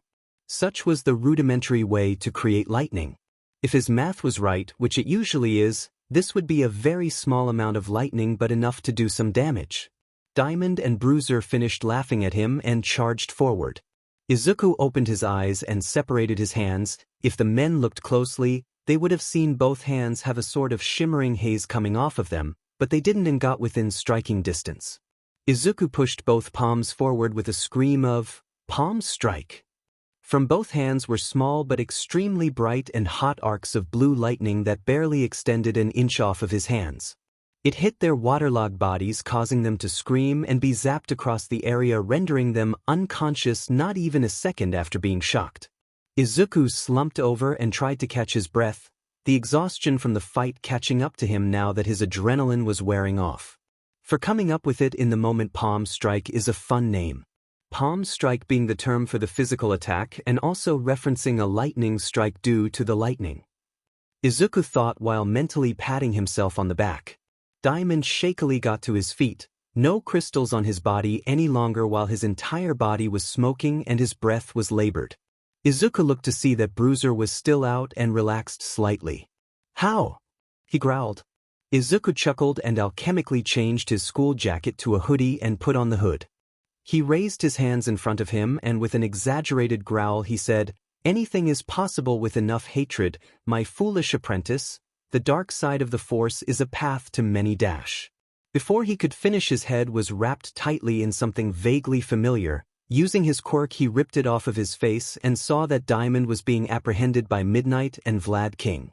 Turning his head, he saw an exasperated Aizawa looking at him while retracting his capture scarf. "Were you quoting the villain from Star Wars?" he asked tiredly. Izuku laughed nervously. "I wasn't going to tell him what I actually did." Aizawa sighed. "Good, some heroes love to give away their secrets hoping for more publicity." He pointed to the surrounding buildings where many people were recording with their phones. "I'm sure people have enough questions as it is." Izuku suddenly got even more nervous at the attention he was receiving and could hear some of the people cheering for him making smile. He raised his fist in victory, causing everyone watching to cheer, making him grin and raise the other one. Izuku began to speak to himself, "And so he stands with his immeasurable power, victorious, as his is the greatest dash." Once again, his face was covered by the capture scarf, but this time he wasn't able to pull himself free. "I'm just making sure your head doesn't get too big," he barely heard Aizawa say. He heard sirens and after a moment he was released and felt a hand on his shoulder. "You did well," Aizawa said seriously. Recognizing their objective and getting the villains away from a populated area was a pro move. Before Izuku could respond, he was nearly tackled off of his feet by Momo, who was covered in dust and grime from helping with the fires. "You're hurt," she shouted in worry. "I am," he asked with a frown. He felt sore all over and his head was killing him, not to mention he was so tired he was about to pass out, but he didn't think he was injured. She created a towel and wiped his face that showed a startling amount of blood. "Oh," he said in shock, "I didn't even notice. Let's get you both to the infirmary. Recovery Girl is the closest doctor. You two didn't even get 3 kilometers from UA before being attacked," said Aizawa, leading them away and letting the rest of the heroes handle the villains and police. "Yaoyorozu, you did well. Contacting the school and assisting in the rescue of the injured heroes and evacuation of civilians is what being a pro is all about." Momo's smile looked like it could brighten a dark room as she thanked their teacher for his words. Izuku silently agreed with Aizawa and sent her a smile that she reciprocated. "I'll give you the okay for now," said Recovery Girl. "You have some serious bruises, and while no broken bones, I wouldn't doubt that you were close to it with some of your ribs. I've seen victims of hit and runs have less damage." Izuku groaned and held ice to his side. "Well, I was tackled by a 100 kilograms walking diamond." Recovery Girl hummed. Well, your most worrying injuries are the internal bruising and bleeding. Something I'm sure you could fix yourself when you're more rested. Just don't do anything strenuous till you do that and come see me tomorrow before class. Izuku silently saluted her and laid back down on the bed. Some police are here to speak with you, namely the captain of the closest precinct, she said before opening the door, letting the two men in. The first was a large, intimidating man whose most prominent feature were glowing red eyes. The other was a kinder-looking man with brown hair and a reassuring expression on his face. "Hello," said the kinder-looking man. "My name is Detective Tsukachi and this is Captain Atsutake." Izuku waved but didn't speak. "Do you have any idea how many laws you broke, boy?" asked Atsutake with a growl. "Those men were injured by your quirk, which is grounds for, what are you doing?" Izuku, who midway through the man's yelling got up and started making his way to the door. He turned to speak to him. "I'm going to go jump off the roof," he said to their shock. "If I didn't fight back, I'd be dead, so I'm undoing the laws I broke like you want." "Boy! Dash!" The captain started to yell but was interrupted by Tsukachi.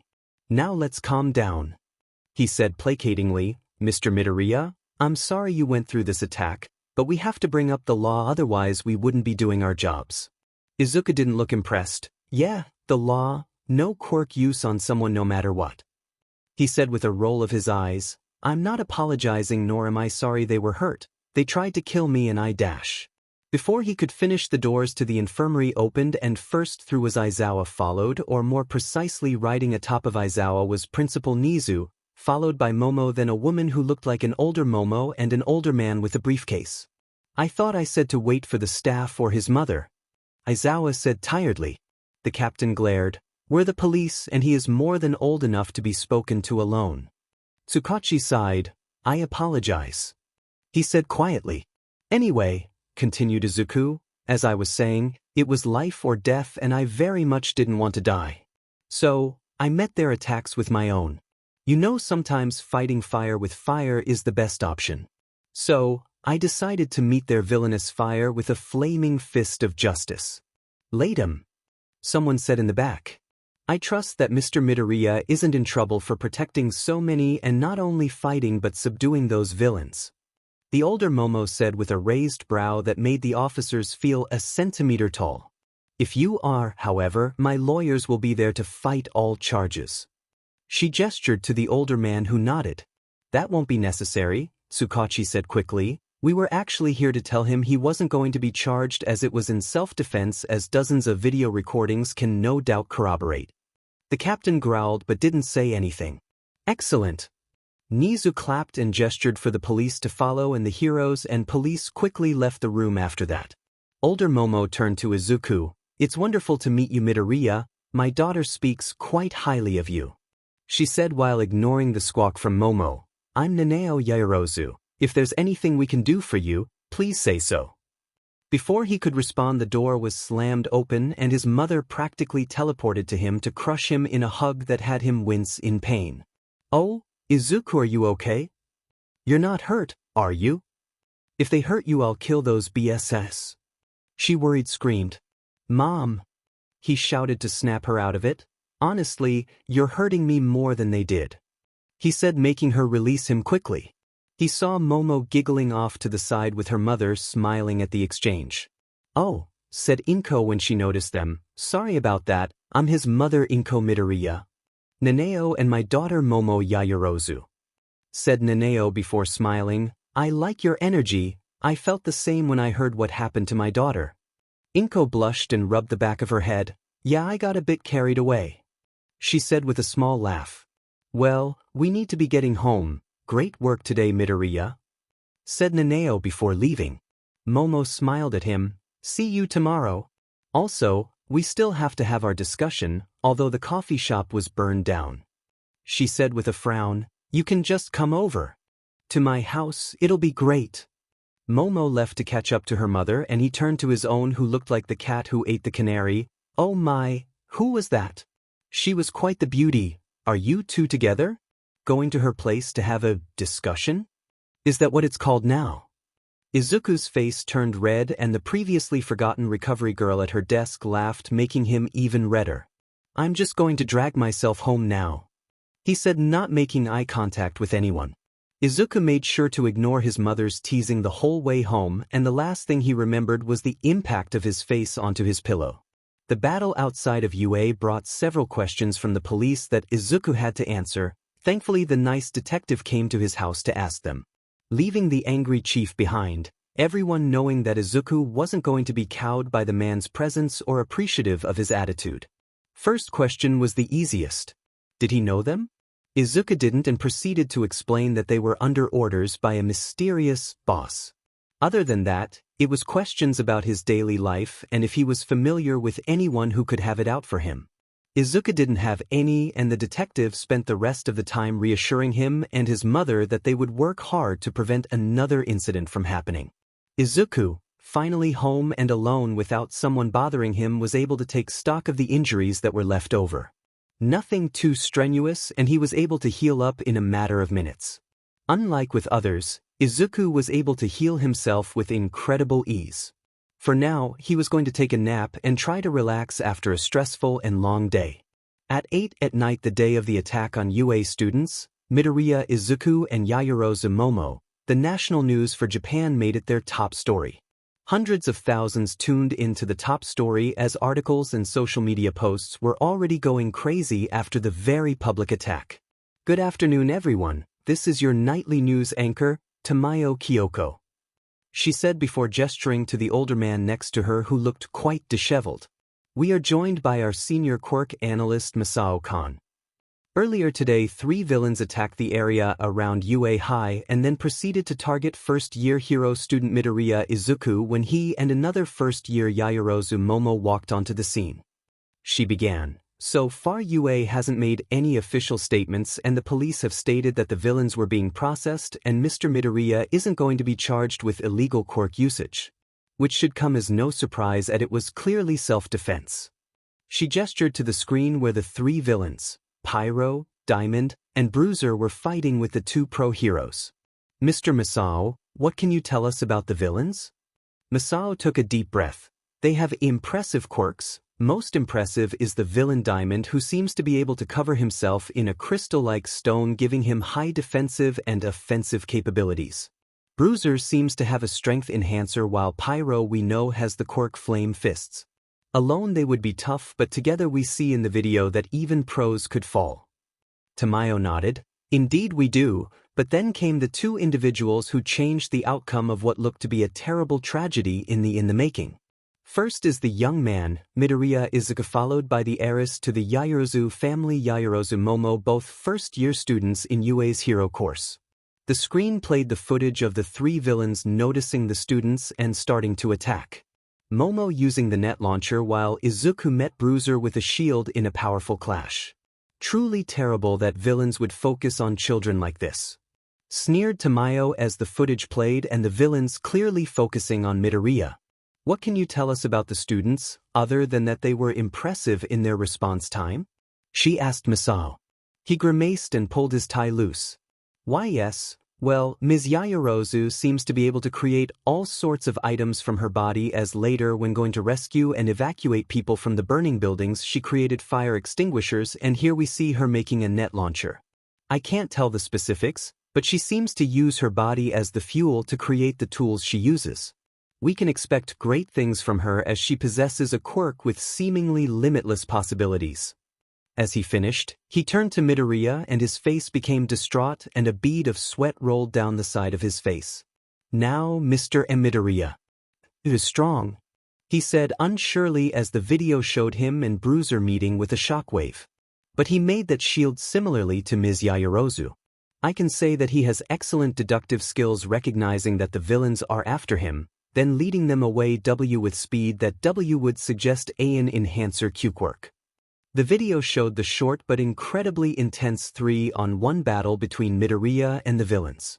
It paused when Izuku changed his shield to a gauntlet. What do you make of this? Asked Tamayo as she gestured to the new weapon. His quirk seems to be able to create and change things. He made that shield or summoned it, but now it's a gauntlet. Is such a thing possible? Masao scratched his face roughly. He may have a quirk that can create or form weapons from materials he has on hand that we can't see? He gulped. As well as a quirk that gives him heightened physical ability? Not as sure what to make of this however. He said as he blocked the fire and started snuffing it out as it touched the shield. Is there a metal that can put out flames on touch? Asked Tamayo with an impressed look on her face. Or maybe his quirk allows him to make and unmake, and he is unmaking fire. Would that be the case? I don't know, shouted Masao while throwing his hands into the air with a wild look in his eyes making Tamayo jump. The footage moved to Midoriya stopping the fire attack and molding it into a massive fireball before snuffing it out. I mean, what even is that? Shouted Masao. The footage showed Midoriya blasting Pyro with the air cannon. He either has like 7 quirks or some serious fuckery is going on. He shouted while pulling off his tie. Mr. Masao, we're live. She shouted before regaining her composure. Surely you can tell us something. Masao laughed wildly. He can make things, is strong, durable, manipulate fire, air, even water, and now he made lightning in his palms. Viewing him. None of this makes sense. He shouted before getting. Spent my whole life researching quirks, yet I can't even. Where are you going? Shouted Tamayo after recovering from his outburst. Masao turned around and threw his hand up. I don't know, but I need a drink. The next thing they heard was Masao slamming the door behind him. Tamayo, now very flustered, shuffled her papers. Well, yes, I suppose that is all the time we have tonight. We apologize for the behavior of our senior quirk analyst. Yes. The feed cut and some commercials started to play. Izuku, who had been watching on his phone, groaned. Great, I'm famous. He said before laughing. That was pretty funny though. The train ride to UA went about as well as could be expected. Everyone who noticed him started asking him questions. People pointed at him. Some younger kids asked for his autograph, which was surreal. Before he got to his stop for UA, some middle schoolers approached to ask him questions, making him struggle to keep his face from turning red. What's your quirk? It was so awesome in the video? Asked a younger teen with an excited grin, everyone around him looking on interested in his answer. Yeah. How'd you do all that? Asked another teen bouncing up and down. Izuku rubbed the back of his head. Well, I trained very hard and you know, anything is possible with enough heroism. He said lamely before rushing off the train towards UA. In the distance he noticed that there were some construction crews in the area where the villain attack was. He utilized his alchemy to make his UA uniform less noticeable and have a hood until he reached the campus. Once UA was in sight, he changed it back to his normal uniform and walked onto campus. If he thought that students in a hero school would treat him differently than the public after an event like that, then he would be disappointed. Many were giving him looks as he walked through campus, some pointed and whispered as he passed by. He was approached by a small group of third years. There was a tall, muscular blonde leading the trio. He had a cartoonish face and small blue eyes with an easygoing smile on his face. Next to him was a dark-haired boy with pointy ears and a nervous look on his face as he stared at the ground trying to avoid the coming conversation. Last was a girl with very long blue hair and a wide smile on her face as she bounced on her heels excitedly. Hey, the blonde greeted with a large smile on his face. You're that first year that was all over the news. Midoriya, right?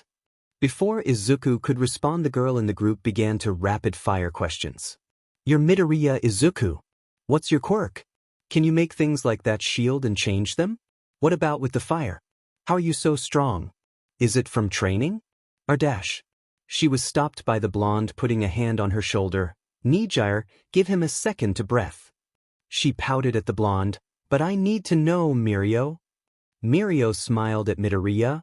I just wanted to say that I was really impressed with your moves. We'll have to spar sometime. I'll tell Sir about you. Not that he wouldn't have heard about you by now. Wanna say something to Midoriya? Offer him some words of wisdom as his senior. Midoriya turned to the third person of the group who was looking at the ground with, if Izuku was honest, a constipated look on his face. Strong. He mumbled. If he were honest, Izuku could probably put that in his top 10 list of most helpful advice. Short, sweet, and to the point. He gave the older teen a nod of gratitude. Thanks, said Izuku before turning to Nijire. My quirk is a precise form of telekinesis. Yes, I can also and training with my quirk. Nijire gave him a huge smile while Mirio laughed. Well, we should let you go. I'll keep an eye on you during the sports festival. With that said, the three of them rushed off toward their class and left Izuku. Most of the students continued to give him looks as he made his way to Class 1's homeroom. Upon entering, he was rushed by everyone. Midoriya! Shouted what sounded like the whole class. He waved at them sheepishly and noticed Momo in the back sigh in relief. Obviously, she was getting grilled before he got here. Dude, that was so manly. Especially that move dash, shouted Kirishima as he pulled both arms back with Kaminari and Ashido mimicking him. Palm strike! Shouted all three of them, making him blush in embarrassment. Midoriya, you know Ryo is going to want you to come by the dojo today to tell him about it, said Kaminari with a grin, knowing that the martial artist is going to grill him on his quirk and his lack of using it during their training. Also, I see you took inspiration from me with that last move, he said with a finger gun. Izuku rolled his eyes with a groan. Yeah, I'll be sure to give him a visit after class today, he said while ignoring the last part. Uraraka slammed into him and began to shake him back and forth. That was so nerve-wracking. I watched the video like 20 times. Are you okay? Who were they? Why were they after you? Ida rushed forward. Uraraka, give Midoriya some space, he chastised, and Izuku felt like he could kiss him. Now, Midoriya, please explain to the class everything about the attack. Izuku retracted his former feeling. Seeing everyone barely holding their questions back, he sighed and nodded. I don't know who they are beyond their villain names. I do know that they were after me specifically, he said, getting shocked looks from the class. They said that their boss sent them after me either to kidnap or to test my ability. Bakugo glared at the wall. Who'd you piece of ya nerd? He asked. Izuku frowned in thought. I couldn't tell you. I made sure that very few people knew about my quirk before you. Only my mom and a few others knew about it, he said to himself, but everyone heard it. Jiro tilted her head at his words. What do you mean? Why keep it a secret? She asked. Izuku turned to her. My quirk is very dangerous and has nearly limitless possibilities, but I was mostly scared of someone learning what I did to myself. You know, my physical enhancements or my ability to heal practically anything. At that, the rest of the class nodded in understanding. He could potentially make an army of people as strong as himself, which would be terrifying. Or if there was a supervillain that was extremely weak or injured, he could bring them back to full health. Neither were good. I'm going to look into who the boss is, though, said Izuku with a glare directed at the ground. Whoever they are, they're dangerous, and I'm dash. Before he could finish, he was once again wrapped in Aizawa's capture gear, completely covering his head, silencing him. The rest of the class looked to see their teacher tiredly staring at Izuku, and some giggled at the sight, remembering that he did that after the attack when Izuku was celebrating his victory. Problem child, leave this to the pros, he said with a sigh before releasing him. There are several pros that have already volunteered to investigate this matter. For now, don't be surprised if you see some pros outside of school. They'll be tailing you to see if you get attacked again. Aizawa turned to the rest of the class. As of now, UA staff has heightened security and are more alert than before. We had the break-in with the media and then attack all on the same day. Rest assured that we are making sure that nothing can go wrong again. The class relaxed after hearing that. After Aizawa finished giving them the updates for their classes, the day began.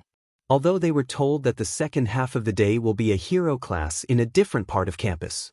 Throughout the classes, however, Izuku was thinking of a way that he could start to uncover who was after him. This mysterious boss was powerful enough to send 3 moderately powerful villains after him. Whoever it was had wanted him for something, and for now he'd have to assume it was because of his quirk.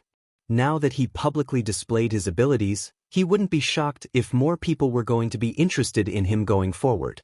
Lunch ended and the class was told to get their hero costumes on if they wanted to use them for the rescue training, and if not, to head to the buses. Ida meanwhile was making loud and continuous comments on how they should proceed in an orderly fashion. Naturally, with all his commands, he was the last to arrive at the buses. Okay everyone, started Ida once he got his embarrassment back under control. Remember the seating chart I made earlier and please proceed inside the bus. As they got on the bus, they noticed that the seats were less formal, leading Ida to drop his head in embarrassment once again. Izuku took his seat and Uraraka slid in next to him. They gave each other smiles as the rest of class got situated. Once the bus started to move, everyone made idle chat. "Hey Midoriya," said Kaminari, getting everyone's attention. "Those moves yesterday were awesome, man. How much of that was improvised? Isn't his quirk super difficult to use?" asked Zero. "I guess that he had practiced all of that before. It looked like he was pretty nervous during the fight. Maybe he was making it up as he went along?" said Kirishima before raising a fist toward Izuku. "Not that you're any less manly for that. You totally kicked butt." Izuku rubbed the back of his head. "Well, other than the fire stuff, I've practiced everything at least once before yesterday. Although the vacuum wave in front of Pyro was something I haven't strictly done before, but I've done similar things on a smaller scale." "I must say Midoriya," started Ida with his typical hand-chopping motion. "As impressive as the battle was, weren't you worried about the laws for quirk use?" Izuku frowned but didn't comment. Tsuyu added her thoughts. "I agree. I apologize, but I usually speak my mind, Midoriya," she said before frowning. "There are laws saying we shouldn't use our quirks on other people, especially to hurt them, and if we do that, we're breaking the law. Wouldn't that make us the same as villains?" She didn't accuse him, but that didn't mean he liked hearing that. Some of the others shouted at her words, saying that he wasn't a villain and was right to defend himself, while most remained silent as they listened. "Not in the slightest," Izuku said with a frown. "Look, that law is all well and good when you're thinking about it in your house or at school. It works on paper, but when you're in a life-or-death situation, words on a piece of paper weigh a whole lot less." The class didn't have much to say about that, and Tsuyu looked out the window in thought while Ida was nodding to himself. "I'm glad you're all right," Uraraka murmured next to him. "Me too," he said with a small smile. "I wasn't exactly prepared for what happened, but it all worked out. A bit more public than I'd have wanted though.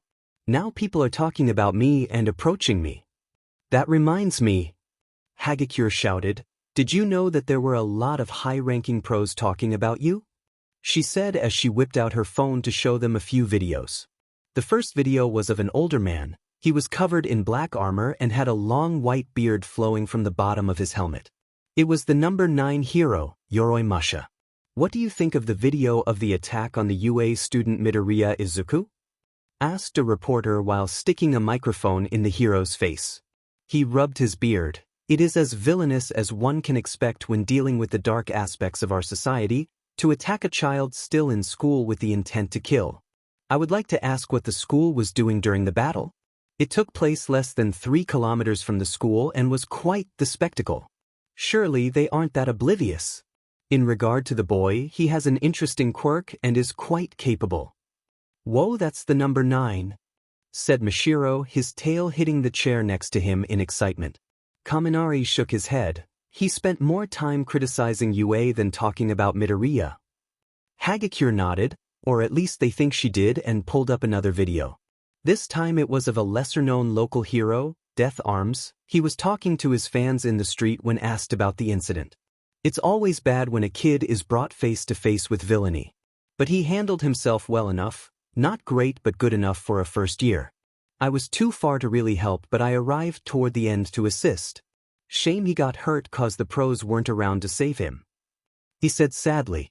He went on to comment about his recent cases and what his agency has accomplished in the past week. Izuku gave the video a look that showed how dumb he thought the hero was. "Seriously," he mumbled to himself. "What a crock of sheet," said Bakugo as he glared at the seat in front of him. He either didn't watch it or was trying to hype himself up. Either way, it made him look like even more of a pathetic extra. "While what you said was a bit mean," Kirishima said, then shrugged. "I can't disagree with you." Some of the others mumbled their agreement. Next video got the attention of all the men on the bus save for Todoroki and Bakugo, who both ignored the video but were listening. It was of the number 6 heroine Maruko, who was giving the camera a massive grin. "Gotta say, if that's what to expect from UA, then I understand why they're the top school. That Midoriya kid has some real talent. Can't say I understand what that quirk of his does, but he's something. I'll be sure to check out the sports festival this year. Maybe some of the other kids are as impressive as he is. Would you be interested in offering an internship if they impress you? Asked the reporter. You aren't affiliated with any agency and have never taken a sidekick or intern, but would this change your mind? Miruko laughed at the question. Hell no. Just 'cause I like the kid and think he's got spunk doesn't mean I'm gonna slow down to start teaching. I like going at it solo. With that she jumped off, leaving the reporter alone. Izuku looked down sad. I'd deny any other offer if she offered me an internship. Izuku mumbled to himself sadly. All the guys on the bus agreed with a nod. Seriously? Jiro asked with a sigh and a shake of her head.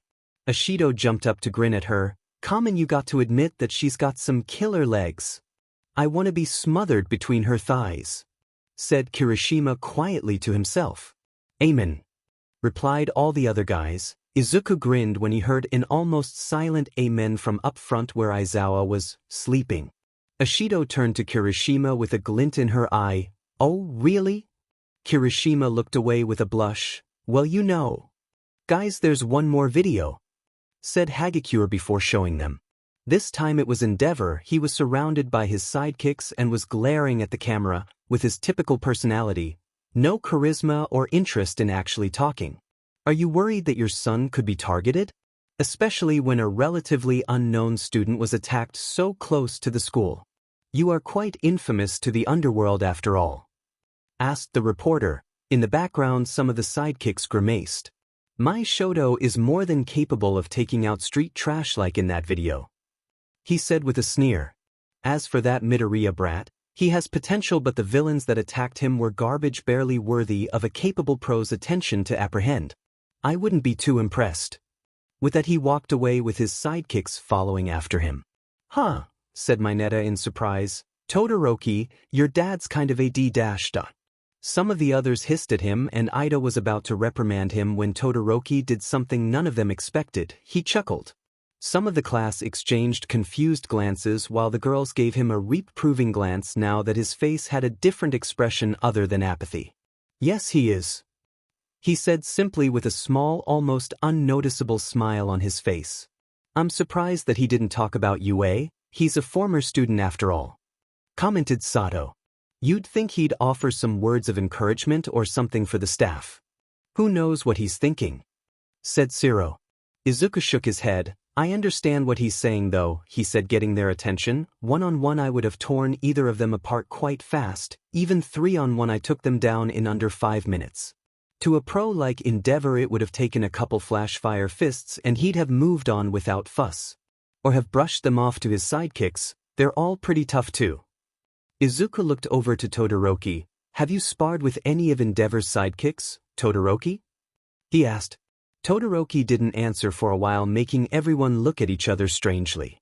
I have not fought with them, responded Todoroki in his usual monotone. I have only fought Endeavor for training. While the class gave him surprised looks or questions about how strong the number 2 hero was, Izuku was mentally frowning about how Todoroki called his own father by his hero name, like there was barely a personal relationship at all, much less that of a father and son. It raised a red flag in Izuku's head, one that was right next to the red flag that was Todoroki's refusal to use his fire half and the scar on his face. He'd have to look into that. As a future hero it was his duty to meddle where people didn't want him to, especially if someone in that situation needed any form of help. For now, Izuku wouldn't push too hard. After all, he has had barely one conversation with the guy, and he might be misreading the situation. Conversations puttered out and after a few minutes they arrived at their location.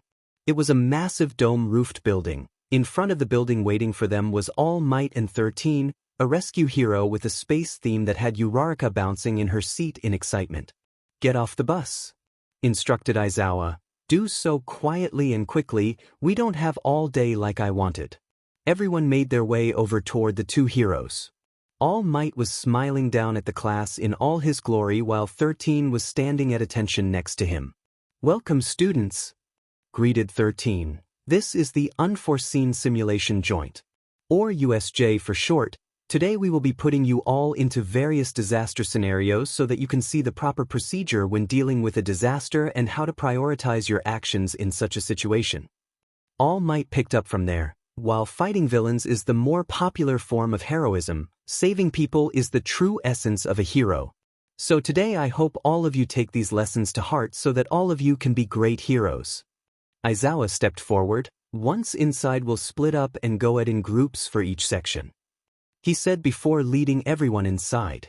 Once they were through the massive doors, the class looked on in awe of the UI. There were several different areas spread throughout. A shipwreck zone, one that was on fire, one that looked like it was in the middle of a terrible storm, one that was frozen, a mountain area, and finally a zone that looked like bombs went off. Izuku and the rest of the students walked to the edge of the stairs, while Izawa moved to stand in front of the class. Now before Izawa could begin, All Might surged forward to stand in front of the class. Izuku and the rest of the class turned to see what All Might was staring at. In the center of the fountain area in the center of the USJ there was a massive purple swirling cloud. Izuku instantly recognized it as the warp quirk that was used yesterday. Villains, Izuku muttered, getting a few gasps from around him. From the purple warp gate, the man that infiltrated the school yesterday stepped out. Only this time he was covered in severed hands, one of which was covering his face. After he stepped out of the portal, dozens upon dozens of villains followed and quickly spread out onto the plaza. Finally the last villain stepped through. It was a massive purple monster whose face had a beak and its brain was exposed. Its size was actually greater than All Might, but its eyes held no light whatsoever. The warp gate closed and finally the user was revealed, although their head was made of the purple cloud and had glowing yellow eyes in the mass of purple. Izuku popped his neck and grunted, "Stay calm, most of them don't look that tough, so we can take them no problem," he said to reassure his classmates, but a large hand clamped down on his shoulder. It was All Might. He was looking at him with his trademark smile. "Do not fear, students, everything will be all right," he announced to the class, then turned to the villains in the fountain area and his smile faded. "For I am here," he declared, and many of the villains looked between themselves, looking more uncertain than when they arrived. If you were to ask Izuku about his lot in life, he'd tell you that it was pretty good. He had a loving mother, a distant but loving father, some friends, one of the best quirks in the world, and he wasn't a terrible-looking guy in his own opinion, if a bit plain. That being said, this is my third encounter with villains this week. I mean, what the hell? Izuku mentally screamed. There were nearly 100 villains spreading throughout the USJ and the scary trio in the center. Izuku was somewhat worried about how the day was about to go. That being said, he personally saw to All Might's healing and knew that the man was in a place where he should be able to fight for a few hours today, and, to Izuku's knowledge, there wasn't a villain in the world that could tango with All Might for multiple hours, so they should be all right. Izawa was readying himself with his capture scarf and goggles while 13 was fidgeting in worry.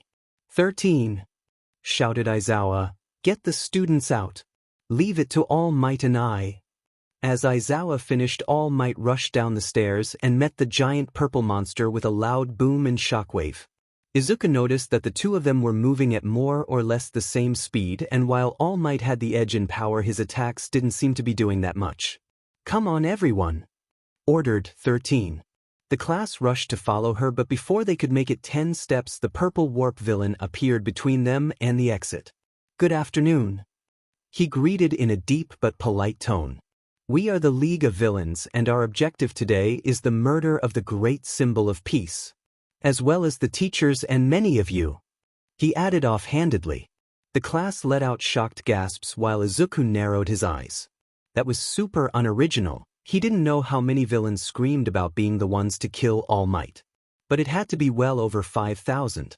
"You're underestimating us," shouted Izuku with a glare. "The teachers and my classmates aren't weak." The villain chuckled. "Such bravado from a first year. I wonder what you'll do after we kill a few of you. After all, you are but a child." Izuku rolled his eyes. He couldn't have been less impressed so far with the so-called League of Villains. His face must have expressed these thoughts because the villain addressed him directly. "Ah, young Mr. Midoriya," he said in a faux pleased tone, "we in the League were very impressed with your display. His voice suddenly became very sinister. "We were hoping to get to know you better." He growled and then rapidly expanded his warp body to engulf the whole class and 13. From the age of 12, Izuku began to use his quirk to feel the environment around him. It was a way to constantly train his quirk's control over his area of effectiveness. It allowed his mind to acclimate, sensing the limitless detail of the world around him. It was good with regular things, like cars, or wind, or water, or houses, food, and household appliances. That being said, Izuku's awareness was going haywire. It was like all the atoms around him and in the warp gates were being torn apart and moved, but at the same time connecting far away and staying still but moving. His head was going fuzzy trying to comprehend it, as it became a habit to sense anything new. "I won't let you harm these students," shouted 13 before unleashing her quirk. Izuku grunted in annoyance. Her quirk was skiing everything into a void-like area and literally destroying everything. His mind was trying to follow the path of what she pulled in, but it was making him feel weird trying to comprehend it. Add in the warp quirk and it was like his mind was hit by a stun grenade. "I see that rescue heroes aren't quite combat ready," mused the villain before opening another portal behind 13. Izuku knew exactly what was about to happen and tried to reach out to help but grunted in pain as he was still subconsciously trying to understand both quirks. All that came out of his mouth was a groan of pain. "Watch out, 13!" shouted Ida trying to save her, but she didn't notice till it was too late. 13's own quirk tore her back apart, and she was rendered unconscious from the pain. Izuku punched the ground in frustration. He could have saved her. While he was still reeling mentally for his failure, he turned to the villain with a glare. "I'm going to take you down," he growled before standing up and walking forward. He was trying to ignore the pain in his head as he moved. Kirishima took a few steps forward with a hardened fist. "We got your back, Mito bro." The others nodding their agreement. "Just make sure he doesn't do something sneaky," said Izuku before rushing forward at his absolute peak speed. With his physical enhancements, he was far faster than most, capable of the 50-meter dash in well under 3 seconds, and his strength was greater than the average enhancer. With that in mind, he was able to close distance without the villain stopping him. Pushing his focus and quirk to a new limit, he gathered air for a shockwave blast but held it in a bubble in front of his fist and got within a meter of the villain before punching. What followed was a pseudo-Detroit smash that blew away most of the purple warp gate smoke but didn't really affect the villain's physical body. Izuku decided to try something a bit stronger. "Okay then, sever dash." Before Izuku could use his next move, Bakugo and Kirishima rushed in front of him to try their hand at fighting the villain. "No, we can't rush him," shouted Izuku. Bakugo growled and let loose a massive explosion. "Shut up, you demon nerd." The blast was instantly redirected behind the two heroes in training, launching them into another warp gate, sending them somewhere far from the stairs. Izuku grit his teeth with a scowl. He failed 2 more people. Clenching his fist, he reared back. Unfortunately, before he could do anything, the area was once again engulfed by the purple warp gate smoke, quickly sending everyone to different locations. Izuku grabbed his head in pain, his habit of analyzing everything in microscopic detail biting him in the butt as the process of warping was sending too many contradicting stimuli to his brain thousands, millions of times over. Before he knew it, he was dropped on the ground in the plaza where Aizawa was slowing, tearing through villains. Around him were various villains, some whose quirks were obvious and some who just looked like ordinary criminals ready to pounce. "So, the NPC has returned," the same guy from the break-in said. This time he was covered in severed hands. "I wanted to kill you, but I have to bring you with us. I hate retrieval quests. So tedious," he growled. Izuku was about to respond when a massive shockwave washed over them, some of the villains staggering under the wind. It was from All Might blasting the beast into the air at immense speeds. Before it hit the roof of the USJ, a purple warp gate caught it and launched it back at All Might, who met it with another punch. So, All Might is the better of the two, but he can't put it down for some reason. Mused Izuku, if he's double-teamed by that beast and the warp villain, he may be beaten. It wasn't likely, but the warp gates would add several unpredictable variables to worry about. "That is the idea," the hand villain said with a pleased tone. The symbol of peace is much stronger than he should be by our estimates, but we were prepared for everything. Izuku glared at the villain before rushing forward toward the supposed leader of the League of Villains. He was intercepted by a warp gate and sent tumbling in the center of several villains further away. The villain that knocks him out and brings him to me gets a 10 million yen bounty, shouted the hand villain gleefully. All of the villains around him shared competitive looks and laughed before rushing forward ready to claim their winnings. Izuku glared at them but took a deep breath instead of charging in recklessly. He needed a way to neutralize the warp gates. Luckily, some test subjects were dropped in front of him. The first villain got close and tried to stab him, but Izuku gave him a strong punch to the chin, instantly knocking him out before grabbing his arm and throwing him at another villain, sending them both tumbling. 3 villains, 2 of which didn't have any noticeable mutations from quirks, and a third who had metal fists, rushed forward with war cries. Izuku narrowed his eyes and met the first villain in a flash. The man didn't have a way to react fast enough to stop Izuku's fist to his stomach. Force! Mentally commanded Izuku. The blow was delivered with roughly 80% of his strength, which was enough to stop him in his tracks, but the follow-up woke him and caused him to scream in pain. Not enough, not focused enough. Izuku mentally chastised himself. Then he turned to the next 2 who were almost upon him with furious looks on their faces. Izuku ducked under a metal-encased fist and leaned back from a finger jab from the next villain, whose fingers became spikes. Not giving them time to continue their attacks, Izuku punched the spiked finger villain in the same way as the last villain. The man passed out from the strength but only grunted from the follow-up attack. Too weak and bad timing, good focus. The last villain roared and tried to attack him with a barrage of metal fists. Izuku ducked and weaved through the attacks while mentally focusing. The man overextended with a punch, allowing Izuku to get in close and land another punch on the man's stomach. The blow knocked the man unconscious, then the follow-up caused a deep indentation in the man's stomach and chest, destroying the man's stomach and cracking every bone in his torso. It would be months of rehabilitation, but it was the outcome Izuku had been working on. Perfect! Izuku thought with a clenched fist. The attack was simple, a physical attack followed by an impact of force from his quirk. It was like a solid wall of energy that attached to all the atoms at the point of impact and around it, that carried the momentum of his punch. Too much power and not enough focus, and the attack didn't do any true damage. Too little power and it didn't do anything. It relied on the fact that he can't move something over his limit, like a human torso, but the momentum of his attack slammed into them, doing massive damage. This was an attack he thought up after getting a better look at the warp villain. He didn't seem to have a physical body for the most part, so he'd need a way to attack him, otherwise he would be nigh invincible. Hopefully it will be enough. A villain was thrown past him and another charged him from behind. Izuku spun around and swiped his hand at the man. Sever, thought Izuku.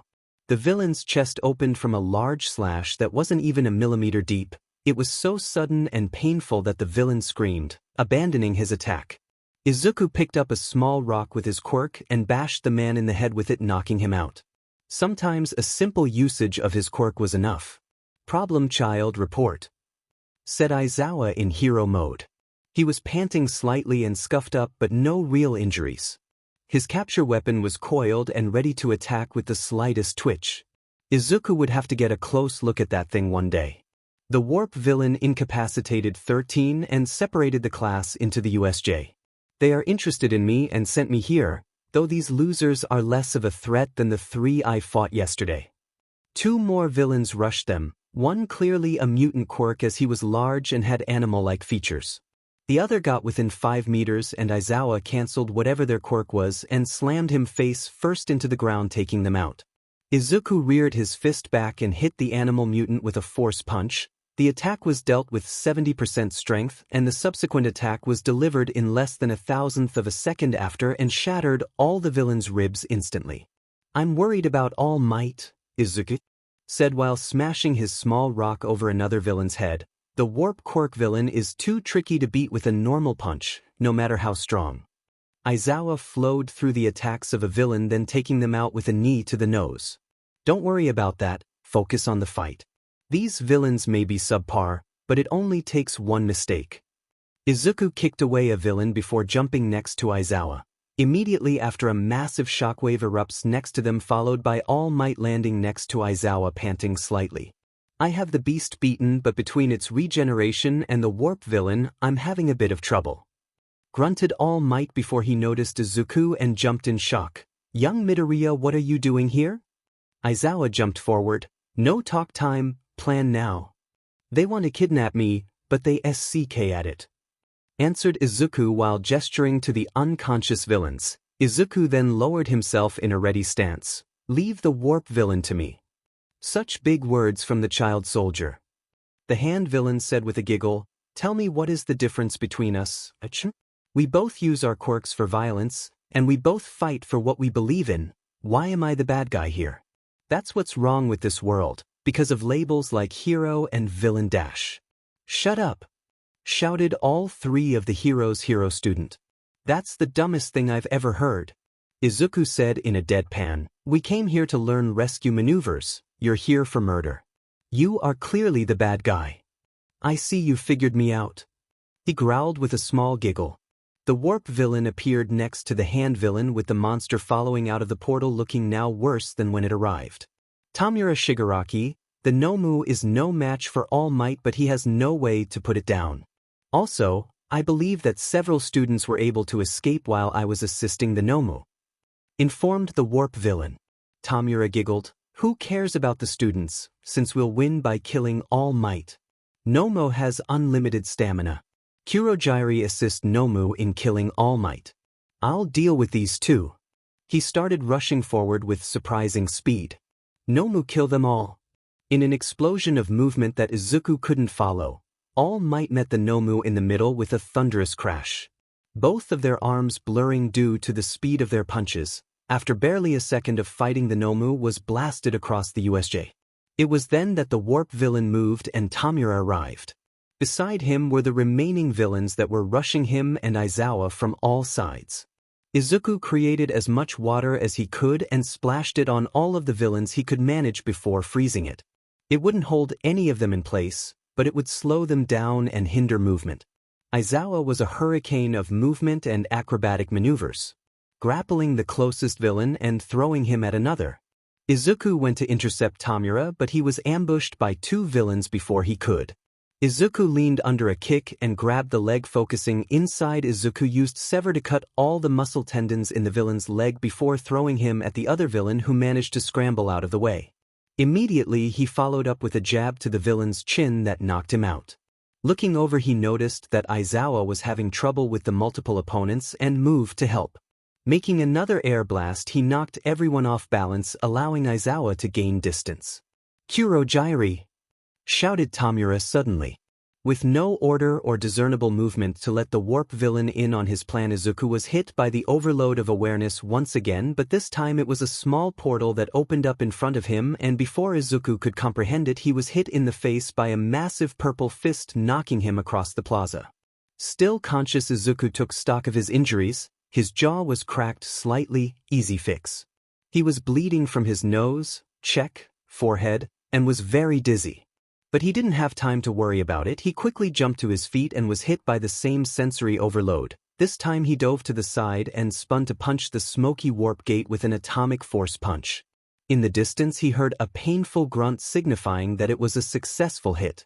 Izuku took slow, deep breaths as he overcame the pain of the warp gate and the hit from the Nomu and tried to re-enter the fight to assist Aizawa, who was noticeably slowing down. Izuku and Aizawa slowly closed distance towards each other. Izuku because his teacher was slowing down, either because he took hits or quirk usage, and Aizawa because he didn't want to leave a student on their own surrounded by villains while he was able to help. Two villains remained besides the main three.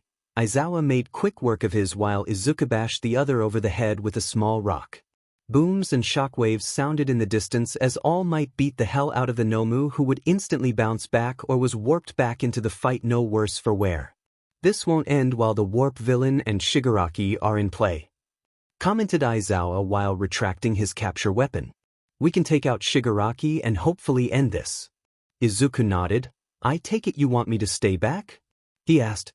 Aizawa didn't bother to speak before rushing towards Shigaraki, who cackled as he met him in combat. A slowed Aizawa was surprisingly even with Shigaraki, who was without precise technique but had a ferocity that allowed him to fight on somewhat even terms with his teacher. Although with the erasure quirk in play, the fight was short and Shigaraki was pile-drived into the ground with monumental force. Izuku shook his head. None of these villains were dangerous on their own. Until Izuku grunted in pain, but, this being the 5th time he was subjected to the warp quirk, he was able to fight through it and remain aware. Aizawa on the other hand didn't have an awareness and was taken down by the warped Nomu. He was slammed onto the ground with tremendous force, making Izuku wince as he rushed forward. The more he moved, the more pain his head was in as the warp smoke remained in the area. Kurogyari, if Izuku was remembering his name right, retracted his warp smoke thinking Izuku was going to attack him, but he was aiming for the Nomu. The regeneration and shock absorption parts of the monster meant that couldn't hold back. He reared back for a right-handed punch as he got within range. He'd need full power. All of his strength was put into this punch and was followed by a near-instantaneous attack on an atomic level less than a thousandth of a second after initial impact. The Nomu's head exploded in a shower of gore that terrified Izuku. But he pushed that down for a moment as he picked up Aizawa and jumped away to gain distance as he could see that Nomu was slowly recovering. Laying his teacher down, he forced away the bile that threatened to come up at the state of his teacher. His face was broken, every bone on the right side of his face was cracked and damaged, blood gushing from open wounds, and though his eye was thankfully intact. Not having much time, Izuku slowly fixed the bleeding while mentally promising to heal him when this was all over. Turning around, he noticed that Nomu was standing unnaturally still in the place he was hit, no brain activity or awareness in its stillness. It was then that Izuku realized the Nomu was completely dependent on orders to act and Shigaraki was the one barking out orders. The last order was for it to kill All Might, meaning that it should fight until All Might is dead. But it isn't moving. Matter of fact, after All Might's big hit earlier, Shigaraki gave it another order. Any damage to its brain means that it needs another order because the damage erased the last order. It's so mindless that it needs constant orders to operate. Izuku realized in a flash before taking off at his maximum speed toward the monster. Before he even made it halfway, he was assaulted by the warp quirk and dove to the side to avoid whatever was going to come out of it. It was a pale arm, then the familiar form of Shigaraki, who was breathing heavily. Not wasting time, Izuku rushed Shigaraki with the beginnings of a plan in his head. As he expected, Nomu came forward to defend its master, must be instinctually programmed to defend Shigaraki. Thought Izuku. Izuku landed another full-powered atomic force punch, but this time it was to the chest, leaving a hole through its massive body. Shigaraki roared and swiped at Izuku, who leaned out of the way and punched him in the face before grabbing his extended arm and spun around him to get behind while pulling the arm behind him. Nomu was on him in an instant, and from behind him a warp gate opened. Izuku smirked. They wanted the Nomu to punch him through the barrier to send him far away or to somewhere dangerous while heavily injured from the hit with Nomu's speed and strength. It was a good plan thought up in the heat of battle. That is, if Izuku hadn't expected this and was caught flat-footed. But he wasn't. So, he threw Shigaraki through the warp gate and hardened both of his arms to take Nomu's hit. He heard an angered growl from Kurogyari in the distance, who quickly warped Shigaraki back. Izuku mentally laughed when he saw the villain's clothes were on fire. As Kurogyari and Shigaraki recovered and planned, this was his chance to momentarily subdue the Nomu. The Nomu didn't let up its assault and Izuku didn't expect it to, so he raised his right arm in a chopping motion. When he was training his quirk to enhance himself over the years, he needed to practice pinpoint control so that he could manipulate himself without mistake. So, he practiced dozens of different little exercises to fine-tune himself. They gave birth to very deadly techniques that he would never use in normal circumstances. But seeing as how he was against a mindless regenerator, he didn't feel he needed to hold back. Honestly, he destroyed its head and it got back up 10 seconds later, so this wasn't even going to be lethal. The first technique was Sever. It was used during his enhancement procedures and All Might's recovery procedure. It was a slashing motion that was at the very best a millimeter thick, but it could cut anything without fail. Not much use here. The second was an accidental discovery when practicing Sever. He called it Cleave. similar to a meat cleaver that can completely cut meat in a single slide no matter the size or type. Cleave can cut anything in two, a diamond or a building. Granted, a building would take longer due to his quirk's limitations, it was nonetheless true. Izuku waited until the last possible moment before bringing his arm down, bisecting the Nomu from brain to crotch. Without hesitation, Izuku created 5 kilograms worth of nitroglycerin, thank you Bakugo, and covered the two halves before making a small spark, blowing it up. The explosion made the two halves into smaller chunks that Izuku diced with cleave to make even smaller. Right as he was done, a warp gate opened in front of him, catching him off guard, and without the mental prep of knowing the warp quirk was coming, he was tagged in the shoulder by Shigaraki's hand, which caused him to scream in pain as his suit and skin were decayed. The pain of the quirk and the presence of the warp quirk smoke made it hard for him to counterattack, so he jumped back to put distance between them while mending his shoulder. His hero suit was complete destroy from his shoulder down, and lots of skin was decayed off of his shoulder, causing lots of blood to flow from the open wound. Izuku held back the tears of pain as he quickly mended the surface injury to slow the bleeding. He was barely aware that Shigaraki and the warp quirk villain were talking when the dome of the USJ were hit by something that then crashed onto the ground several meters away, getting the attention of the villains. Izuku's awareness told him it was All Might, who didn't seem to have any outstanding injuries. All Might was by his side before Izuku could notice. He knelt down and silently appraised Izuku's injuries. "I'm so sorry, young Midoriya," he said in a quiet voice. "The warp villain sent me into the upper atmosphere. I've been stuck falling this whole time," he said with a grimace. "I've momentarily took out the Nomu, but I can sense that it is slowly coming back," Izuku said with a grunt of pain as moving his jaw to talk hurt. "It is incapable of aggression or even movement without orders, so separating it from Shigaraki, the hand villain, will render it harmless." All Might stood and clenched both of his fists. "Truly, young Midoriya, you are an incredible young man.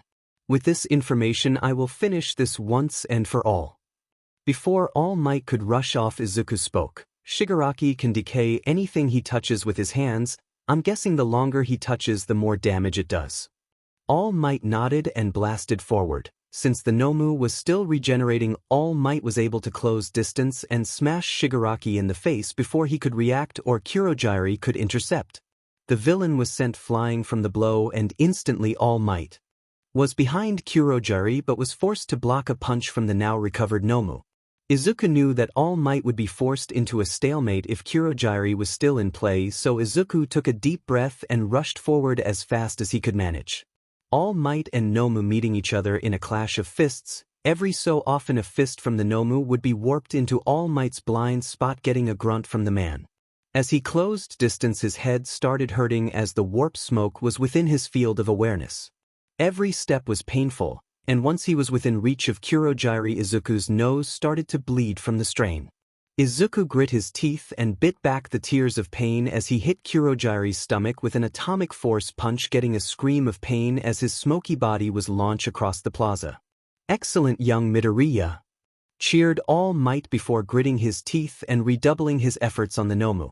Izuku fell on his butt in exhaustion and didn't even react when All Might hit Nomu so hard it was blasted through the roof of the USJ and into the clouds. Knowing that with the Nomu gone the fight was pretty much over, letting Izuku fell back in relief. "I need a vacation," thought Izuku before blacking out. Izuku fell to the ground, with a small amount of relief filling his body as Kurogiri was taken out of the fight long enough for All Might to hopefully send the Nomu away. He vaguely heard shouting, then a crash, but after a while he felt wind in his hair as he was moved somewhere else. Izuku didn't know what happened or how long he was out, but he was somewhat aware that it had been a while. But he didn't fully relax. There was a real threat that seemed unstoppable. The Nomu couldn't die, and there could be even more of them. The Nomu was strange, pondered Izuku. It was capable of such a high level of regeneration. He even made a point of destroying the brain, which was the default way to deal with regenerators, yet it pulled itself back together moments later. He was too focused on fighting that he didn't get a chance to really investigate it as he was fighting, but it didn't feel like a healing power. More along the lines of undoing or reversing. Shigaraki labeled it super regeneration. Well, why would he tell the truth? Thought Izuku. Better yet, how was such an unstable individual able to organize and lead an operation that can produce such a monster? I don't think the many scientists needed to do something like that would follow a homicidal brat like him. Throwing out the idea that it was regeneration, and it was something like reverse or undo, it still didn't change the fact that he destroyed the brain, and it didn't die. Furthermore, the Nomu's brain capabilities weren't that inspiring. It had the need to be told an order every couple of minutes or if it was seriously injured. Was there an issue with the brain? Were there trade-offs for the high level of artificial powers? Was this the best they could make or only the first iteration? Would future Nomu be worse or was this the peak? What did you see, Izuku? The Nomu needed constant orders. The Nomu was incredibly strong, easily stronger than any enhancer bearing All Might. Faster too, its durability wasn't that bad either even without the shock absorption. Going off that and the handyman's crazed words and bragging, I can assume that the Nomu was artificially made or altered with multiple quirks. Strength, speed, shock absorption, regeneration, and maybe more I couldn't see. All of which were more than strong enough to be a quirk on their own. The thought of someone possessing multiple quirks, either through science or something else, was troubling. Although for now he would just roll with it. The Nomu, by his own estimates, was too unique to be something that was one of many. If there were more Nomu, then they'd be different, or it would be a long time before another like the one that attacked Yue. I hope they'll let me look at it. If I can get an uninterrupted minute to scan it, then I'll know what I'm dealing with. For now, it's all speculation and hypothesis. I need to learn more. Who knows what'll happen if the next Nomu is worse. Izuku's mind slowed, which was odd since he was still unconscious, but he was slowly losing his lucidity. Like his brain needed to nap. Izuku's eyes shot open, and he was met with the familiar sight of the Yue infirmary.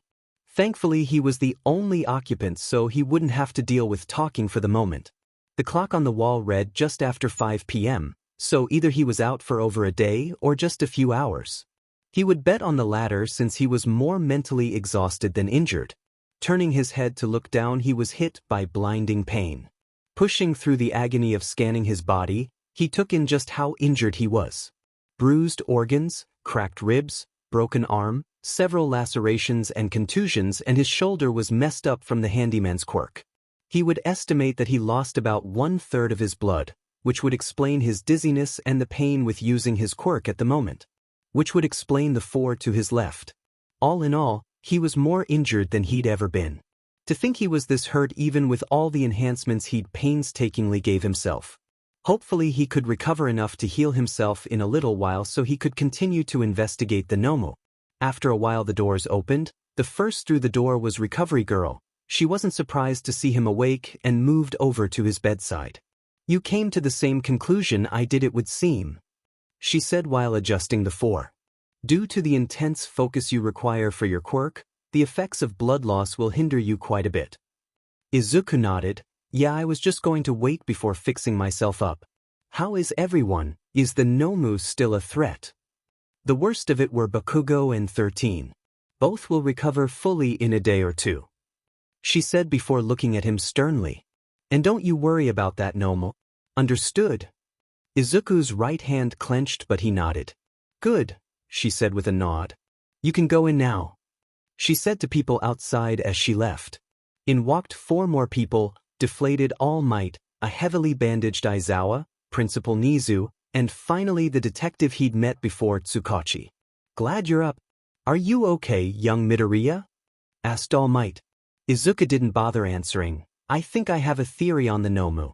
Although, I hope that with Kurogyari taken down you were able to take the Nomu out of the fight," he said to All Might. All Might gave Izuku a somewhat strained grin. "But did, although I must thank you. Without your actions the battle would have been far more troublesome." Izuku waved him off. "If Kurogyari hadn't kept bringing Nomu back to the fight you would have won in a couple of seconds. Honestly, you had it handled. They were just fighting smart. Or Kurogyari was at least. He was certainly dangerous, especially his spatial awareness." Nizu jumped to stand on the end of the bed.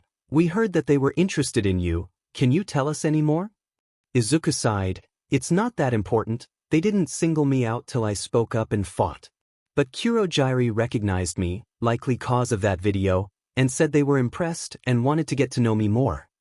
The four of them silently took that in. I actually want to ask a question to you all.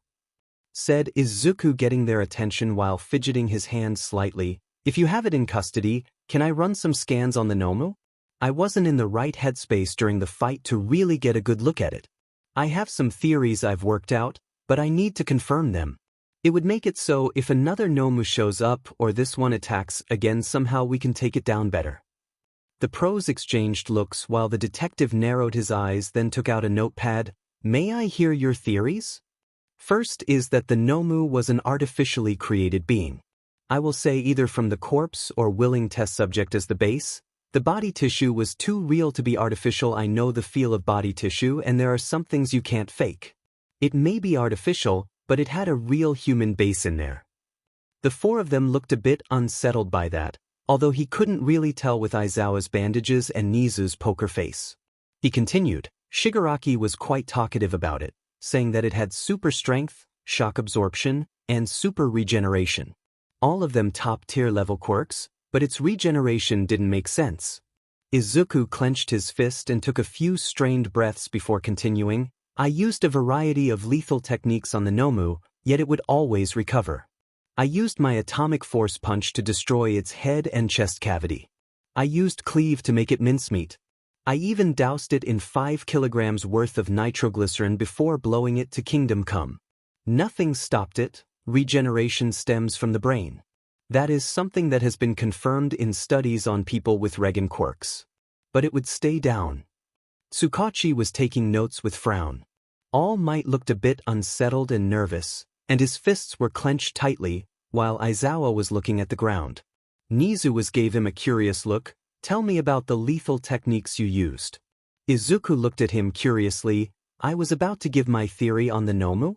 You told us that there was a human base to the Nomu, so we need to hear more about these techniques and why you had to use them. What was the situation? Further explained Nizu softly. Izuku frowned and suddenly felt anxiousness overtake him. Why is this a big deal? I have a theory on the Nomu. We should focus on that, it's too important to ignore. He cried with frustration building in him. Aizawa put a hand on Izuku's shoulder. Taking a life is always the last resort, and it's never easy. He said strongly, sometimes it's unavoidable, but being able to make those decisions is very important for a pro hero. It's okay, I believe you were acting in the most logical manner anyone in that situation could. Izuku took in a shaky breath before All Might continued softly, but you never should have been in that situation, young Midoriya. We failed you. He shook his head rapidly. The villains were after me, so I had to fight them. I mean, it isn't like you all did something wrong. But we did. Nizu said sadly. One of our students was forced to make decisions that most pros would hesitate to. He did it with the mindset that no one was going to save him, and he was the only one who could fight. Worse yet, spoke Tsukachi suddenly, it seems that even in the hours you were unconscious, you were still thinking on how to stop the Nomu or future Nomu. It's the first thing you said to us. Izuku was about to speak when Aizawa squeezed his shoulder. It's okay. He met Aizawa's eyes with a worried look. You're safe now. The words echoed in his ears before they sunk in. A breath he didn't know he'd been holding had finally been let out. The tension in his muscles finally relaxed. His hands no longer fidgeted in place. He saw the tears before he felt them, small drops falling onto his hands. He took deep breaths to try and calm down, but they kept falling. I didn't think I was this stressed, said Izuku while wiping his face. Tsukachi spoke first. It's something that happens when someone is in a high-stress situation, especially if it is the first time. Your mind and body were still in fight mode. I could tell this whole time. You were too antsy and level-headed for someone who had gone through something like that. Cops and pros learn to cope with the stress of life or death situations over time and with help. You're less than a month into UA. I would have been more surprised if you actually were fine, he said gently. Izuku didn't say anything, but he just nodded with a frown on his face. I don't want you even thinking of coming back to class for at least 4 days. Aizawa said sternly, you've done far more than enough. Take some time with your loved ones and calm down. Nizu agreed immediately. Furthermore, I want you to understand that while incredibly helpful, your actions should not have happened. You're our student, and until you have a pro license, it is our job to keep you safe. Izuku could only nod in response. The five of them were quiet for a while as the young hero in training pulled himself back together.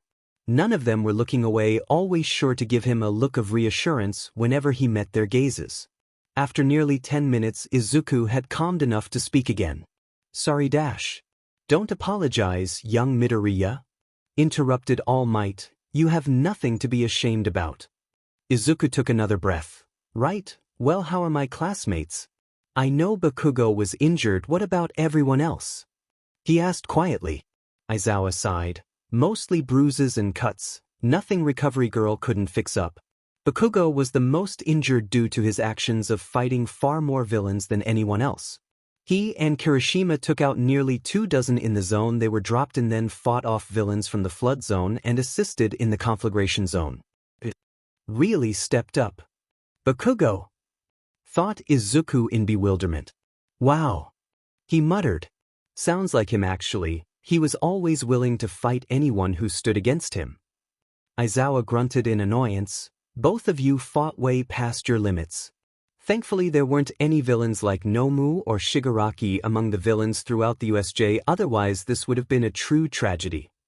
He said softly, more to himself than Izuku. Izuku took another deep breath. I know I shouldn't worry about it anymore, but I really do have some theories about the Nomu. Aizawa sighed and finally let go of his shoulder. Let's hear it then. Also please break down the lethal techniques if you can. You aren't in trouble, but as your teachers we want to know what you went through. The only lethal techniques I had to use was cleave, which is a slashing technique that can cut anything. Second is atomic force punch, which is using the momentum from a punch and sending that force directly to the atom's surrounding point of contact. Since I can't move something over my weight limit, it delivers a large amount of force on an atomic level. Explained Izuku, and the weight of his actions now that he was calmer made him realize that he really tried to kill someone, and it unsettled him. Even if the Nomu was likely brain dead anyway. He didn't notice the surprised and frankly impressed looks directed at him as he stared at his hands. He continued, the Nomu had regeneration, sorta. He said, getting everyone's attention again. But I specifically destroyed the brain. Which means that it isn't healing to my understanding, as healing and regen quirks stem from the brain. So, I believe that the Nomu was reversing the damage or undoing it in some way. If I could scan it or do some tests, I can really tell you, but based on its capabilities we're either not going to see another one for a long time as they recreate it, or they won't be to this one's level if we encounter more of them soon. Fortunately, I was able to break down its limited mental capabilities mid-fight, which is why I focused on Kurogyri. One is that it can only receive simple orders, for example kill All Might. It would then try to do that, but after a few minutes it would reset and need the order again. Or if its head were injured, then it would also need the order again. So, I knew that if Kurogyri couldn't catch it when it was blasted away, then it should be harmless on its own, as it didn't attack me when I destroyed its head until Shigaraki reordered it. Izuku laid back. That's all I could work out for sure. If I had more time with it or had a good scan of it during the battle, I could tell you more. Nizu looked thrilled to hear his thoughts while All Might looked stunned. Tsukachi was taking notes so he could relay this info to others in case more Nomu popped up. Again, with the bandages in the way, Izuku couldn't tell what Aizawa was thinking. Wow, young Midoriya, you certainly pulled more insight from that battle than I did. All Might said with a shake of his head. Nizu nodded. Indeed you did. With this information we can tackle the coming threats sooner than expected. Crime labs usually take a few weeks to give concrete information. That being said, your part in this is done. Izuku agreed with that. Understood. To be honest, I could use a break. This is the third villain encounter this week for me. He said with a slight laugh. Exactly, interjected Aizawa. So rest up and head home. Your mother was already notified that you were awake and should be on her way. We'll see you in class on Monday. We gave everyone Thursday and Friday off. Parting words were said between the heroes. Tsukachi got a more in-depth report from Izuku, and after a while he was allowed to rest alone and wait for his mother. I didn't think I was that affected by the fight. he thought to himself, but I just couldn't do anything. Attacks that should kill anyone weren't enough. Even All Might would die to cleave. The fear of a monster that could just survive against his worst attacks and the thought of an organization like the League of Villains being able to make more. It was enough to overwhelm him for a moment there. All Might told him that they were able to take Kurogyari into custody but not before he warped Shigaraki away. Izuku had tried to get more information but none of the heroes or Tsukachi would budge on giving him more information than that. Luckily Kurogyari, who in Izuku's mind was the more troublesome foe, was taken into custody. Warp quirks were very rare and versatile ones like the villain had were even more rare than that.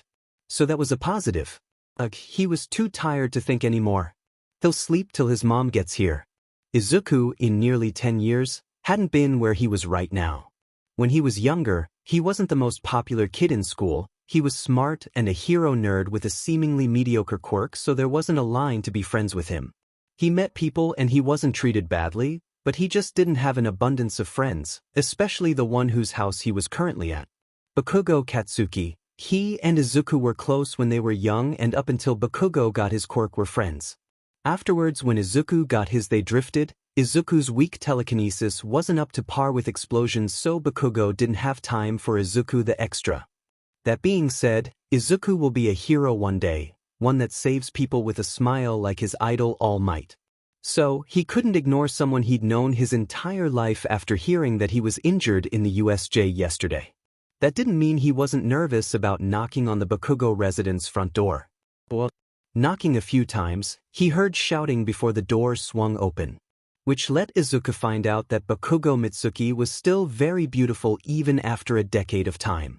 She gasped, "Izuku." He was pulled into a hug that was quite tight. "It's been so long.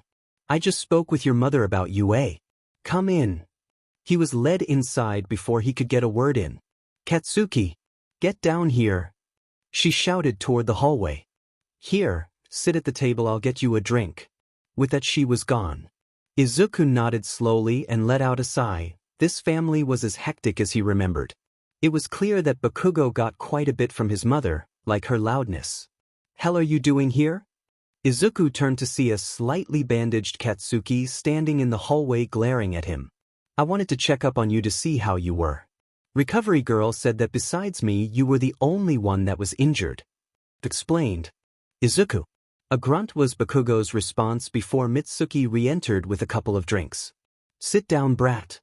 She shouted at him, "Don't be rude to someone you've known since diapers." Izuku chuckled at the angry stomps that led Bakugo to the chair opposite him. "I can fix you up if you want?" asked Izuku while gesturing to Bakugo's bandages. "It wouldn't take too long." Bakugo glared at him. "If you think I need dash." "Katsuki!" shouted Mitsuki. "Help from you, you demon nerd, then you're dumber than I thought." He finished before glaring at his mother. Izuku closed his eyes and, just to spite Bakugo, proceeded to completely heal him. It was quite easy, most of the damage was on the mend already thanks to Recovery Girl. "Well, I'm done healing you anyway," Izuku said with a smile. Mitsuki looked over at him. "What do you mean? You didn't do anything but close your eyes for a minute." "They nerd lied about his quirk this entire time," growled Katsuki while glaring at Izuku. "I won't thank you," he said as he took of his bandages and flexed his arms. Izuku ignored Katsuki, fighting a grin at his full range of motion being returned to him. He turned to Mitsuki. "Mom told me not to tell anyone what my quirk was until I was strong enough to keep myself safe," he explained before raising a pointer finger. He proceeded to make a necklace of pure gold and made a small diamond-encrusted fist, barely the size of his pinky nail so it wasn't gaudy, before passing it over to a stunned Mitsuki. "I can manipulate and create matter up to 5 kilograms. She looked at the necklace with wide eyes. "I can't take something dash." Izuku held up a hand. "I haven't seen you in years. Think of it as an apology. You're practically my aunt after all." She smiled and pulled him into a hug. "Thanks, brat." Katsuki grunted. "Stop hitting on my mother, you nerd." Izuku's face went scarlet while Mitsuki whacked him on the head. After recovering from his embarrassment, he turned back to Katsuki with a serious look. I don't know what you've heard about the attack in the plaza, but it was almost a tragedy. He started getting a worried look from Mitsuki and narrowed eyes from Katsuki. The villain, Nomu, was an artificial human made with several quirks. Izuku looked down with a glare at the table. I tried very hard to kill it. He admitted to the surprise of both of them. Katsuki frowned. Must have been bad for someone like you to go that far. You've always been a softie. How did you kill it? Izuku looked at him. I couldn't. What? Katsuki asked in shock. Mitsuki looked between them in worry and confusion. I don't understand. Why is that a shock? If it was made with multiple quirks, it was going to be hard to take down. But I'm glad you didn't have to be the one to do that, Izuku. She said softly at the end. With my quirk, killing someone is scary easy. Answered Izuku. I diced it into small pieces, blew its head off, even just severed its head. It didn't stay down. No one said anything for a moment. It wasn't a healing Regan then. Bakugo said with a frown, must be some kind of altered quirk or something. That's what I thought. Nodded Izuku. You fought the most villains. Did you hear anything that can give me more information about the League? I want to be prepared for the next time. Katsuki scoffed. None of those extra knew anything other than the target being All Might and that they were responsible for causing chaos by targeting students. Izuku frowned. They weren't strong, low-level crooks who were brought together last minute, I would guess. Kurogyri was captured, Nomu taken somewhere, and only Shigaraki got away. This means that they won't be active for a while. Unless their group is stronger than what they revealed. Added Katsuki. Izuku didn't like the thought that there was more to the League than revealed. After all, if they were after All Might, why hold back? But he couldn't deny that it would make sense. All the more reason to continue improving his quirk. Izuku stood from his seat. Then I think it's time for me to go. I'm glad you weren't too hurt, Bakugo. It was great to see you again, Mitsuki. After saying his goodbyes, Izuku walked home while thinking about his next steps. In the short term, the League was taken care of. They were hit pretty hard and would need a while to regroup. But there was still the issue of the person who sent the 3 villains after him earlier in the week. Kurogyri made it clear they weren't behind that, which meant that there was another faction out there in secret. He was quite capable at static creation and his close quarters capabilities were very capable. Maybe it was time for him to look into chemistry. His quirk could utilize elemental and chemical combinations for devastating effects. One thing was for sure. Next time something nigh unkillable comes at him, he would have countermeasures in place to deal with it. End chapter.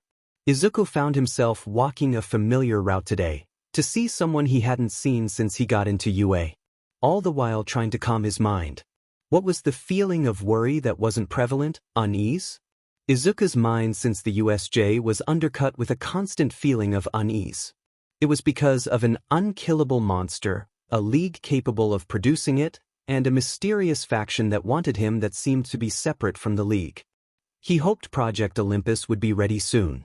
After speaking with Bakugo at his house and reassuring his mother 300 times that he was okay, he waited patiently for classes to restart.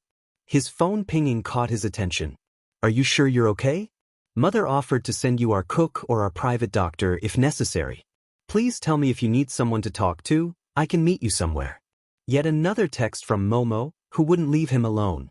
Izuku truly appreciated it, and he couldn't completely ignore the feeling of giddiness of such a pretty girl worrying over him. But the constant worry was grating on his nerves. It kept bringing up the feelings of worry and hopelessness the Nomu sparked in him. He wasn't going to recover and move on if he was constantly thinking about the USJ. He was getting sidetracked. Izuku shook his head and continued walking. He had been putting it off, a visit to someone who was likely very frustrated with his lack of presence recently. Master Ryujin was waiting for him at the fight dojo. Izuku took a deep breath and entered the building. Was it him or was it giving off an ominous vibe? Midoriya, called Kaminari from inside. We're all up on the sparring floor. Hurry up. Coming. Not even bothering to go to the lockers to change his outfit, he molded his street clothes with alchemy into a GI and made his way up to the sparring floor. He was given respectful nods as he made his way up and returned them in kind. He may have a terrible win-loss record, but no one could ignore his drive to improve while constantly getting his butt kicked every day. He had managed to calm himself down while climbing the stairs, but that all went out of the way when he noticed Master Ryujin standing in the center of the room with his arms crossed and narrowed eyes. "Midoriya," he called with a huff, "you've neglected to return since you began at you. I expected attendance to drop, but even the slacker here has shown several times," he said while throwing his head towards Kaminari. "Slacker?" Ryujin sent a look at Kaminari, silencing him, then continued. "Then I hear about your quirk from a colleague and confirm it with Sparky. Then there is the villain attack on the news, then the one at the USJ." He sighed tiredly. "I know you're stressed, but I found the best way to work through stress is to fight. That's why I was upset you hadn't shown up." Izuku frowned. "I thought not fighting would help, you know. Get my mind right." This was going against what his mother and recovery girl said. "Shh," laughed Ryujin. "For some people, normal people, sure. But you're too smart for something like that. You're an overthinker. Just look at how you've trained yourself. You spent years studying to enhance yourself rather than work on your quirk. Look at how far you've come when you focus on it." Izuku had to concede that, he supposed. Instead of diving deep into his quirk's applications over the years, he did hyper-focus on his enhancements. He could be halfway through the periodic table by now. Well, so no. You need a mindless activity where you can let go and vent. Izuku nodded since he could really see the logic in his words. "Who am I fighting?" asked Izuku while looking around the room. He thought he could beat some of the others now that he would use his quirk in combat now. Ryujin grinned. "Me." 5 minutes later, Izuku was manipulating the molecules of sweat on his forehead into vapor to not show Ryujin just how nervous he was. He has never seen Ryujin fight personally, but he'd heard that his quirk was terrifying and his martial ability, as expected, was horrifying. "I'll let you start us off," said Ryujin with a relaxed stance, "and if you hold back with your quirk, I'll spank you in front of all these people." Izuku grunted and ignored the snickers of the audience. "You got this, Midoriya," cheered Kaminari while blatantly recording the fight with his phone with an excited look on his face. Ryujin quirk, string. He could create and manipulate strings. Simple, and sometimes that makes something stronger than elaborative powers. After all, elaborate complex things have rules to follow. String doesn't really. Izuku rushed forward, utilizing construction to create gauntlets over his fists and compacting air for his attack. He didn't bother holding back his speed nor his awareness of the world around him. It was a twitch, subtle. To anyone else they wouldn't see it, but Izuku had awareness of his surrounding that were so beyond normal people that it was like a strobe light. 3 strings were shot from Ryujin's right hand with barely a movement, but Izuku was forced to allow his air to disperse and block the strings with both gauntlets. Deep trenches were gouged into them where the strings tried to slash him, but he held firm. It was the velocity of the strings that he needed to worry about. They moved faster than the eyes could follow, which meant that he needed to focus on defense. Izuku pushed through the attack and continued forward without pausing. He jumped forward and avoided another string attack, and that was when Ryujin moved. The massive man lunged forward with speed that was unfair for someone without enhancements to have and tried to kick Izuku in the chest. However, as fast as Ryujin was, it was a crawl compared to Nomu. Izuku maneuvered around the kick and utilized his much smaller size to get inside his guard for an uppercut. As he was about to connect, his senses screamed at him, and he is able to pull back fast enough to avoid another set of strings carving into the ground where he was standing. Izuku grunted in annoyance. There didn't seem to be a required area of origin to generate those strings. It was as if he was forming them out of air or nothing. Well, time to kick it up a notch, Sever. Izuku rushed forward with his mind focused on severing any and all strings that entered within 0.5 meters from his body. While this would protect him from the strings, or it should at least, he would have to handle everything else physically. Ryujin sent more strings at him that were instantly shredded. Izuku grinned and tried to tackle the man. But enhanced physiology or not, Ryujin just calmly redirected his momentum and threw him to the ground. Izuku shot to his feet and tried again. This time he stopped right as Ryujin was about to grab him and grabbed his arm in return. Izuku's strength was superior, everyone knew that, So instead of trying to tug his way out, Ryujin loosened himself up and rolled with Izuku's throw to land without much damage. This is going nowhere. Izuku thought, thoroughly annoyed. He was focusing his quirk to counter Ryujin's, which left him with just physical combat, which he knew was impossible to win with. He had speed and power in spades, but he knew very well that it didn't matter against superior technique. He'd have to bluff. Ryujin was sending strings less and less frequently to be shredded by his barrier, likely slowly accepting that Izuku was just going to counter everything. That was good. He'd need to keep track of the intervals and fight Ryujin in the meantime till he has an opening to use his quirk on him, which meant continued frontal assaults. This was going to hurt. Izuku went for a punch, countered viscously by an uppercut. A tackle, redirected to the floor, and elbow dropped, which was a crowd pleaser if the cheers were any indication. A kick, he was caught and thrown into the wall. No matter what he did, Izuku was being torn apart by Ryujin. However, during the beatdown he was keeping track of the strings, which had become nearly non-existent in the past minute. Izuku kept up the barrier for one more clash before taking a note out of Momo's book. Closing his fists, he used alchemy to change some pieces of clothes into dozens of small rubber pellets, then super compacted air into the same closed fist, then repeating it in his other hand. While this shouldn't hurt too bad, what would essentially become a rubber shotgun should do enough to catch him off guard. Getting in close, Izuku motioned like he was going for a quick jab, but at the apex of his motion he opened his fist to allow the rubber pellets to blast out toward Ryujin, then followed up with his other. Over 100 small rubber pellets blasted toward him at high speeds. The man barely reacted. He grunted in pain and reflexively closed his eyes, then he lashed out with his quirk in retaliation. It was spectacular. To the crowd, the rubber pellets were destroyed in an instant. But to Izuku, whose perception was so beyond human it was incomparable, he saw it, he comprehended it. Hundreds upon hundreds of strings exploded from Ryujin's body, shredding and destroying every single pellet down to dust. An attack of this caliber could be called a super move by pros. If anything, its destructive potential is on par with a prominence burn from Endeavor. What a guy Ryujin is! Izuku thought with awe. So impressed, Izuku didn't react in time to dodge Ryujin's takedown. By the time he refocused on the fight, he was face down on the mat. While he had the strength to get up, he instead blew a raspberry into the ground and gave up. "Thanks," said Izuku, voice muffled. "I'm not sure why, but my chest feels lighter." Ryujin got off his back and sat on the mat next to Izuku with a sigh. He spoke quietly so only Izuku heard his words. "Everyone is so used to All Might being unstoppable, unbeatable. You know," he asked, "it doesn't surprise us when he wins. At this point he could fight a god and people would be over it by the end of the week."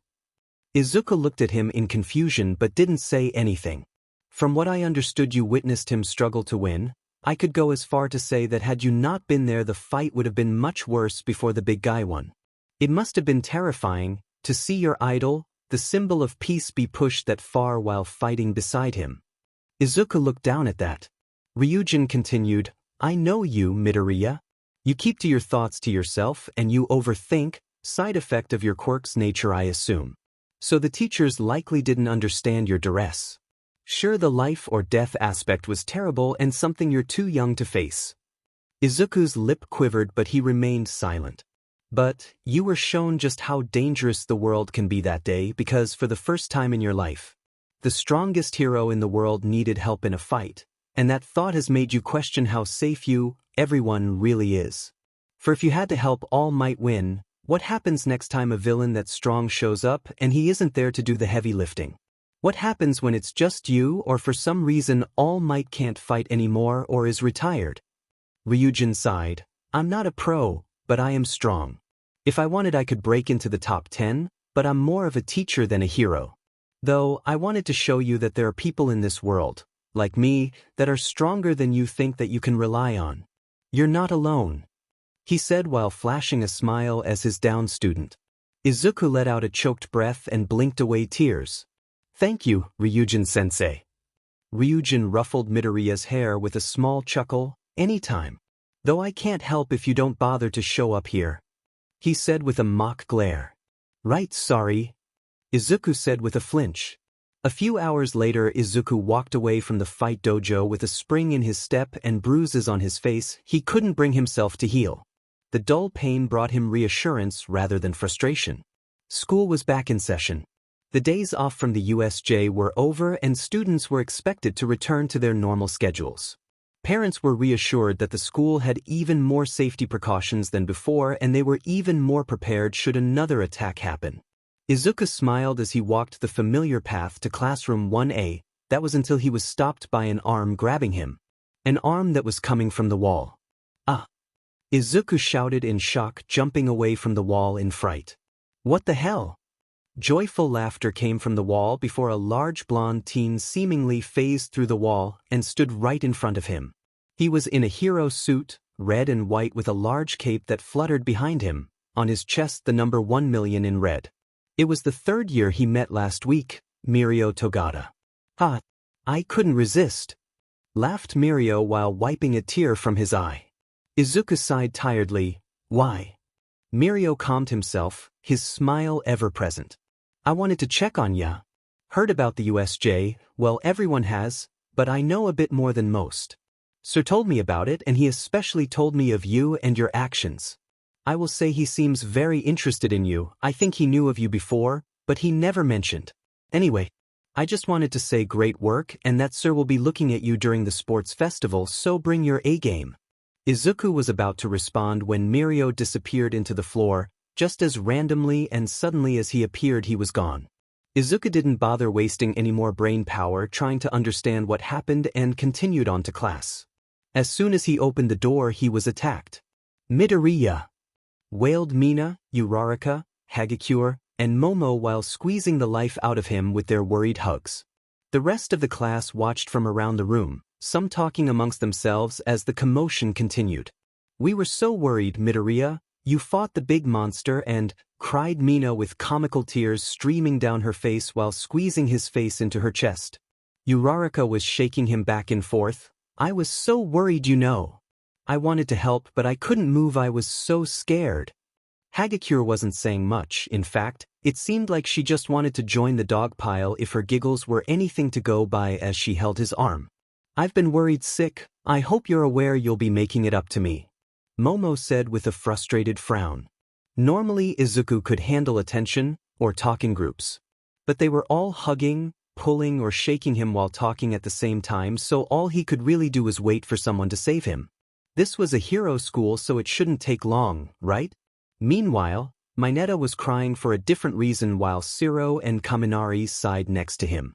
Guy has all the luck, a powerful quirk and all the babes. In class worried about him, wailed Mineta. Shiro agreed with a nod. I mean he did do a lot of heavy lifting with that powerful villain, so I'll say he earned it. Didn't make it easier to watch though. He's always had strange luck with hotties, Kaminari said with a snort. Kirishima was tearfully holding up his fist. He's so manly. Izuku was saved by another person entering the class. It was a freshly healed and still irritable as ever Bakugo. He took one step into the classroom before glaring at the scene in front of him. Why is everyone around the nerd? He asked in his gruff manner. The girls instantly let go of Izuku before wailing and surrounding Bakugo in the same manner. Mina's tears were even larger as she squeezed Bakugo into her chest. You saved us. I'm so happy you're better, she said, though her voice was all garbled from the crying. Uraraka was violently shaking Bakugo back and forth. I don't know what would have happened if you hadn't shown up when you did. I owe you, Bakugo. I'm glad you're okay. Hagakure's giggles were even clearer than before as she latched onto Bakugo's arm. You had me worried for your safety, Bakugo. I trust when I message you about your well-being you'll respond next time, Momo said with a stern glare as she rested a hand on his shoulder. Mineta's eyes cried tears of blood as his anger and jealous were being pushed down by his gratitude toward his recent savior. He wouldn't air his complaints to the one who saved him, though it didn't mean he liked seeing others live out his dream. I get it, but it feels bad that a JRK like him gets that kind of attention, grumbled Shiro while scratching his head. Kaminari sighed. The guy stepped up at these we'd have all been in trouble without him. He didn't care for it either, though Jiro watching the commotion rather than joining made it easier. Kirishima was tearfully holding up his fist. He's so manly. Bakugo looked ready to blow up the building, but he found that his quirk no longer functioned. At the door stood a tired Aizawa with his quirk activated, having anticipated Bakugo's line of thought. "Just take your seats, please," he said with a sigh before walking to the podium.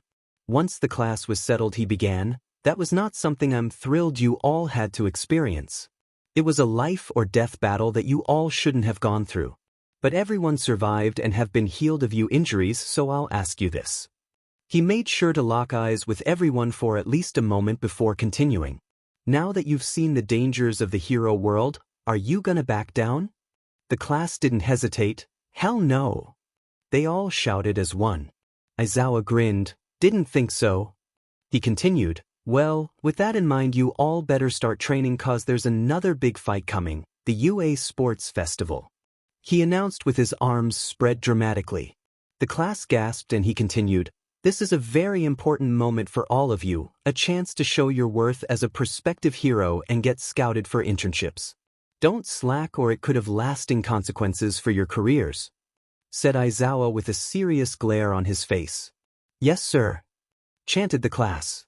The sports festival was a bit over 2 weeks away, and the class trained either in groups or individually. Izuku actually worked with some of them on their techniques and quirks to assist them bring out more of their quirk's potential while he worked on his own quirk and combo moves after school. It wasn't long, but the day of the sports festival was upon them, and Izuku felt he was ready to rock the competition. Meanwhile, in another part of Japan, 2 individuals sat in a dimly lit bar in front of several monitors, none of which had their cameras on. One had hands covering his body and sat at the bar in front of the monitors, while the other was sitting in a booth in the corner ignoring everything in the room while drinking from a glass. "I see, so Nomu was captured after its defeat at the hands of All Might." "Yes, sensei," confirmed Shigaraki quietly. "Kurogiri was captured as well." A different monitor spoke up. "That's no matter, Subject Dark Cloud had many failsafes, it'll be returned in due time." The person spoke in a lazy tone. "I trust my investments are going to pay off, despite this rather unfortunate setback?" asked the third monitor. The first monitor responded, "But of course, I don't promise things I can't deliver. Though if you send your forces after him, then having mine bring him to you seems rather counterintuitive. Something that which successful businessmen understand is the usefulness of redundancy." The third voice said, "What are the next phases of your plan? You've yet to fill me in on them." "First," spoke Shigaraki before any of the monitors could answer, "I retrieve Kurogiri, then I rip and shred everything All Might has built until only dust remains. Starting with that you and the green-haired brat," he shouted in a crazed voice while decaying the glass he was holding. "Of course, Tamura," the first voice said, "I have just the idea on how to go about that." The day of the sports festival had finally arrived. The entire class had been putting themselves through the ringer with their training. Izuku himself was polishing off his techniques while working on his hand-to-hand combat at the dojo with Ryujin. He was quite confident in his technique now that he has won 10 fights at the dojo in the past 2 weeks, which was better than the entire previous year. Izuku didn't know the extent of everyone's training or how far they'd come, but he knew that there were quite a few that would surprise the public. Sitting in their waiting room, Class 1A waited anxiously to be called to the arena. Most of the class was getting nervous due to the rest of the school basically declaring them targets due to the attention they'd received from the villain attacks. Izuku, however, wasn't nervous. He was taking all challengers after all. That was how one improved. "Midoriya," came the monotoned voice of Todoroki, which gathered everyone's attention due to the silence. Izuku looked over at the two-toned boy. "Yes? You trivialized my quirk that day," said Todoroki, referencing the battle trials. "I want you to know that it won't happen again. I will defeat you, today, with my ice." As he spoke, Izuku noticed the look in Todoroki's eyes, cold and focused. He would be intimidated if he hadn't already beat him effortlessly weeks ago. Todoroki would be in for a rude awakening if he believed that he was the only one to grow stronger in the weeks since the trial. "Well, I hope you have something in mind," Izuku said casually, "'cause I can handle ice, maybe fire and ice together would be tougher?" He added lightly. Todoroki glared and looked ready to speak, but Izuku continued, although I did already handle fire with that villain attack a few weeks ago, so who knows? He shrugged. Instead of responding, Todoroki took a calming breath and pushed past him. Hey! Shouted Bakugo, you're declaring war against the wrong guy, icy hot. I'm the one who will win this, not either of you. I think these two are vastly underestimating everyone else here, Izuku thought with a sigh. Granted, he was very strong and so were those two, but the class wasn't full of slouches. Kaminari came up next to him with a chuckle. Those two are full of hot air. They only believe themselves to be strong. I'm confident I could take either of them if it came down to it. The pride of being born strong and being told it every day by others. I'm sure there are quite a few here who could take them on. Said Izuku with a nod. Kaminari hummed, what about that other guy that said he was going to take a spot from us? You know, the general education dude. Izuku rolled his eyes. No threat, I gave him a scan when he said all that. No real muscle mass. He's likely the type to rely completely on his quirk, and it certainly isn't physical, otherwise he would have passed. His quirk could be really strong? Asked Kaminari. Izuku shrugged, not my problem, he has chip on his shoulder. I'll treat him the same I do Bakugo, let him talk then beat him if it comes to it. Before any more conversations could continue, an announcement to head to the stadium sounded throughout the room, ushering everyone out. Izuku patted his gym uniform down and did some quick calculations in his head. It would be fine if he needed to alter the material. Walking into the arena, he was shocked at the amount of people in the stands. On TV it never looked this big, but in person, there were tens of thousands of people, and that was a little nerve-wracking. And coming out of the northern tunnel, Class 1A, they are the survivors of a terrible villain attack. Give them a round of applause, folks. The loud voice of one of the festival's commentators, Present Mike. The crowd answered the call from Present Mike and roared with their approval. Izuku took a deep breath to make sure his smile and wave didn't look too nervous. The others were having various degrees of success themselves. Next is Class 1B. While less know than their 1A counterparts, they are still hero students, so keep an eye on these promising upstarts. More cheers followed as the students from their sister class came out from the tunnel waving to the crowd with smiles. Izuku wondered if they had a PR class already. Okay, we have 3 rounds. The festivals always have a similar theme. The first is used to eliminate most of the competitors, then the second is a team exercise, then the tournament. I need to get a read on most of the competition this round for the team selection next time. Kaminari elbowed Izuku, getting his attention. Midnight is about to start. Stop zoning out. Izuku nodded, thanks. Midnight cracked her whip, gathering everyone's attention. Now before we begin we will hear from the student representative, Izuku Midoriya. Izuku took a deep breath as applause filled the arena. He was rather known due to the villain attack, so he was sure there were quite a few here just to watch him. As crazy as that is to think about. It was time he would show the world his resolve. Getting to the mic, he calmed himself with another deep breath. I've wanted to be a hero my whole life. Ever since I was little and I watched a recording of All Might's debut, I was inspired. Though it wasn't his strength, it wasn't his unknown power, or even his success in saving hundreds of people by himself. It was the fact that his presence removed the despair of those in trouble and inspired hope. To me, that is what it means to be a hero. So that is what I'll do. I'll be the next beacon for you all. If any you doubt my words, then, just watch me. He declared as he gazed into the crowd unflinchingly. It was as if the world stopped at his declaration. He could feel the piercing stares of several individuals around the arena, likely taking his declaration as a challenge. The words of Present Mike and Aizawa were lost to him as he gazed around the arena at all the different people and pros out there. Looking out into the crowd of students, he saw the effects his words had on his fellow students. Some were smiling and nodding along with him. They likely felt the same. Some looked more determined than ever, while Kirishima was tearfully holding up a fist. He did that a lot, come to think of it. After a second the bubble burst and the crowd responded with roaring applause. At the top of the arena there was a lounge. It was a special place for those that wanted privacy. It was for prestigious VIPs and UA alumni like Best Jeanist and Endeavor if they ever wished to watch undisturbed by the crowd. Today, individuals were in attendance that otherwise would have skipped due to the recent events involving Izuku Midoriya and UA. They had varying reactions to Izuku's speech. A blonde woman with a sharp smile on her face. She wore a red sleeveless dress, though most prominent was a silver dragon claw covering the right side of her face.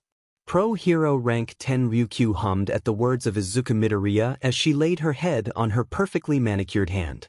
A man in ninja attire with his hair in a unique pointy shape sat silently in the corner with shadows hiding his expression. But his fists clenched at the boy's words in agreement. He's Pro Hero Rank 5 Edgeshot. Oh, I love it. I love it. Ha ha, what spunk. I knew it would be worth coming. Ever since that video of him taking on those villains, I knew he'd be interesting. Roared a woman in a tight white leotard with a massive grin. She had tan skin, long white hair, a bunny tail and rabbit ears. She's Pro Hero Rank 6 Miruko. I bet he kicks your sons but matchstick. Ha! A massive man in a blue and red hero suit with large flames burning around his neck, hair and face growled at her words. He's Pro Hero Rank 2 Endeavor. Quiet, you obnoxious woman. His face, while lightly irritated, revealed very little of his thoughts. Next to him, a woman with white hair and a soft smile watched the speech, though she had eyes for only one person in the sea of students. She laid a calming hand on Endeavor's arm, getting him to lean back. With frown directed at the rabbit hero. Let's not be too hostile here, man. She's just trying to slide that fire of yours.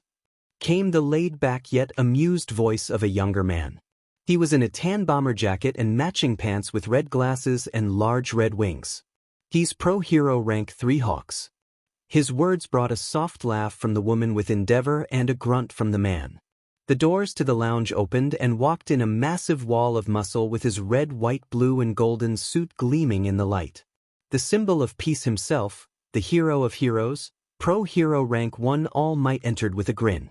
Young Midoriya has the charisma of a true hero.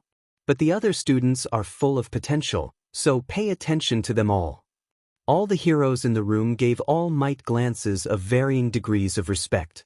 Miruko had a grin full of battle lust as she looked at the pinnacle of power barely containing the desire to fight the living legend.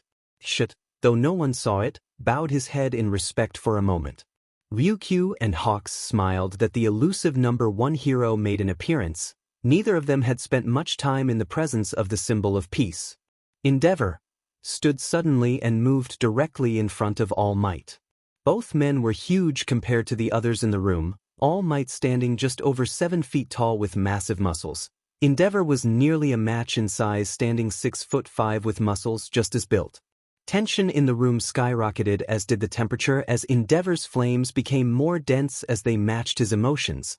The center of the flames started the change to the color blue. Neither spoke as the tension and the heat continued to rise. Until the fire and heat in the room vanished from a blast of icy wind from the white-haired woman, who moved a few steps behind Endeavor. Her face was calm and gentle, but the power she displayed, removing all of Endeavor's heat and flame instantly, caught the attention of all in the room. "NG, please remember what you promised me," she said while lowering her arm. The stare down continued for a few more moments, All Might neither frowning nor smiling as he waited for Endeavor to do something. They have had a number of stare downs in the years since their argument. Endeavor looked down as he calmed himself. "All Might, you were right." The man looked very pained to say those words. "I made a mess of things. I would like to speak to you more in private soon." With that, the man turned and walked back to his seat. The woman walked up to All Might with a smile. "It is good to see you again, All Might. I hope my son has been a good student." "It has indeed been a long time, Ray. You're looking as lovely as ever," All Might said with a smile. "Young Shoto is a dedicated student, though I worry of his fixation on his ice half." Ray looked down sadly. "NG and I were terrible parents." She whispered to herself, though All Might heard it. "We're trying to fix our messes. Shoto rarely speaks to us since I came home last month. I had hoped UA would get through to him since we couldn't. Though I would understand if he hated me." Her eyes teared slightly. His face bears my greatest regret, and like the scar, his anger seems to never fade. All Might laid a hand on her shoulder. He noticed that all the others in the room, save Endeavor, were more interested in the rules for the obstacle race than their conversation. Do not worry, young Todoroki may surprise you yet. I think today will be full of surprises. Let the race begin, announced Present Mike. The race is 5 kilometers and there are quite a few obstacles. Izuku tuned out the instructions from midnight as he prepared himself for the race. He could feel his classmates readying themselves to take him down. Next to him, Uraraka and Momo were bouncing on their heels getting ready to go, and Kaminari was centering himself with slow breaths. Izuku, I hope you know I'll be coming after you today, Momo said suddenly. You're one of the strongest people I know, so I plan to take you down. Uraraka's competitive spirit flared and the area around her became heavy. Nope. I'm taking down Izuku and Bakugo. I'm ignored yet again, sighed Kaminari. Hopefully this event is eye-opening for you people. Let the race begin, announced Present Mike. Izuku shot forward with as much power as he could, barreling through several students in front of him. His awareness of the area around him allowed him to respond to the incoming wave of ice immediately, just like at the trial, though he only made the anti-ice barrier 5 millimeters from his body so no one else would benefit from his actions. This allowed him to quickly make it to the front of the crowd and escape the starting tunnel. Bakugo slammed down next to him with an explosion and Izuku turned around to face him, both still moving forward as they stared each other down. Todoroki arrived in a wave of ice, causing the three of them to glare at each other. There it is, folks, the top students of 1A staring each other down, announced Present Mike with excitement. I wonder about that. Aizawa followed up in his monotone voice. Before the three of them could begin, all of them were slammed into several times by high-speed punches that none of them could react to, taking them off their feet. Izuku grunted to himself. He was too focused on his anti-ice barrier that his awareness didn't tell him about the incoming attacks. The three looked over to see who took them down. Kaminari, sparking with golden arcs of lightning, appeared on the other side of the three of them, not even facing them as he was about to speed on to continue the race. Allow me to pass through for a sec, he said before pushing off again. Izuku was the first to react and follow after him, but both Bakugo and Todoroki were right behind him.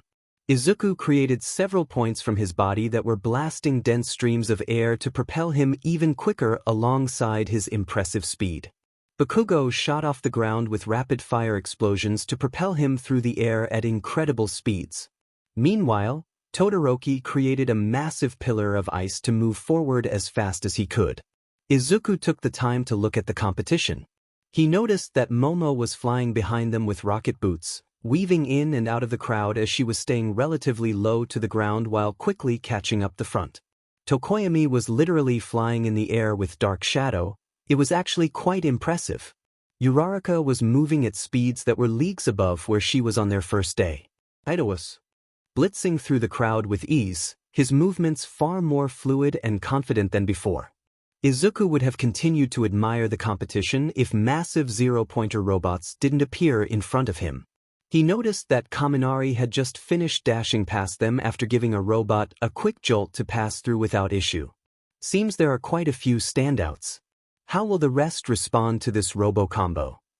Present Mike shouted with a grin. With excessive force, I'm sure, responded Aizawa. You're no fun. Izuku dashed forward, foregoing the air propulsion, and went with a classic technique. Utilizing construction to manipulate the building blocks of the universe, he created a gleaming custom blade similar to the one he used for the entrance exam. Nearing the robot, he grinned and added another layer to his sword, something he was confident few, if anyone, could replicate without a quirk. Since his sword was constructed perfectly at an atomic level, he was able to play with it a bit. With his quirk, he started to vibrate the blade at an extremely high frequency. The robot lurched forward to smash him, but Izuku jumped to meet the attack with his sword. With as much strength as he could muster, he swung his blade vertically from top to bottom. The arm coming at him was perfectly bisected, and the robot behind it was too. There was even a gorge about 20 centimeters deep cut into the ground behind the zero-pointer for a few meters. The crowd roared alongside Present Mike, and he turned to see that several of the other zero-pointers were being taken out by his classmates. Bakugo turned into a spinning top and literally smashed through it with a violent explosion. Todoroki froze his solid and kept running. Momo created a set of mini-missiles from a shoulder-mounted launcher thing that blew hers up. Uraraka punched hers into the wall and it crashed with a crater. He guessed she removed its gravity, punched it, then added the gravity back as it flew, but he wasn't completely sure. Izuku shook himself out of his observations and continued on to catch up to Kaminari. He was only about 60 meters ahead, but enough that Izuku needed to push himself to catch up. In the lounge above the stadium, the top heroes in the country watched with excited gazes. Ed Shot was actually standing near one of the windows watching with rapt attention. Capable, fast, precise, he said while staring intently at Kaminari. That one will be in the top 10 without question. That's high praise for a shinobi to give, mused Ryukyu as she peered down at the students. My darling Nijire told me there were potential jewels in this year, but I too am surprised. I could beat him, her too, that would be interesting, not too weak, too situational, said Maruko as she went through each of the students in the race one by one. Hey Matchstick, your kid is good but way too stiff and boring. I like the blonde with the attitude, he's got spunk. Obnoxious woman, grunted Endeavor to himself. Meh, this part is always lame. Hawks said while sipping on a soda. I'll say that I'm not unimpressed with some of them. Midoriya's quirk is interesting. Just what is it, All Might? The rest of the heroes glanced at the man to hear his answer. All Might didn't look away from the race as he answered. It's not quite a secret, but he doesn't go around sharing it. I'll say you should be able to figure it out if you keep watching. Seems you influenced more than his desire to inspire others but to also keep his quirk a secret, said Rei as she continued to watch Shoto run through the course. Is it dangerous information? Could be, I imagine, and young Midoriya agrees that he was attacked because of his quirk, answered All Might. The heroes turned back to the event now that the conversation died back down. With the zero-pointers behind them, they approached obstacle number 2, a huge pit with platforms spaced out far enough that it would be difficult for someone without a quirk's help to jump to. Thankfully, there were ropes going from each one to allow people to cross. Kaminari, who was still in the front of the race, was running without his lightning enhancements. Izuku assumed that it was quite taxing, otherwise with the speed he showed at the beginning he would have won already. With his built-in enhancements, Izuku was able to easily jump from one platform to another. Towards the middle of the pit on a platform, he was interrupted from continuing by a pink-haired woman swinging down next to him. She was in a tank top and the gym pants. Her standout features were her pink dreadlocks and large goggles. The tank top also made other features stand out as well, not to mention the various forms of equipment surrounding her body. Hey, she shouted before jumping right off the edge with a huge grin. Izuku reached forward to catch the insane girl before she pulled out a grapple gun thing and shot herself over to the next platform. Shaking himself out of his thoughts, he noticed that he was being passed by several other students. He refocused and continued on, this time adding in his air propulsion and making a cone around the front of his body to highly reduce wind resistance. It didn't take long for him to overtake Crazy Girl and the rest that snuck by in his stupor. Matter of fact, he was catching up to Kaminari, who was slowing down as he reached the third obstacle. What's wrong? Izuku shouted as he barreled past him without hesitation. Then he noticed the sign reading Minefield and skidded to a stop. He deactivated his air and resistance cone and stretched his awareness to find all the mines in front of him. It would be tough as there didn't seem to be a set pattern of placement, but he could feel all of the mines in front of him and he started moving forward. Kaminari decided to follow behind him as he was making a safe path through the mines. Unfortunately, they were being gained on by students that didn't have to worry about stepping foot on the ground. Momo and Uraraka were in the air and gaining on them. Bakugo was right on their tail as well. Izuku huffed and pushed off as fast as he could. He did his best, but he was still hit by a few mines. Thankfully, his speed allowed him to be hit from behind and his durability made it so he didn't get knocked off his feet. The tunnel neared and Izuku knew that if Kaminari was going to make a move for first, it would be now. Before the lightning rod could blitz him, Ida showed himself and attacked them with a flying kick. Both barely managed to dodge by ducking and they didn't hesitate to respond. Kaminari responded with a lightning blitz, stunning both of them for a moment, and Izuku changed the ground beneath their feet to sand rapidly, which caused both to trip up. He followed up by making a massive amount of water above them, then freezing it, making them have to roll to avoid the large chunks of ice. Todoroki arrived and froze the entire ground, and Bakugo immediately made his presence known by turning the entire back half of the field into a crater with his arrival. Then it became a five-way brawl. Izuku was weaving around pillars of ice and Ida kicks. Kaminari was blitzing through explosions and shocking whoever he hit. Todoroki was changing the environment with large-scale ice attacks that Bakugo would annihilate with his explosions. They were interrupted by the arrival of Momo, who sent a volley of mini-missiles that carpet-bombed the area. Thankfully, they were far less potent than the ones she used to blow up the zero-pointer, so no one was critically hurt. Uraraka showed up through the smoke and punched Bakugo right in the stomach. He lurched forward before falling to the ground, causing a large crater. He coughed painfully before Uraraka turned away and his body relaxed. "You can increase gravity too?"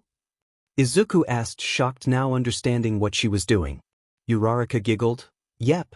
New trick Aizawa-sensei helped me with," she shouted, very pleased, before bouncing forward trying to win. She was stopped by Todoroki, who froze her into a dome, though he was kicked onto his back by Ida, coming in with a double drop kick, who then turned to a runner stance and blasted toward the tunnel to take first for himself.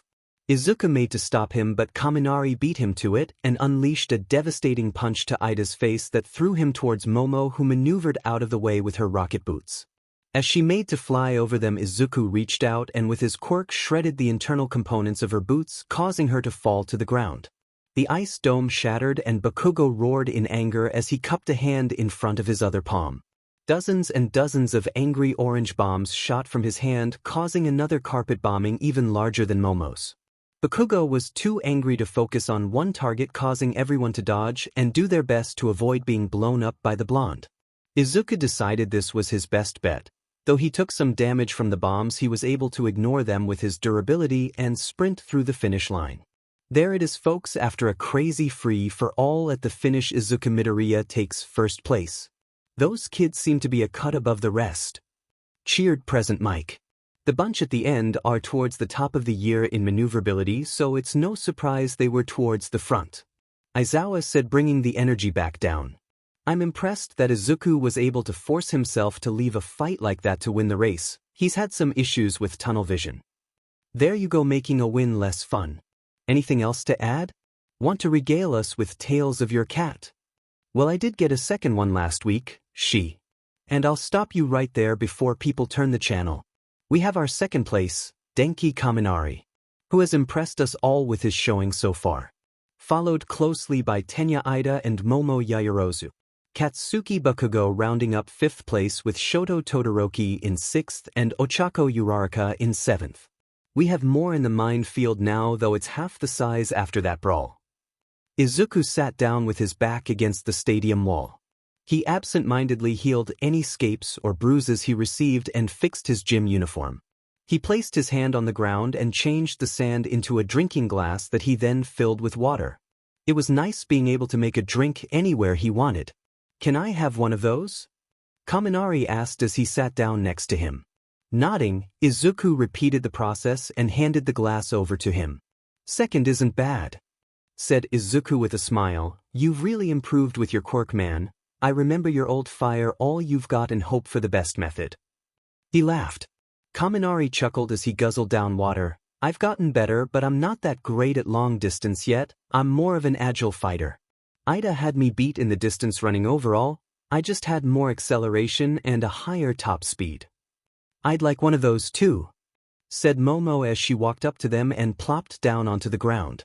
Izuku once again repeated the process and handed over the water. "Since when could you make rockets?" Kaminari asked. Momo looked away a bit shyly for a second before answering. "I actually could make them for a while. It's just now that I can make them usable for hero work. I worked with Power Loader on schematics these past few weeks. Now I have a much wider arsenal to draw from." She finished with a grin. Izuku shook his head. I don't even want to say something that could give you ideas. Can you make lasers? Asked Kaminari with wide excited eyes. What about cannons? What about? What did I just say? Izuku interrupted with a bewildered look. What? He asked. I'm not afraid of giving her ideas. I think it'll be cool to have a mecha badass in the class. Momo gave Kaminari a wide smile. Thank you, Kaminari. To answer your questions, I can make a lot of things. That's all you're gonna say, isn't it?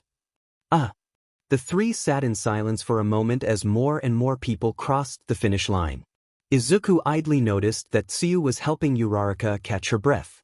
New quirk facets were tiring. He knew that this must have been the first time she really pushed it. Bakugo was glaring at the wall while Todoroki was steaming, literally steaming off to the side. Izuku wasn't sure what was up with that. All right, now that brawl at the end was a nice appetizer. Miruko said with a grin. I can't wait till the finals. Sparky and Ingenium Jr. are quite fast. Endeavor gazed at his steaming son with a small frown. He is going to need his fire if he wants to beat his classmates. He muttered lowly. Ray nodded. He isn't dumb, NG. He knows that his ice alone won't be enough. He is just so angry that he... She trailed off, forcing back her tears of frustration. Ryukyu sipped on a glass of wine with a smirk. Those girls have potential. I want them, she said as she turned her gaze from Momo to Uraraka. None of you send them offers.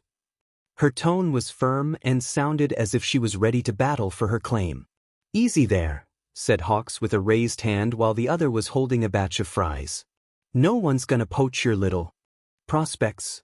Miruko snorted. I don't do internships, I'm just here to enjoy the show, she said while crunching on a large carrot.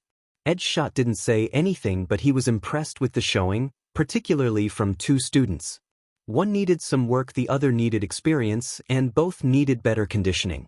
Meanwhile, All Might looked down at his American-style lunch, a large triple bacon cheeseburger with all the trimmings, a mountain of fries, and a shake with a fond expression. It was thanks to the young man sipping on water, laughing with his friends, that he was able to eat all of this food and sit among peers in his hero form. There would be a small break before the second event, so he was going to enjoy his meal and listen to his colleagues ponder what the next event would be. Even though he knew, he was excited at what was to come.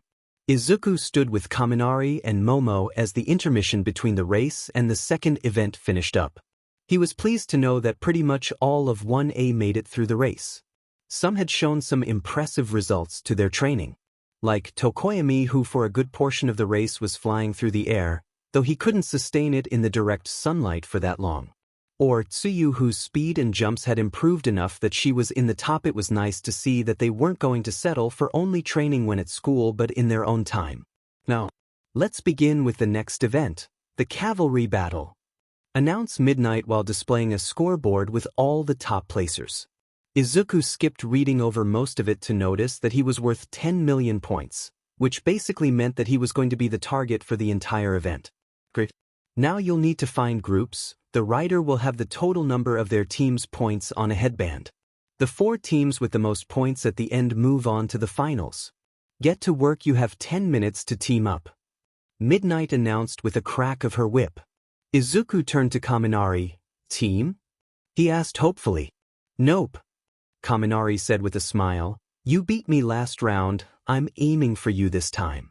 With that he walked off to find his own team. Izuku looked over to see that Momo was also moving away with a determined look in her eyes.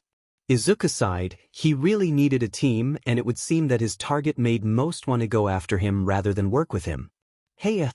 Shouted a voice from behind him. Izuku flipped around to notice the pink-haired girl grinning at him as she rushed towards him. Let's team up. Really? He asked, completely nonplussed. She nodded vigorously. Yep. All eyes are on number 1 and I want to show off my babies. So, I'm being used. I appreciate the honestly, I guess. He thought with a sigh. Okay, then we need 2 more people. Izuku scanned the crowd. Most were paired up, but he noticed a few that gave him some ideas. Miruko sighed lamely as she sipped on carrot juice. So a team battle, really taking me out of this festival. Ryukyu peered over at her with a raised eyebrow. Oh, you'd prefer they not test the children's team capabilities? She asked despite knowing the answer. The rabbit hero snorted, yeah, I couldn't care less if these brats can work as a team. I just want to see some action. Endeavor glanced at Miruko. That's because you're only interested in violence, rather than the important aspects that it takes to be a hero. Yeah, and you're the shining example of what a hero should be? Miruko questioned with a glare. Endeavor glared at her. I am a far better one than you, someone who only cares for thrills.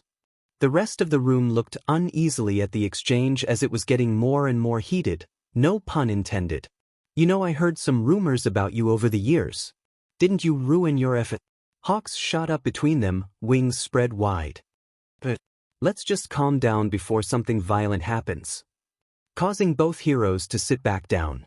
Hawks looked back and forth between them before he sat back down himself. He didn't really care that they would fight. He was more worried about Rei and the haunted look that came to her eyes for a moment. Clearly, she wasn't comfortable around Endeavor when he got too heated. He too had heard rumors, and his connections in the Public Hero Safety Commission confirmed some of them. Seemed that Endeavor and his wife were quite the power couple back in the day, both with ambition to rise to the top. Endeavor as a hero, ideally the number one, and Rei wanting to rise from the poverty of her birth family.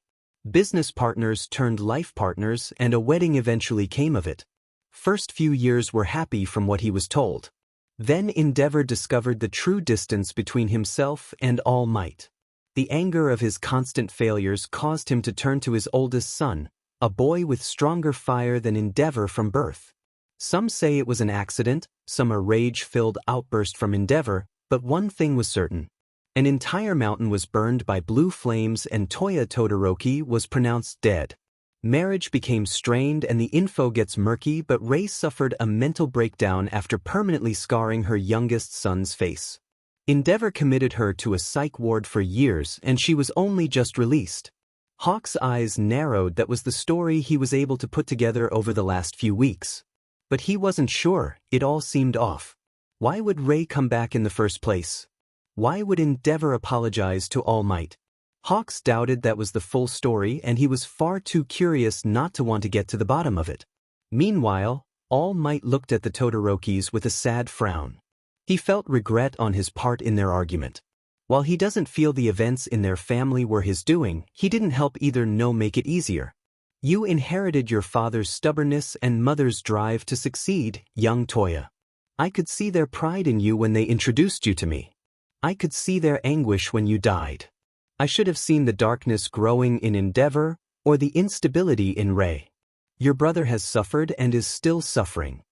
All Might looked down at the field. Most of the teams were established and they were waiting for the next event to start. The bicolored boy was looking at nothing as he waited, likely lost in his thoughts. I hope you could forgive an old man for not seeing the state of my student till today. I promise I'll do what I can for your little brother, young Toya. Sato stretched his arms with a huff. Surprised you asked me to join. You. Midoriya smirked. I think you have some serious potential. You as well, I mean you flew. He said while looking at their last member, Tokoyami. The bird of darkness nodded. Through the powers of darkness I have achieved flight. He means I'm carrying him, shouted Dark Shadow. Yes. Midoriya nodded. Cool. Tokoyami, you're up front, Mei on the left and Sato on the right. They got into their formation while Izuku was lifted up to be the rider.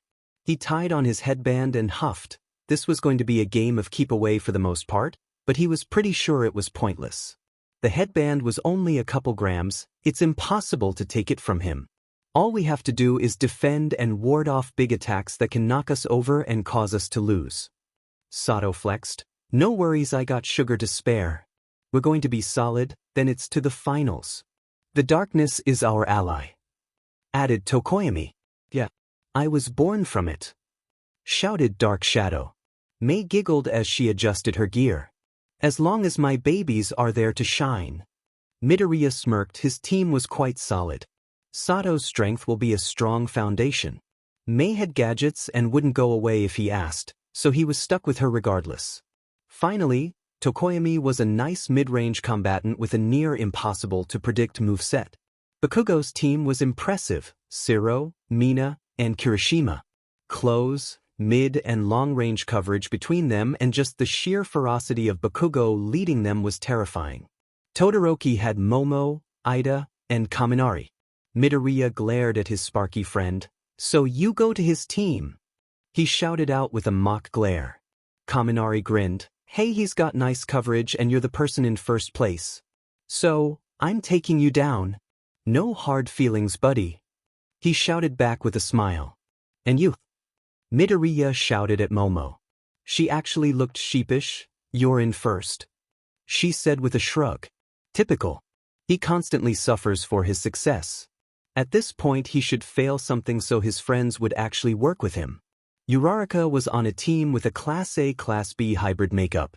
She, the orange-haired girl, Metal Guy, and Jiro. Interesting team, but she was supporting the orange-haired girl with a smile. "Now let's kick this off," shouted Midnight, getting the crowd to cheer. "We have a solid mix of teams here. Any comments, Eraserhead?" "No, not really. You heard it here, folk. Class 1's teacher is not helpful whatsoever." "That's hurtful. Will you add something then?" "Well, you interrupted me when I tried to tell everyone about my new cat. And I'll stop you right there again. Kick it off, Midnight." Midnight, really everyone in the arena, gave unimpressed stares at the commentary booth for a solid minute. "Well, let's go." Second event of the sports festive. "Cavalry battle, start," shouted Midnight to the roar of an excited crowd. Sato chomped down on some sugar cubes before slamming his foot down on the ground, cracking the foundation, causing the teams trying to attack from that side to lose their footing. Midoriya compacted as much air as he could and shot it off like a shockwave on the other side, buffering the approaching storm of students. May grinned. "Now here is baby number 134. The buffer missed." She took out several metal balls and threw them out in front of them in a half circle. A silver fog erupted from the devices, completely hiding them from view. "What is that made of? The chemical compound is strange," asked Midoriya as they moved away. Dark Shadow was far above keeping a bird's eye view. "My baby's unique. It can not only obscure view, but it's heavy and hard to move through, not to mention it sticks to clothing and tastes pretty bad," laughed May as she observed her tool's field applications. "I'm borrowing it," Midoriya said before focusing on another team in his blind spot. This time it was a team led by the purple-haired student that declared war on them. "Fumi, more students at 4 o'clock," called out Dark Shadow, now having noticed the purple-haired team. The purple-haired boy glared at them. "You think your purple chicken calling us out makes a difference? What did you just call me?" shouted Dark Shadow. "Bring me your headband." Izuku wondered why the boy would just say that when he noticed Dark Shadow blitzing towards him. "Tokoyami!" shouted Midoriya. Tokoyami's face was stuck between pain and fear, unable to control his own movements. "I don't know. I can't stop him." Izuku raised his arm to block Dark Shadow's initial assault before punching it away. It seemed the pain from the attack was enough to knock them out of their stupor. Both Tokoyami and Dark Shadow looked dazed but no longer out of control. Izuku managed to turn to see the purple-haired boy in his face reaching for the headband. His hand wrapped around the headband caused Izuku to look at him with a grin. "Tell me your name." The boy looked at him in slight wonder as he tried to pull the headband, but with no luck. "I told you and the rest of your class a week ago. I didn't care then because it was just barking." Izuku's grin became sharper and a large gash appeared on his cheek, causing a steady stream of blood to fall from his face. "You're insane," the purple-haired boy replied when noticed the new wound. "You realized my quirk and new pain could undo it? Hitoshi Shinso." He answered, a small grin taking over his face. "You won't make it far today unless you go after another team," said Izuku with yet another gash appearing on his face and his grin becoming more excited. "You're an interesting guy." Shinso's small grin widened further as he looked wondrously at the boy who was slashing his own face without even a sign of discomfort. "You are too." Izuku created water and sprayed Shinso's team and then blasted them with freezing air, causing them to lock up and shiver uncontrollably. Sato stomped again and the team moved away, following along with his momentum. The arena was chaos. Most of the big teams were focusing on racking up a lot of points and not on him. Seems most were aware that getting his headband was going to be a tall order when most didn't know his quirk or were his class and knew he was going to be a pain to get through. That being said, a massive wave of ice rushed them and Izuku created a wall in front of them of his ice-to-vapor barrier. Izuku shook his head. I feel like I need to remind you once again that ice isn't going to work, buddy. He shouted. Todoroki's team became visible through the cloud of dust and mist. The bicolored boy glaring at him manically. Momo and Kaminari looking at him with determination, and Ida was amping himself up for something. I refuse. I won't give up. Along with Todoroki's proclamation with a massive wave of ice that covered the ground and avoided Izuku and his team for the most part. Then two large glaciers rushed them from either side. Izuku made another wall but found that he was being spread thin and was unable to do anything about the incoming mini-missiles from Momo. I've got dash, started Tokoyami before he was interrupted by Mei. No. I've got it. She shouted, somehow looking ecstatic that missiles were coming her way. She pulled out a handgun-shaped device with 3 barrels and shot them into the air. Say hello to baby number 140, anti-air armament assistant. She exclaimed as she fired. From the barrels came a huge spread of bead-like pellets that shot toward the incoming missiles and shredded through them, setting off the explosions midair. They are small devices I made that magnetize towards the types of metals typically used in missiles, then shred them in the air before they can cause damage. Momo pouted at her attack not working. Todoroki was switching it up and sends smaller, fast bursts of ice at them in wide, unpredictable angles that was really starting to annoy Izuku. Tokoyami and Sato waited for either their chance to attack or prepare for when they'll need to defend. Ida's face hardened and his mouth moved, but Izuku and his team couldn't hear what was said. Kaminari's face relaxed as he focused, and Momo closed her eye for a second. Get ready, said Izuku. Feel like they're about to do something. Sato, get another stomp ready. May reload that gun thing dash, baby. Right? Tokoyami, be ready to adapt. It was at that moment that Ida made himself known. His legs lit up and blue flames sprouted from the back. Kaminari on the flank began sparking with golden streaks of lightning, and Team Todoroki blitzed forward at speeds only Izuku was able to follow. Todoroki met his eyes, and for an instant the world stopped. Izuku, for the first time since school started, really looked at his classmate. He didn't look angry, he didn't look even remotely worried about the festival or event, any of it. If Izuku could put his finger on it, he'd say that Todoroki looked. So, Izuku didn't acknowledge Sato smashing the earth around them with a stomp, Kaminari stabilizing Team Todoroki, Tokoyami sending out Dark Shadow only for Momo to produce several LED bulbs in front of her, forcing the shadow creature from advancing. All he could do was stare at Todoroki, who, for every millimeter he moved closer to his headband, he became less and less worried. That being said, Izuku's arm shot out incredibly fast and snatched all of Todoroki's headbands he had secured around his neck while his was taken by Todoroki. Time resumed at a normal pace for Izuku as Team Todoroki passed by them with the rest of Ida's special move. Midoriya, what happened? Shouted Sato when he noticed they lost the 10 million point headband. The green-haired boy looked down at the headbands he's stolen with a frown. I'm not sure, I think I got distracted. He shook his head. Doesn't matter, I'll get it back right now. Izuku raised his arm and grabbed his headband with his quirk. Todoroki looked down in surprise before clenching his fist and encompassing it in ice. Izuku started to vaporize the ice when, "Stop!" shouted Present Mike. "That's the event, ladies and gentlemen." Izuku blew a raspberry in frustration. "That's on me, we should have enough to proceed," he assured them. "Let's tally up those numbers, everyone." Everyone turned to a big digital screen where the results were shown and the top 4 teams and the ones to go to the finals were revealed. In 4th place we have Team Itsuka with a very nice to see interclass team makeup. Announced Present Mike. The crowd applauded the team consisting of Itsuka Kendo, Uraraka Ochako, Tetsu, and Kyoka Jiro waved to the crowd with varying degrees of awkwardness. Then Team Midoriya. They were in first the whole time before a classic Ida speed blitz changed the game. Izuku and the others waved to the cheering crowd. The others looked thrilled while Izuku was busy looking over at Todoroki, who was staring at the headband in his hand with a blank expression. Then, to no one's surprise, Team Bakugo. This hurricane of force and aggression has every headband that the other 3 surviving teams aren't holding. Bakugo, Shiro, Mina and Kirishima all grinned at the cheering fans basking in the glory. Finally, the team to end with the 10 million point headband. Team Todoroki. The crowd exploded for the winning team. Todoroki seemed unfazed while Momo, Kaminari and Ida were wearing large smiles as they waved to specific spots in the crowd.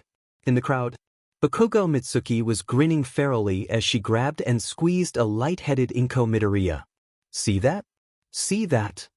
shouted Mitsuki. "My baby is out there kicking some serious but ha." Inko tried to get herself under control as the nerves of seeing Izuku in such a violent environment was getting to her. Not to mention Mitsuki was shaking her back and forth quite a lot. "Yes, he certainly did very well," Inko told the Pound Mom with a smile. Mitsuki finally let go of the woman with a smile. "That boy of yours is as impressive as I thought after that villain attack on TV. I mean, I never thought that shy son of yours was such a badass, but he really is. I can see why Katsuki respects him so much." That surprised Inko. Izuku always said Katsuki hated him and was very vocal about it. She said with wide eyes. It never made her happy that the son of her best friend didn't like her son, but Izuku never said it really upset him or bothered him, so she didn't really mention it. Mitsuki snorted. "That boy is, what was it the kids call it, tsundere?" she said with a snicker. "If my son goes out of his way to train as hard as he does for months, all the while mentioning the same name over and over, then he acknowledges them as special." Inko's face must have shown her astonishment as Mitsuki full-out laughed. "Yeah, he's a weirdo. No idea where he gets it though," she said with a frown. "Yeah," muttered Inko. "You're both too much." Nanao Yaoyorozu smiled at seeing both her daughter proceed to the finals and that wonderful Midoriya Izuku proceed as well. Honestly, they were a handsome couple, even if her daughter didn't have the experience to close the deal with the boy who also seems incapable of following through. Young Ms. Momo has truly come into her own. "Hasn't she, Mrs. Yaoyorozu?" the man next to her said. He was in a fine pressed custom suit with a small pair of glasses on his nose. He was Mu, the family butler, or head butler rather, and one of Momo's trainers. "She indeed has Mu. I worry for the next part, the one-on-one tournament." Mu chuckled. "I don't see the reason. Young Ms. Momo is perfectly capable of going toe-to-toe with any of these young heroes. After all, she's a walking armory." He finished with a grin. VIP section. Miruko looked down with a growl. "Okay, what am I missing?" Midoriya didn't even fight back when Matchstick Jr. got close. That was far from the fight she wanted. Ryukyu hummed in thought. It would seem he saw something that threw him off maybe? Getting caught up in one's head isn't new or anything. Better to get such a thing out of his system in training than in the field, she said before taking a sip of her water. All Might agreed with the dragon woman. That is most likely correct. Young Midoriya is the type of hyper-fixate and overthink situations. That being said, he thrives in combat, so we'll see him cut loose soon. Endeavor and Ray looked down at their son, both proud that he managed to come first. Ray, however, was worried about the turn of events. She didn't take her eyes off her son the whole time and saw his face when he charged the Midoriya boy. Her son was slowly losing himself to his anger and pain. She wasn't even sure what drove him anymore. Endeavor squeezed her shoulder and she nodded. Now wasn't the time to think about family issues. They were in public and appearances needed to be maintained. She stood up to see if she could talk to her son before the finals, Endeavor watching her go with a frown. After the final 16 were announced, Izuku walked off to think. He needed to get his mind right before the finals, otherwise he was going to lose. Right as he turned to walk down one of the tunnels, he was met with his bi-colored classmate, his hands still clenched around the 10 million point headband. "Midoriya," he said with a frown. "We need to talk." Izuku looked at him for a moment before sighing. "Yeah, I'm thinking we do." Todoroki glared at him for a second before closing his eyes and taking a deep breath. "Why? How was it I was able to take this headband?" Izuku looked away. "Something in your eyes threw me off." This whole time I thought pride drove you, that my beating of your ice was the force pushing you. But if anything, you looked sad, you looked worried about something, and it shocked me enough to lose focus. I don't have pride, Todoroki said with a frown. I thought I did for a while, but I ended up being wrong about a lot of things. Izuku waited for Todoroki to continue because he was too curious not to know what was going on in the monotone boy's head. Tell me, do you know what quirk marriages are? Izuku's eyes widened. That's right, my father's fire and my mother's ice. I'm the perfect combination. My family has many problems, from my father's obsession in surpassing all might to my mother having a mental breakdown and seeing only my father in my left side to the point she threw boiling water at me, he said while gesturing to his scar. What? Muttered Izuku. I thought my mother was a prisoner due to my father's fortune, buying her hand for a quirk marriage. But I was wrong, he shouted, his voice echoing off the tunnel walls. Izuku's eyes widened in surprise, having for the first time hearing emotion in Todoroki's voice. She wasn't a victim of his greed. They worked together. She was just as obsessed with success as him. It wasn't until my oldest brother died that she stopped being so obsessed with image and success. I dedicated my life to being a hero that surpassed my father with just my mother's ice to spite him and to honor her. That if I showed him that I didn't need his fire to be number one, then he would feel like even more of a failure. Then she comes back, the doctors say she's recovered enough to see my father and they actually reconcile. Todoroki said, fuming. Now I don't know what's going on. Why would she come back to that house with my father? Why come back to a place that caused her such duress that she had a breakdown, causing her to scar my face? Todoroki's eyes shined with emotion. Izuku was sure that he was barely keeping himself together. Because if it wasn't my father that was pushing her, if it wasn't his obsession that I didn't know she shared, what if it was me? He whispered while looking at the floor. His voice became soft as he continued, I wasn't the best at the beginning, it took me a while to use my mother's ice while I took to the fire quicker. What if she was angry at my progress rather than my father? What if it was because I wasn't good enough? That's why I couldn't accept it at the battle trials, that's why I need to use her ice, I need her to know that I'm good enough. Todoroki said quietly, finally finished and was trying to catch his breath. Izuku felt his heart break at those words. This was far from what he thought this conversation would be about. He would also bet that Todoroki didn't plan to share all of that, and as soon as he started, the rest spilled out until he was done. I don't know your family, started Izuku, but I have seen obnoxious and aggressive mothers, he said as he thought of his Aunt Mitsuki. Business-focused and successful mothers, he said while thinking of Nanao Yaoyorozu. Soft and nurturing mothers, he said while thinking of his own. But I know that all of them would kill for their children, and while they may not show it every day, that won't change. So, if your mother spent years in a ward recovering from a mental break to come home, then I think she did it for you. Todoroki's eyes misted as he glared at the ground. Then why won't she even look at me? No matter what I do, why is it whenever I look to her, she's looking away? Izuku placed a hand on the boy's shoulder. I don't know. But maybe you need to have a talk with her like this.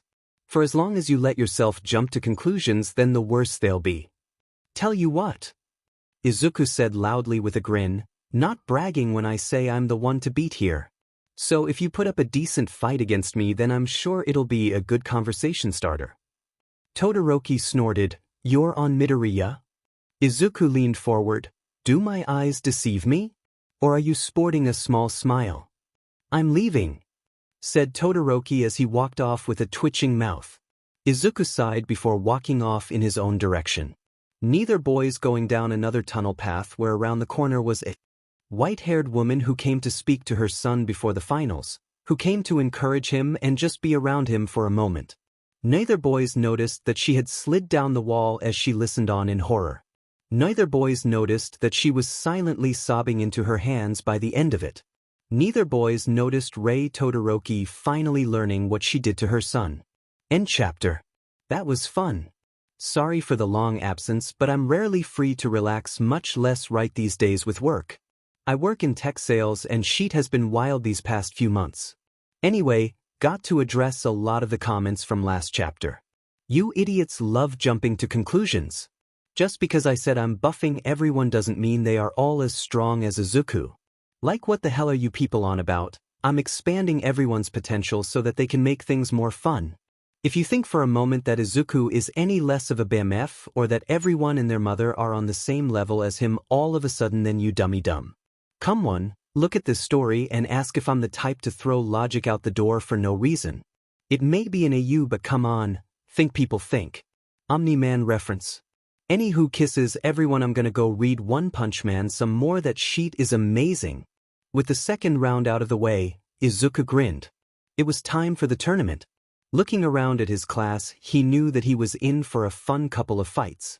He didn't expect to see too much that would stump him, but he was excited to see what they had in store for the competition. He tried not to think too much about what Todoroki said and the mess of emotions he turned out to be. What Izuku thought was a prideful if slightly emo teen turned out to be a broken boy who was lost and trying to come to grips with his broken home. Looking over to the corner that Todoroki was standing in, he frowned. The boy wasn't showing any emotion on his face, but the blank stare into the arena was telling enough that his mind was not here but rather in some sort of memory. Izuku, ready to kick some serious butt, shouted Uraraka while rushing over to him with a megawatt grin on her face. I met some cool 1B hero students and teamed up with them. They're pretty strong. Who do you think is gonna go first? Izuku smiled at his friend. She was just too bright to let him stay in his funk. I'm not sure. They're about to announce the lineup. Who do you want to face? I saw that your quirk has substantially improved. Uraraka's head nodded up and down rapidly. Aizawa-sensei was the one to discover that my quirk may have other uses to it. It's actually really easy to make things heavier, just have to push instead of pull with my quirk. Well, not really push, or maybe it's add. She tilted her head in thought, looking like she slightly confused herself. Okay, explaining what I'm doing is tough, but I have gotten the hang of it. Well, great work. I knew your quirk had incredible potential with just the removing of gravity aspect. Now you can go the other way. Izuku said, giving her a pat on the shoulder. Not just you, but everyone seems to have been putting in a lot of work in their training since the battle trials. An arm wrapped around Izuku's shoulder, and a small tingle of electricity told him who it was. Duh, said Kaminari with a smirk. You think you're the only one training and improving your quirk whenever you can? That's pretty presumptuous of you. Izuku pushed the arm off of him. Not what I meant, I just didn't expect so much improvement. I'm happy about it. This would be a walk in the park for me if none of you improved, he said with a smirk. Izuku made to walk off before turning to Kaminari with a savage grin. Also, thank you, Kaminari. The boy gave him a confused look before shrugging it off. As Izuku walked away, his phone began to buzz. He received a text message. Mr. Midoriya, the facility is up and running to your specifications. Designation Olympus is fully operational. When can I expect your arrival? Izuku's already excited feeling grew tenfold at the news.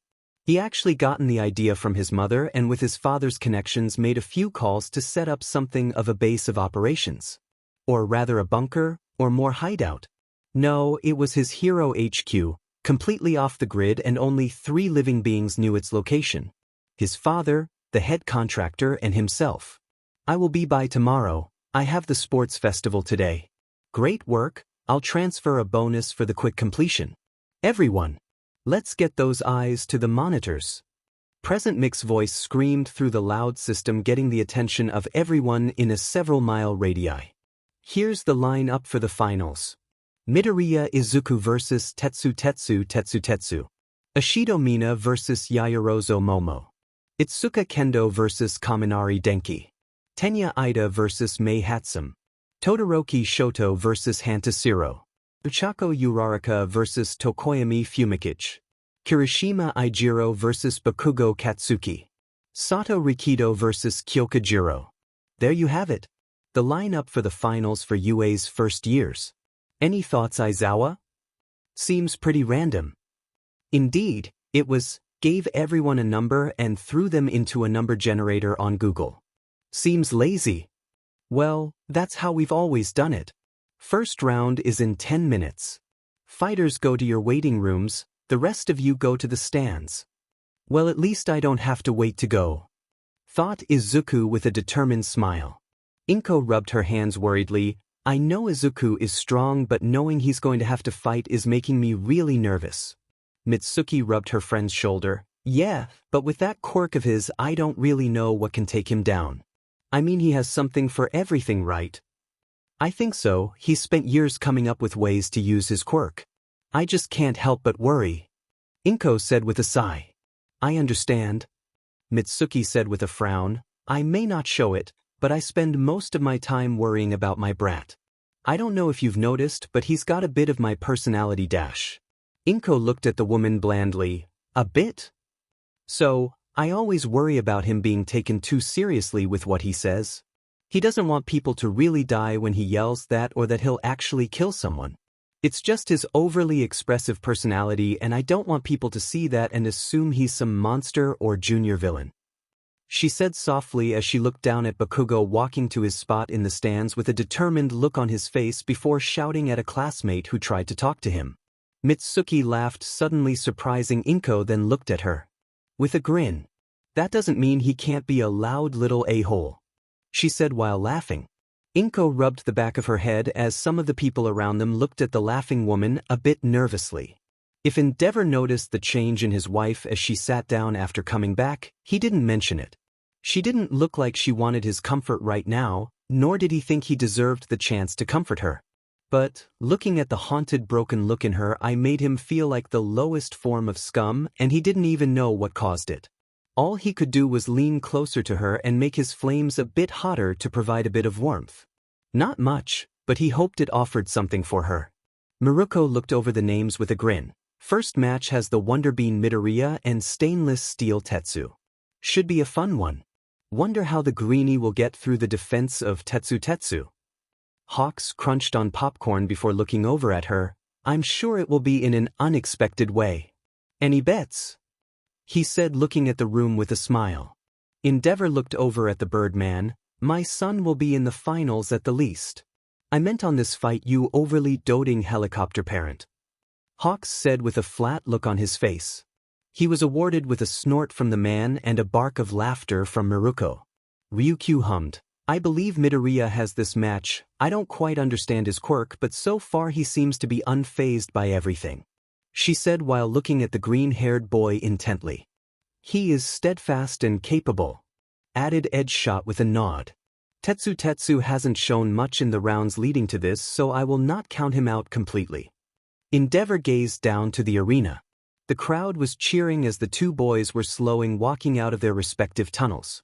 He knew about Midoriya, had heard rumors from contacts in the HPSC that the boy was a person of interest for them. Additionally, he was the son of a friend of his, Hisashi. Midoriya Hisashi, genius of a man with connections all over the planet. Years ago, when he was starting to overheat every time he used his quirk, he sought the man out for help on the advice of a colleague. Turns out after decades of training, his quirk was actually evolving. Thanks to the man and his resources, he was able to not only get better but improve, and here he was, the number 2 hero. So, he knows that the son of that man was more than meets the eye. Midoriya will win, said Endeavor firmly. Miruko perked up at that. Oh ho!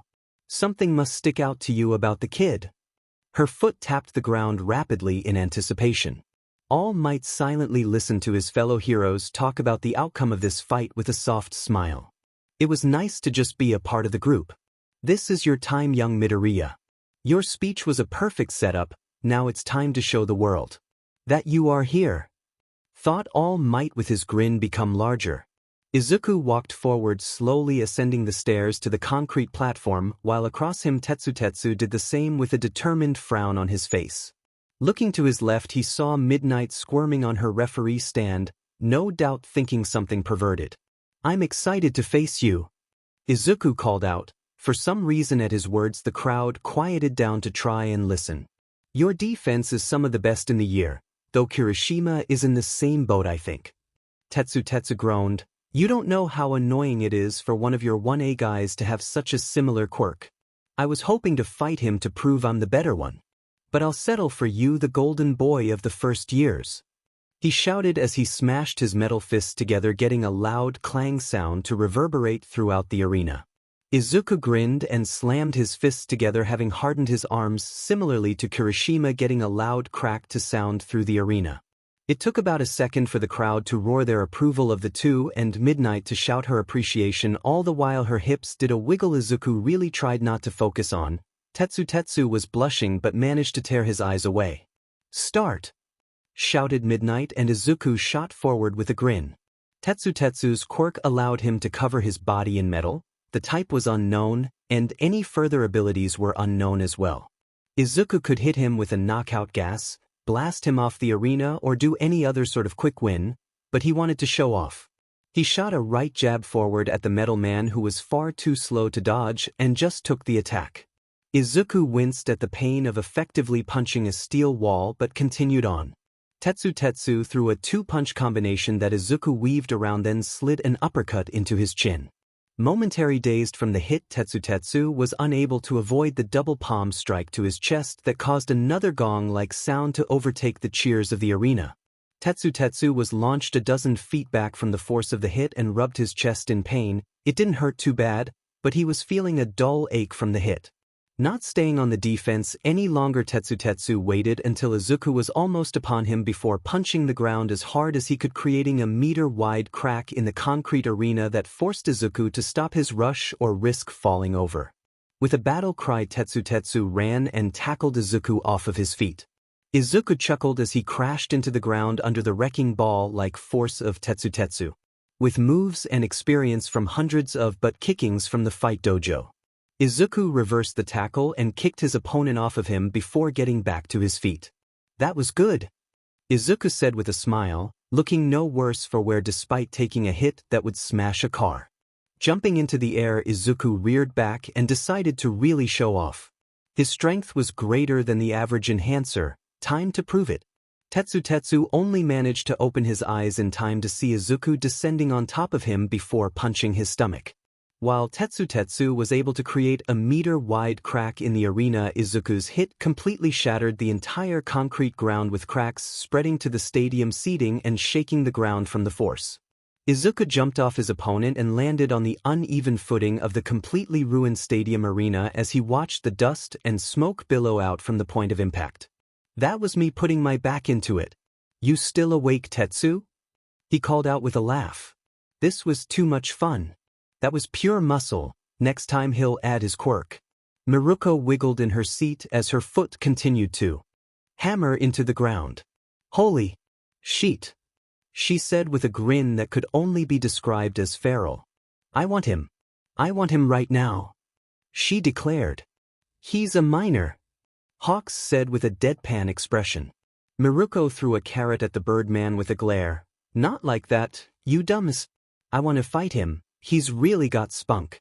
Maybe in a few years the other way if he continues to be as awesome as he is, though," she added with a wave. Endeavor stood and gazed out onto the completely shattered arena with a frown. "This boy, what is his quirk? There are heroes with strength quirks that couldn't do that," he said while gazing over at All Might. Said man was smiling fondly at Midoriya. "He didn't use a quirk to do that," All Might said with a grin. "That was pure muscle. His quirk allowed him to achieve that level of power, though." "Enough beating around the bush, All Might." Ryukyu chimed in with a glare at the number. "Just what is his quirk? Answer the question." Her right eye that was looking at the number 1 took on a sharper look as her iris started to slowly morph. Hawks flew over to the number 1 and with wide eyes whispered at full volume, "Better answer the queen over there. She's not one to make cranky," he said with a chuckle. All Might sighed. "Very well, young Midoriya can manipulate matter. You saw the result of him altering and enhancing his own body." Endeavor turned away from the number 1 and continued to look down at the arena. "That was quite the quirk, but it must have quite the drawback. Just what is your son capable of, Hisashi?" As the dust cloud cleared, Tetsu slowly got to his feet, much to the approval of the crowd. "And the Iron Man himself has persevered. Just what are they feeding that boy?" announced Present Mike. "His defenses are top-notch. No surprise he's still standing, but I'd be shocked if he wasn't feeling it by now," replied Aizawa. Izuku nodded in agreement with his teacher. "You're a tough cookie, I'll give you that." I'll start using my quirk now, Izuku said with a cheer much to the visible shock of Tetsu and surprise of the crowd. Bring it on Yabisi, shouted Tetsu. Slowly the broken ground, large rocks that used to be a solid ground were mended and put back together. Izuku hummed as he slowly spread his power outward, focusing on a small spot and rapidly fixing it, then moving on. His mind was able to focus on hundreds of things at once, hence being able to create from nothing. So he rapidly fixed 5 kilograms of the arena over and over, making it looking like one action when it was in fact hundreds. Just a minute later and the arena was repaired. Much couldn't be said for the ground around the arena floor leading to the stadium seating. Not bad, huh? Izuku said with his arms wide, gesturing the fixed arena. Now we can continue. Izuku, like a cannon, shot forward at his opponent. Tetsu hardened his arms and came out swinging. Knowing that he would need to really hit Tetsu, Izuku increased his speed with airstreams and started creating a substance on his right arm. As they neared, Izuku stopped hard on his left foot and with all his strength and momentum slammed his right fist into Tetsu's chest, creating a shockwave of air from the impact. Tetsu was blasted backwards at incredible speed, but from Izuku's arm and fist a dark substance stuck to his chest at the point of impact and kept Tetsu tethered to Izuku. Continuing his momentum, Izuku started to spin Tetsu around in a circle over and over again, fast and faster, almost turning him into a blur. The 1B student was heard yelling at Izuku as he was spun rapidly. This substance was inspired by a show I watched as a kid. It has all the properties of rubber and gum. Izuku thought happily, time for the finale. Thanks for letting me show off, you unbreakable punching bag. Izuku started spinning Tetsu into the air until he was level with the roof of the arena. Izuku grit his teeth and strained every muscle in his body. 5 air streams appeared on Tetsu's back and barely noticeable to anyone. Izuku's right arm had a small spark for an instant just before he brought Tetsu down. With a roar and a flex of all his strength, Izuku pulled Tetsu down, the 5 air streams drastically increasing the speed of the descent. The crowd held their breath as the metal man impacted the ground with enough force to shake the entire arena and cause a shockwave to knock everyone into their seats. Midnight in her stand barely held on from the force of the winds. The entire arena floor was destroyed once again, but this time to an even greater extent than the last time. When the smoke and dust cleared, Izuku was seen hunching over a large and deep crater, taking slow breaths. The bottom of the crater couldn't be seen. It was deep enough to completely obscure Tetsu. Cementos retrieved the unconscious Tetsu from the bottom with a pillar of concrete. Midnight raised her arm. Winner, Midoriya Izuku. Ryukyu, who had stood to her feet during the final attack by Midoriya, sighed happily. What power! Not to mention utilizing his quirk in such a way. I simply must have him. Her regal look and demeanor took on a darker look as she gazed into the arena. Hawks looked at the woman with a sigh. He knew better than to tease the dragon woman like he did Miruko. The woman was prouder than any he'd ever met. Maybe it was the draconic instincts or something, but she was a fearsome woman that he didn't have the energy to openly mock. Oh, into younger men now, Ryukyu, shouted Miruko with a laugh. Seems Miruko was perfectly fine with it, though he certainly knows how to put on a show, exclaimed the rabbit-themed hero. Ryukyu didn't bother turning her head to look at Miruko. I am interested in strength and potential. My darling Nijire was right. Midoriya was someone to look out for. Endeavor ignored them as he leaned back down into his chair. He didn't feel as impressed as the others. It was a great finisher and would certainly qualify as a super move, but he has seen better. He was far more impressed by the boy's ability to multitask while fighting, to use so many aspects of his quirk simultaneously. What do you think, Rei? He asked lowly. Rei looked at her husband for a moment before turning back to the arena. He has talent. I believe he would give Shoto trouble. You're right. Agreed Endeavor. We've seen him neutralize his ice quite simply in the last 2 rounds. If Shoto doesn't use his fire, then he will lose quite handedly. Rei shuddered in her seat. I need to tell you something. Shoto She was cut off as Maruko flew past them into the wall courtesy of Ryukyu, whose right arm had a draconic transformation. Enough of your crass innuendo, the dragon hero said with grit teeth. Maruko jumped to her feet and stretched her arm out. Oh, is the lady lizard getting heated?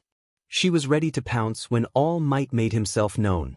The massive wall of muscle blurred between the two of them, with no one being able to really follow his movements. Let's calm down everyone, we have many more matches to watch. Izuku sat next to Ida and Uraraka as Momo and Mina walked into the arena. Who do you think will win, guys? Izuku asked his friends. Uraraka placed her finger to her chin in thought.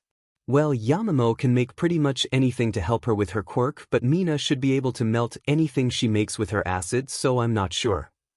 Ida moved to disagree. Yaoyorozu has shown to be able to create long-range weapons with her quirk, so I think she will emerge victorious. Mina has to close distance while Yaoyorozu does not. Izuku had to agree. I think you're right. He turned to the right of him with Kaminari was trying and failing to make Jiro pay attention to him. What do you think, Sparky? Giving it to Momo. He called without turning to look at him. Bakugo walked up next to Izuku while keeping his eyes on the arena. If Pinky can close distance quirk enough, it's her win. If she's too slow, Ponytail wins. He said with his arms crossed. I think you're right. Izuku said with a nod. As soon as the fight began, Momo did the unexpected and rushed forward to meet Mina in the middle of the arena. Mina looked surprised, but as this worked for her, she didn't mind too much. Momo's thoughts were to preserve as much of her bigger and more intricate devices for later. She didn't want to waste lipids until the later fights. Take this, Yamamo. She pushed her arms together. Super move. Acid rain. From both palms, a wide stream of acid flew into the air in a wide arc. Momo frowned, then winced in pain as the first drop hit her skin, followed by countless more. The pain was incredible. Momo had to bite her lip to keep from crying out. Not to mention the fact that much of her outer layer of clothes were being destroyed in front of an international broadcast. Focusing on her quirk, she created a flashbang and tossed it directly at Mina. Sorry about that, muttered Momo. Lashing out with a kick, Mina was knocked to the ground but quickly sprung back up. The two closed distance and began trading viscous attacks back and forth. A punch or a kick. Momo grabbed Mina's jacket and threw her over her shoulder, tearing it off of her before tossing it aside. Mina did more acid rain, destroying parts of Momo's tank top and pants before giving her a high kick to the face, dazing the heiress. Grunting in pain, Momo created another flashbang and tossed it up while creating eye and ear protection. Mina quickly looked away but was still stunned momentarily and was tackled off her feet by Momo. Now on the ground, Momo created a taser and stunned the acid girl even more. Mina shouted in pain but created highly corrosive acid at the point of impact, destroying the taser, then using her core, spun and flipped the two of them over, trying to pin Momo to the ground. Momo brought her leg up to kick Mina off of her, but it was caught by Mina and she was slammed into the ground. Both in quite a bit of pain and panting, just noticed that the crowd was silent. Izuku and Kaminari, hell, all the boys, were watching with extremely wide eyes as the two girls fought.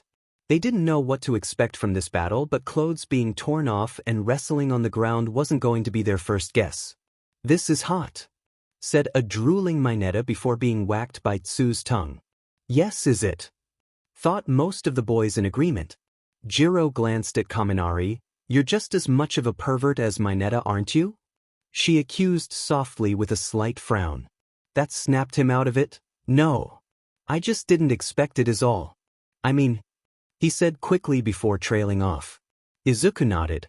I mean, who expects two girls to start destroying each other's clothes before wrestling on the ground in front of everyone? He muttered, trying to calm his blush down. Uraraka jumped over to them. They're fighting really hard right now, though. Did you see that kick from Mina? She shouted, hyped. Hagakure waved her invisible arms rapidly. Yeah. And Momo's flashbang and taser. She added excitedly. Nope, didn't notice. The boys thought, still dazed. Ida jumped in front of the class. Everyone, it is shameful to subject our classmates to such shameful thoughts. We must treat them with respect, he declared, impassioned. Ciro raised an eyebrow at him. Your face is the reddest here, buddy. Ida quick sat back down while adjusting his glasses. Mina grinned down at Momo, their faces nose to nose.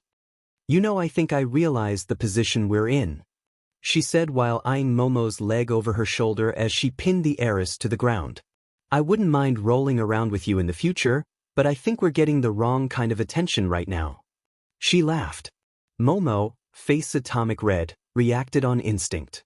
Her quirk flared and created an air cannon from her chest that blasted Mina off of her. Getting to her feet quickly, she created some sturdier clothes that would stand up better to the acid.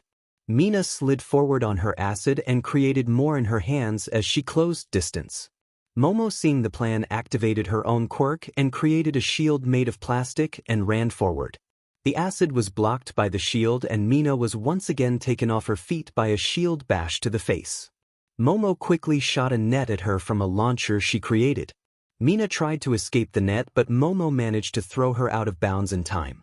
Momo let out a breath. That was more than I wanted to expend, but it was a good showing for both of us, she said while moving over to help Mina out of the net. Mina signed. Yeah, but losing isn't ever fun, she said as she stood up and stretched before looking at Momo over her shoulder with a sly grin. Let me know if you want to roll around again, Momo. Momo's face went atomic red again as she became aware of all the eyes on her. Goodness. Izuku sat back in the stadium bench as he waited for the next match. Momo and Mina should be arriving soon. The crowd was going nuts for the two girls, even if it wasn't for the best reasons. Izuku had to wince. He wasn't much better than the crowd on this one. Both of them are very pretty and they didn't exactly leave much to the imagination with their fight. Bakugo took a seat next to him where Kaminari was previously. What do you think for this fight, nerd? He asked as he glared at the arena. The visible signs of Izuku's fight were still present in the area around the concrete arena and near the wall leading to the stands. Izuku tilted his head. Kaminari is a great fighter. He has a lot of experience from our dojo. Not to mention he's really come into his own with his quirk. I honestly don't think Kendo has a chance here. Bakugo grunted, but before he could speak, a voice from the wall next to them spoke up. Oh, so, you 1A chumps are so arrogant that you think we don't even stand a chance against you? You idiots are going to regret it. A head of blonde was seen near the wall separating classes 1A and 1B. Izuku looked over at the boy. He had a manic look in his eyes, but Bakugo spoke up. You Class B losers aren't a challenge to us, he said with a red eye glaring at the boy. I seem to remember none of you managing to keep a headband without our class helping. Bakugo pointed over to Uraraka, who squeaked at the attention, and Jiro, who just sighed. Round face and earlobes must have carried your classmates. The manic look in the blonde's eyes went away and a cold look came upon them. It would seem that he was playing it up, but Bakugo's words struck a nerve. Izuku had to shake his head. He honestly didn't know who that was, though he was sure that Bakugo just made a troublesome enemy. That's not true, shouted Uraraka while waving her arms at Bakugo. They're really good. Don't be so mean, she said with a glare at the explosion boy. Jiro reached over to pat the girl's shoulder. Don't worry about it. This is gonna be some macho stuff now. Doubt will come up anymore. True to her assessment, Bakugo and the blonde continued to glare at each other. Izuku turned away with an eye roll and noticed Mina and Momo walking up with a new set of gym clothes and sheepish smiles. Momo. Mina. Izuku called with a wide smile, getting everyone's attention on the two of them. Great fight. The two girls were swarmed, but it quickly died down when Kaminari and Kendo stepped out onto the arena. Momo and Mina sat directly behind Izuku, Bakugo, and Uraraka. Izuku leaned back to look at the creation girl. Why didn't you use some of the stuff we saw in the first two events? I have to be careful not to use all my resources in the first fight, she answered while rubbing her arm, likely from the phantom pains of the acid rain. Mina looked over with a small wince. I didn't get a chance to tell you. Good fight earlier. Izuku gave her a wide smile in return before looking down at the arena. Kaminari inhaled deeply. I don't like it. I don't like attacking girls, but I know better than to hold back here, he muttered to himself. The announcements began. On one side we have the resident spark plug from 1A. On the other we have the fist of fury of 1B. What do you expect to come? unbiased teacher of Class 1A. I would never be biased, this fight will end quickly. Aizawa answered in a monotone that seemed to exasperate everyone in earshot. There you have it. Take it away, Midnight. Are both combatants ready? Great fight. She shouted with a crack of her whip. Kaminari didn't want to be that guy. This wasn't a fight to establish the strongest hero student. Hell, he was sure there were some serious powerhouses that didn't even get to shine because of the types of events there were leading up to now. That being said, to show his stuff, he'll have to really show off. That means that the girl in front of him likely won't have a chance to do the same. It was unfortunate for her, but such is life. Kaminari's body had a golden glow to it as small arcs of electricity sparked off of him. He took a sprinter's stance and shot forward. Super move, Thunderflash, he thought. To the ones in the crowd without the awareness to keep up, it was like a golden streak that blitzed forward right at Kendo. It was like a stream of lightning, and it sounded like a taser going off right in their ears. Kendo knew she had to act fast before the fight began, so as soon as Midnight yelled start, she made her fist as big as possible and punched forward with all her strength. Her only hopes were that he couldn't course correct easily.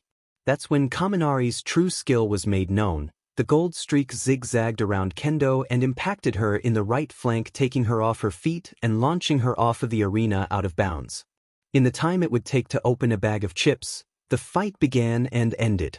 The crowd could barely comprehend it before a roar of applause sounded throughout the stadium. Hawks was rarely impressed with students, well, their abilities at least.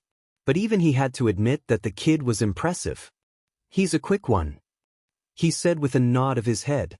His reaction speed is impressive as well, to be able to course correct the instant her fist was in his way. Added edge shot. The boy has potential so rarely seen, his upper limits aren't clear as well. Shame the girl didn't have the opportunity to show her abilities. Miruko agreed. It's a shame, but we know what her quirk is, so I'm sure that everyone else does too. She did the best she could. Overwhelming speed is hard to overcome. I will extend the boy an offer if he continues to impress, commented Edge Shot. Ryukyu shook her head. I wish I could have seen more from the girl. Shame, she said with a sigh. Endeavor stayed silent. There wasn't much he could offer to someone like Kaminari Denki. The boy's quirk seemed to be an internal manipulation emitter type, which was the opposite of his Hell Flame quirk. The girl, Kendo Itsuka, seemed to have been given the short straw, but he was sure some of the brawling heroes would throw her an offer based on round. Izuku could only shake his head after the showing from Mei and Ida. After 20 minutes of showing her inventions and tech, it would seem that young Hatsum stepped right off the arena, knocking herself out of the tournament. Thoughts, Eraserhead? She accomplished her goal in this festival, showing her inventions and proving their ability. I will say that I would feel embarrassed in his shoes, however. Izuku reached over to pat the shaking Ida. Sorry buddy, but at least you're completely fresh for round 2. He said, trying to lighten the mood. I was used as an advertisement. The shame. Izuku laughed a bit. I think that says more about her than you. She was going to do that regardless. Now you have more fights to show your stuff. He looked thoughtful for a moment. In fact, she could have won it and you would have been in a really bad spot. Ida deflated at that. You're right as usual. He said begrudgingly. Thank you, Midoriya. I won't let the next fight go to waste. That's the spirit. You're against Sparky too. Should be a good one. Izuku said with a smile. He was about to continue when he heard Midnight shout. Fight. Izuku turned to the arena quickly. He must have not been paying attention as both Shiro and Todoroki were about to start. Izuku sighed and watched as his breath steamed over. The entire stadium must have dropped several dozen degrees.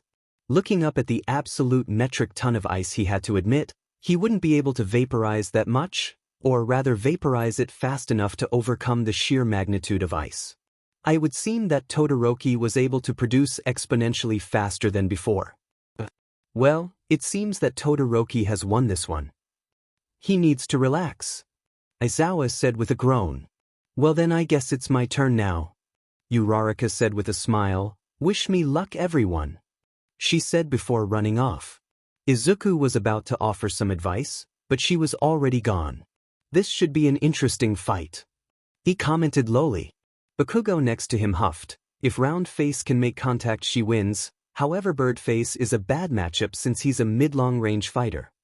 So, then it comes down to Dark Shadow and whether or not it'll be affected by the gravity alterations of Uraraka's quirk. Finished Izuku. Uraraka made it out of the tunnel with a face of supreme determination, Izuku noticed. Tokoyami on the other hand, well for a bird he looked ready. Fight. Tokoyami and Dark Shadow took the initiative. Uraraka crouched low and cracked the ground beneath herself. Izuku supposed it was the inverse ability she and Aizawa developed. The moment Dark Shadow made it within several feet of her she blasted off, cratering the ground and shooting forth with tremendous speed, then she seemed to blur before slamming into Dark Shadow, smashing into it and slamming into Tokoyami behind it. Izuku narrowed his eyes. She made herself heavier, jumped, lightened herself, then right before impact increased again. That's a lot of mental focus for someone. He commented he knew how taxing a quirk with multiple switches were, he had countless, and most had just one. Bakugo next to him grunted, she's not going to be able to keep this up, Round Face is too used to the other way, in fact dash. And a queasy Uraraka was gently dropped out of the ring by a bruised and groaning Tokoyami and Dark Shadow. Announced Present Mike. Yeah, that's about right. Finished Bakugo with a smug look directed at Izuku before looking at the field. Don't go to a tournament fight with a brand new ability, you moron. He growled quietly. Ah, you do care. Shut the F up, Deku. It's okay, I'm telling you, you did fantastic for such a new ability and in a high-stress situation. Izuku said to a gloomy Uraraka who was sinking in her stadium chair. She mumbled into her paper bag. Izuku shook his head, no one will say that. Izuku nodded. I know it if they do. I'll kick their butt. Thank you. She mumbled. No problem. Smiled Izuku before looking down towards the arena. His childhood friend now rival was facing off against the class's tank. Actually, now that he thought about it, he and Bakugo have identical opponents. They were practically copies. In fact, if Bakugo noticed that he'll likely fight. Izuku rubbed his forehead. If his fight was damaging to the arena, then Bakugo's was cataclysmic. Massive bombs destroying the ground faster than Cementos could fix it, the arena was shaking wildly, heroes in the stands were helping the civilians brace from the blasts. It would have been cool if Bakugo wasn't shouting the whole time. Let's see Deku beat this. As he blasts Kirishima 10 meters deep into the ground with a double palm slam bomb. Continuous attacks that ruined the field followed by what could only be called a tornado of TNT. Izuku made a cone of dense air in front of him to protect from the shockwave and dust that followed. He really needs to chill. Izuku said he used his quirk to remove the dust off of his classmates. Tenya chopped at the air in front of himself. This is no way for a hero to operate in a public setting against a fellow student. I mean, even for a fight this is a little far.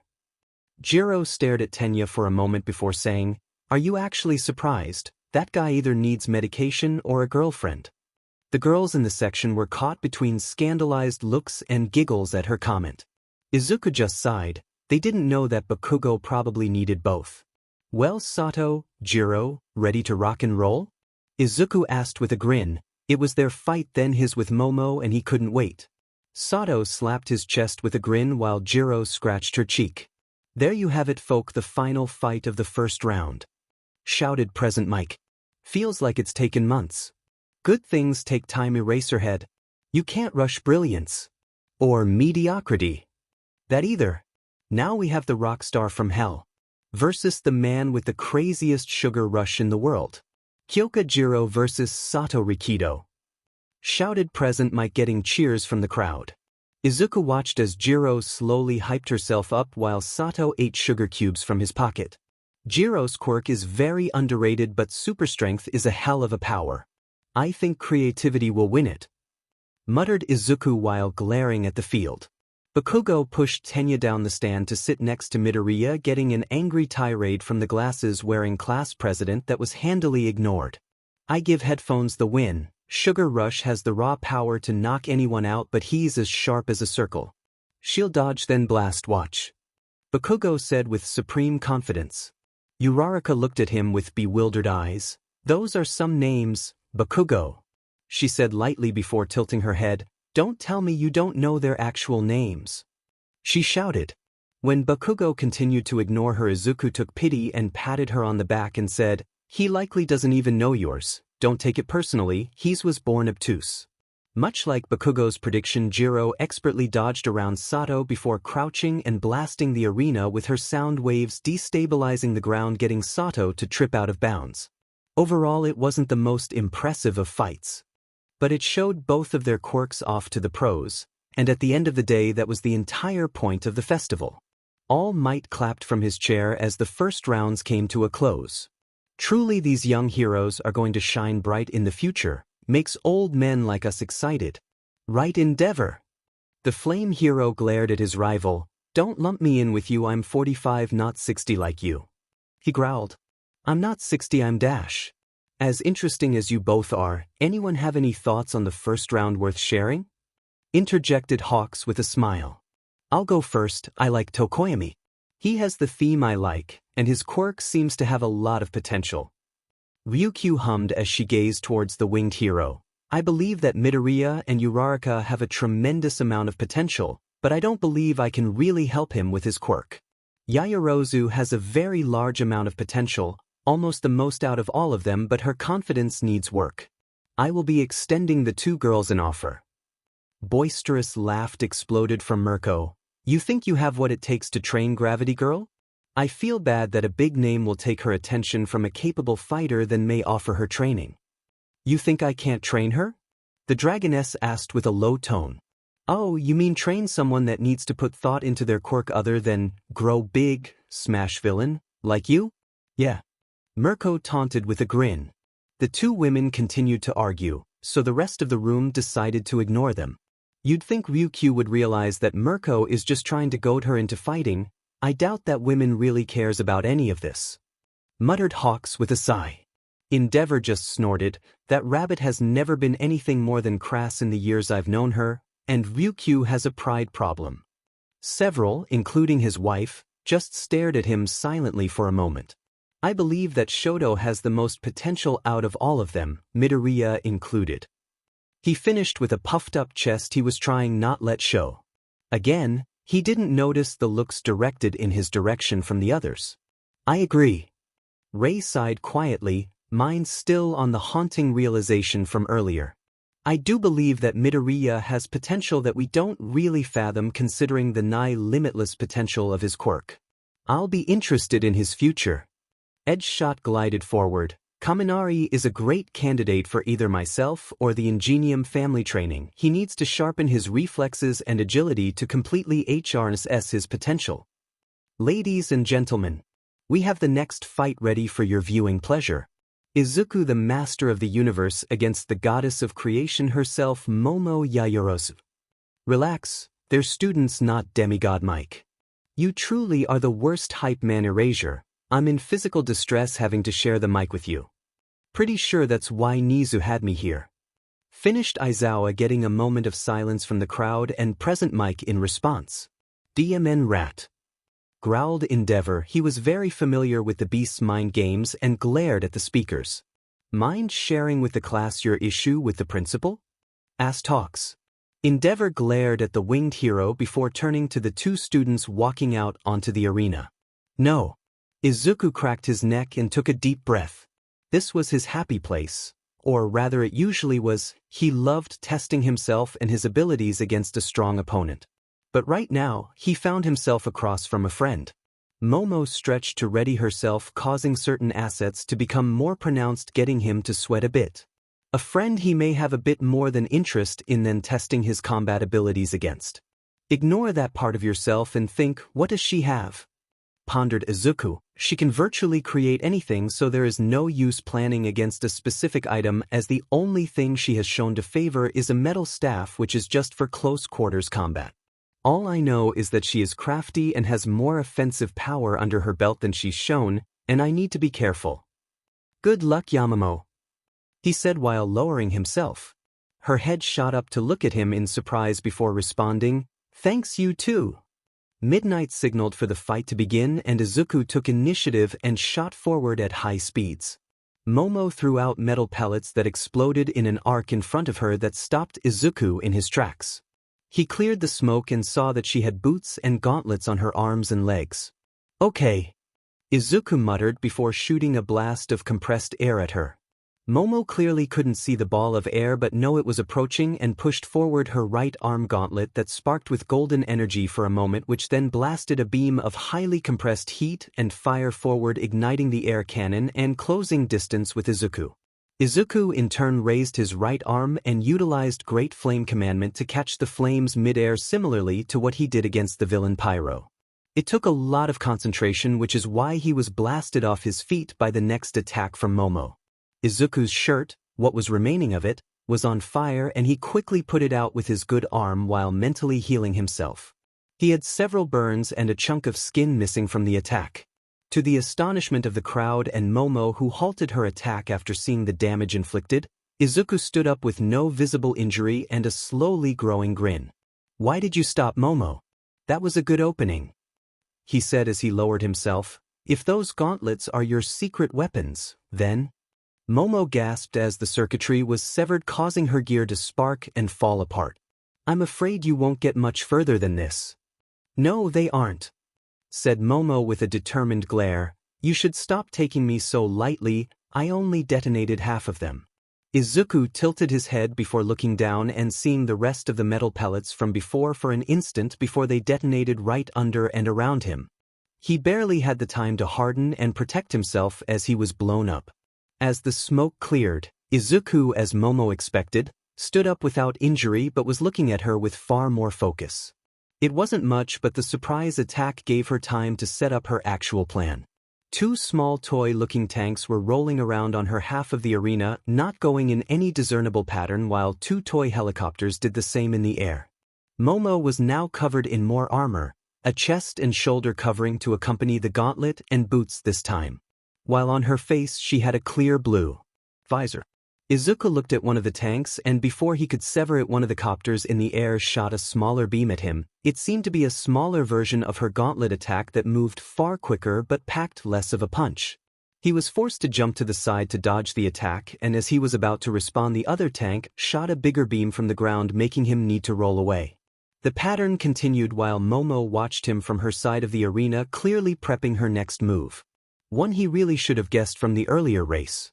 "You've got to be kidding," Izuku growled as he dodged a beam while watching the incoming mini-missiles from her shoulder-mounted launcher. "She's figured out his weakness," All Might said, astonished. Hawks hummed. "Seems the incredible mental focus his quirk takes makes it hard for him to have several variables to focus on and use his quirk simultaneously," he said while wondering how the boy will overcome this. Endeavor leaned forward in interest. "He is young and lacks real experience. Time will train this weakness out of him. She has his number in this fight, he may lose." Izuku jumped as high as he could away from the missiles and created his sword. With all the power he could muster and some added air manipulation from his quirk, he swung on a wide arc. This caused the missiles to wobble and their flights to destabilize, causing them to impact into each other and detonate. With one threat mitigated, Izuku looked to the four very annoying little toys. With lightning-like speed, Izuku created a 5 kilograms amount of water, froze it, cleaved it into small pellets and shot them at all the toys. All four bots shot their beams, causing most of the ice to be melted and evaporate mid-air, but they weren't unscathed as some ice managed to hit their mark. While not destroyed, this provided Izuku with enough time to land and shoot forward with his sword towards Momo. Momo wasn't idle as she shot forward with her rocket boots, meeting Izuku in the middle. Expecting him to destroy her boots, she had a tank shoot him to pull his attention away from her. Izuku expected this and adapted accordingly. Instead of dodging the attack or catching it like most would expect, he did what he did best when backed into a corner and improvised. With the sword in his hand, he swiped at the beam. Now normally that would just cause his blade to melt or become superheated and burn his hand, but Izuku coated the edge in water that he lowered to just above freezing. Momo's eyes widened as she realized the plan and pushed both gauntlets forward, but she wasn't faster than the energy beam that impacted the water blade. From the impact, a cloud of steam exploded out, covering the immediate area, hiding Izuku from sight. In the next instant, the four bots and Momo blasted the steam with energy blasts, but almost immediately after, the bots all blew up from having their internals shredded by Izuku. Izuku shot forward out of the steam and slashed his sword at Momo with all his strength. She put up her guard, but the combination of Izuku's strength, the sword, and Izuku enhancing the offensive power with air manipulation rendered her defense useless. Momo's armor was destroyed, and she was launched off the arena out of bounds with a dazed expression. The crowd roared at the amazing battle, and the audience began chattering about their thoughts on the fight. The entire fight lasted barely 90 seconds. Izuku frowned as he stared at the sword in his hand. Momo's strategy not only highlighted my weakness but her strategic strength and her offensive potential. Even after losing, I believe she may have ended up looking better out of the two of us. Well done, Momo. Guess I may have been looking down on you without realizing. Present Mike announced his victory, and Izuku walked off the stage with thoughts swirling in his head. He had at some point written off the competition in this festival, and it could have costed him. He won't let it happen again. End chapter. Izuku stood in the hall after his fight with Momo to recenter himself. He clenched his fists and took deep breaths. That was closer than I would care to admit. Mostly due to the alternating attacks from different ranges. Not to mention, as soon as I looked at one toy, another would fire from a blind spot. That is a rather deadly strategy that I never would have guessed Momo would use. Izuku punched the wall, causing a massive web of cracks that were instantly fixed. It's my own fault I started to believe my own hype from this stupid festival. After everything with the Nomu monster, and I managed to believe I was unbeatable here. These are not kids from Aldra, these are the cream of the crop. No one does it better than UA. Izuku touched the wall and with alchemy turned the stone to sand, then glass, then created perfect water and cooled it for a drink. Another breath and he sent the glass to oblivion and walked towards the stairs leading to the stands. Kaminari is a known rival of mine, as is Bakugo. Shoto has more raw power than anyone here, and they are likely to be my next opponents. I cannot repeat this showing. Endeavor chugged a water before tossing the bottle to the recycling bin. Midoriya has untold potential, as does Yaoyorozu, and it was clearly displayed. The girl entered with a very strong strategy and executed it to near perfection. However, the sheer versatility and adaptability of Midoriya allowed him to overcome that and pull a win. I do not believe that there will be many pros that do not extend them an offer. He said while rubbing his flame beard. Ray hummed next to him, "Will you?" "No, Shoto is the best student here." He answered immediately. Hawks coughed up his soda at Endeavor's declaration, putting aside Endeavor's clearly unbiased opinion. "I believe that I will not be sending offers to either, they don't really mesh with my style." He said with a sigh, "They really were impressive." All Might nodded. "Excellent breakdown, my friend." He said to Endeavor, who glared in the opposite direction with a frown, "Young Hawks, I commend you for acknowledging your strengths and weaknesses. To know a good fit from a bad, as the number 3 hero, it is likely they would accept your offer due to your status hindering them from a better matchup."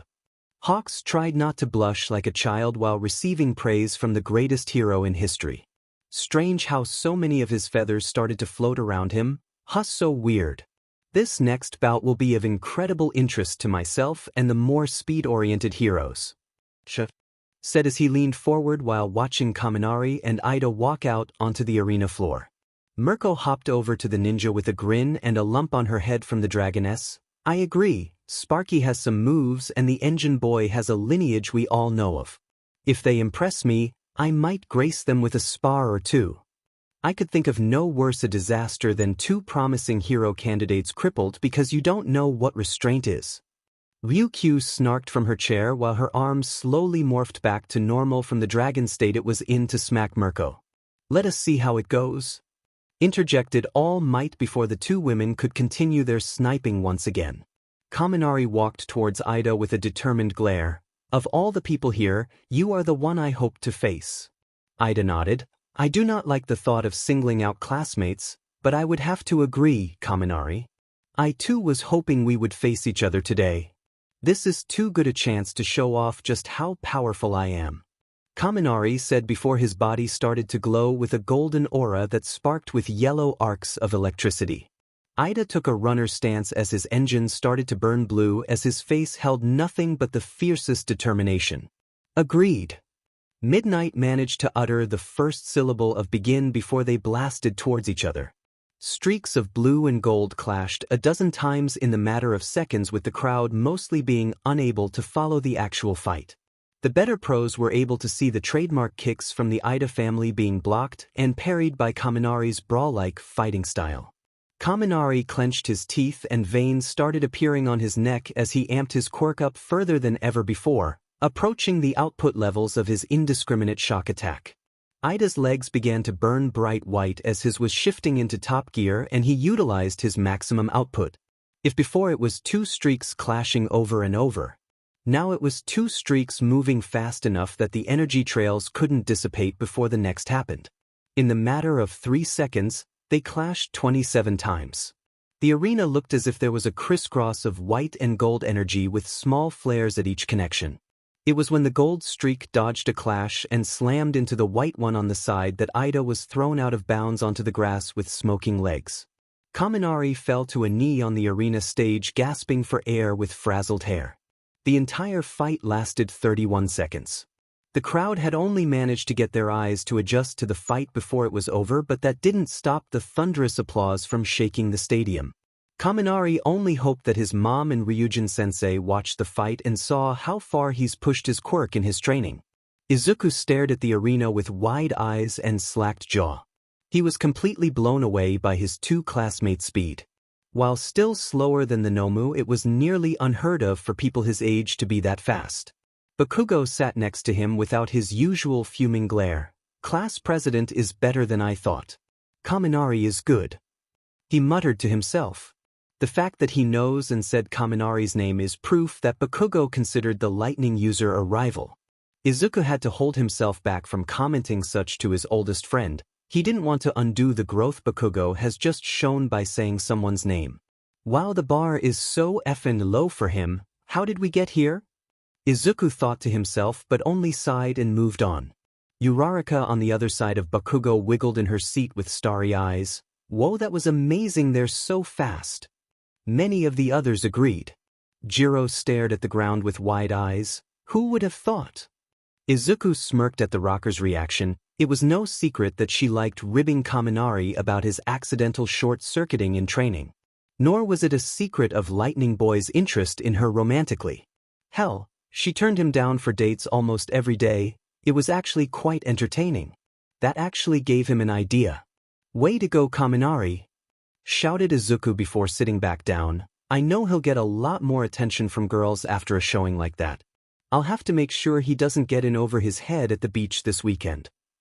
He said just loud enough to be heard on his row. The small full-body twitch from Jiro was only noticeable cause he was observing her with his quirk. Maybe you have a shot after all, Kaminari. He thought with a grin. Down on the field, both speedsters were being led to the infirmaries. Neither had too bad injuries from the fight, but they both most certainly have quirk exhaustion. Although Ida's legs might have some burns, Kaminari better have more in the tank. After a showing like that, Izuku wanted to have a go at him. Mirko's right leg couldn't stop bouncing. It was moving so fast and with enough force that the entire room was shaking. Her grin left little to where her head was at. Those two are good, I want them both at the same time. Yeah, that would be a good time. She said lowly. Phrasing! Shouted Ray, the only mother in the room who didn't like the innuendo. You're like 30. Hawks slapped his forehead with Ryukyu rolling her eyes, although she was happy that it wasn't her needing to call out her colleague. Mirko shot to her feet glaring at Ray. 30? I'm not 30, I'm 26. Don't think just cause you're a housewife or something I won't dash. The entire crowd and surrounding audience in the vicinity of the arena felt the air cool and their breath become visible. Most noticed their drinks starting to freeze and the thinner people started to shiver. In the VIP room, Mirko was in a clear ball of pure ice with Ray glaring out the window, not even bothering to look in her direction. All the glass in the room was frosting over and even Endeavor's flames has all gone out for an instant. Do what? I'll have you know I'm not in a good mood right now. If one were to look, they would see that Rei's eyes held a glow of incredible power within them, as she gazed at her son as he walked out for his match. Endeavor was about to unfreeze the rabbit when the ice shattered, and Mirko's laughter could be heard throughout the room. I thought you were just some old housewife. Who knew you were packing that much power? Guess it takes more than a pretty face for the number 2. Much to the credit of the top hero Mirko, despite taking a blast of ice that would put most down for the count, she didn't even look to be all that slowed by it. Endeavor slinked back into his seat, careful not to draw attention to himself when his wife was in this kind of mood. He noticed since her release from the hospital, she was far more willing to let him know of her displeasure with her quirk, and she had much to be displeased about if she sat and thought about it usually. All Might blurred between them, reminding the room of his presence. Enough. One word and Mirko was cowed. She wasn't foolish enough to test the number 1. She's seen him change the weather with a punch casually. Not much a rabbit can do there. Unfortunately for said rabbit, the number 1 turned his gaze her way. A single glowing blue eye that held the power to smash mountains singled her out. Being excited for challenges is one thing, being unnecessarily combative is another. I will need to ask you to leave if you cannot understand that, said All Might. He didn't mind or really care all that much if Mirko messed around with the other heroes, but he was aware of Rei's situation and didn't want Rei to have that kind of stress. She seemed to be upset by something since she left. Mirko nodded silently and sat down. She didn't want to cause more problems that could sour her professional relationships with the people in the room. The top 3 were here, and if they wanted, they could make her life very difficult. Well, only Endeavor would likely flex his influence if it got to that, but she was just antagonizing his wife, so maybe she got a bit ahead of herself. Edgeshot had largely ignored the people in the room to type into his phone. He needed to immediately send his team orders to send offers to both of those boys. Hawks scratched his neck, keeping his thoughts to himself. Rei Todoroki, Class 4 Elemental Quirk. Wife of Enji Todoroki, also Class 4 Elemental Quirk. She has been a person of interest since she was young, but no one could do anything due to the rising star's presence in her life since she was 17. I'm grateful. If Endeavor didn't swoop in and marry her, giving her his and his family's protection, those dis at the commission would have someone like her running ops. No known hero training, no known history of fighting with her quirk, and she had that level of power and control. There is a good chance that she is more powerful than Endeavor. Hawks thought in all. Todoroki wasn't interested in drawing out his battle to show off. He wasn't all that concerned with internship offers. Honestly, because of his last name, he would be shocked if he didn't get the most offers anyway. Tokoyami steadied himself. Todoroki was capable of producing ice and fire at immense levels. One would weaken him, the other well, the sun was nearing the arena walls. He would have one shot. Midnight cracked her whip. Fight. Like literally everyone expected, a massive iceberg blasted into existence towards Tokoyami. Unlike what everyone expected, Tokoyami retreated towards the sun and the ice followed at terrifying speeds. With the ice following him towards the light, what followed the light was shadow. And with the shadows came the familiar comfort of darkness. Within Tokoyami was the king of darkness. A massive dark shadow exploded into action from Tokoyami, keeping low behind the ice mountain that was shading them from the sun, allowing his strength to reach greater heights. Todoroki sked and swung his arm to send several blades of ice forward from him and from the ice mountain next to him. Dozens of large ice pillars attacked Tokoyami and Dark Shadow, who merely roared in defiance as he smashed them all away as if they were paper. It was in the next moment that the beast of darkness was upon Todoroki, who glared angrily. To think the Shadow Chicken would bring out my super move, he said angrily and kneeled, touching the ground with his hand covered in frost. Ice Age. Rei felt a tear fall from her eye as she watched Todoroki invoke the technique passed from her father to her and from her to him. It was the most powerful ice attack her family was capable of. She only managed to explain it to him before her breakdown. He must have worked to master it all these years. As she looked at the fallout of the super move, she knew instinctively that he would far surpass her and her father with his ice. Izuku instinctively knew something big was coming. He stood and raised his arms while gritting his teeth. Effing hell. he thought as he forced his quirk to work in overtime to keep his class from freezing over. Ice Age. A time in which large portions of the Earth are covered in glaciers and snow. An apt name for his mother's more powerful ability passed down from her family. From the epicenter of Todoroki, it looked like waves of frozen water exploded outwardly in a still frame. Dark Shadow and Tokoyami were frozen solid in white ice with the massive waves of ice exploding out over the crowd and over the entire arena. The surrounding crowd around the arena at the festival was covered in snow and ice for hundreds of meters. The sky darkened with clouds as the atmosphere itself was being affected by the sudden cold.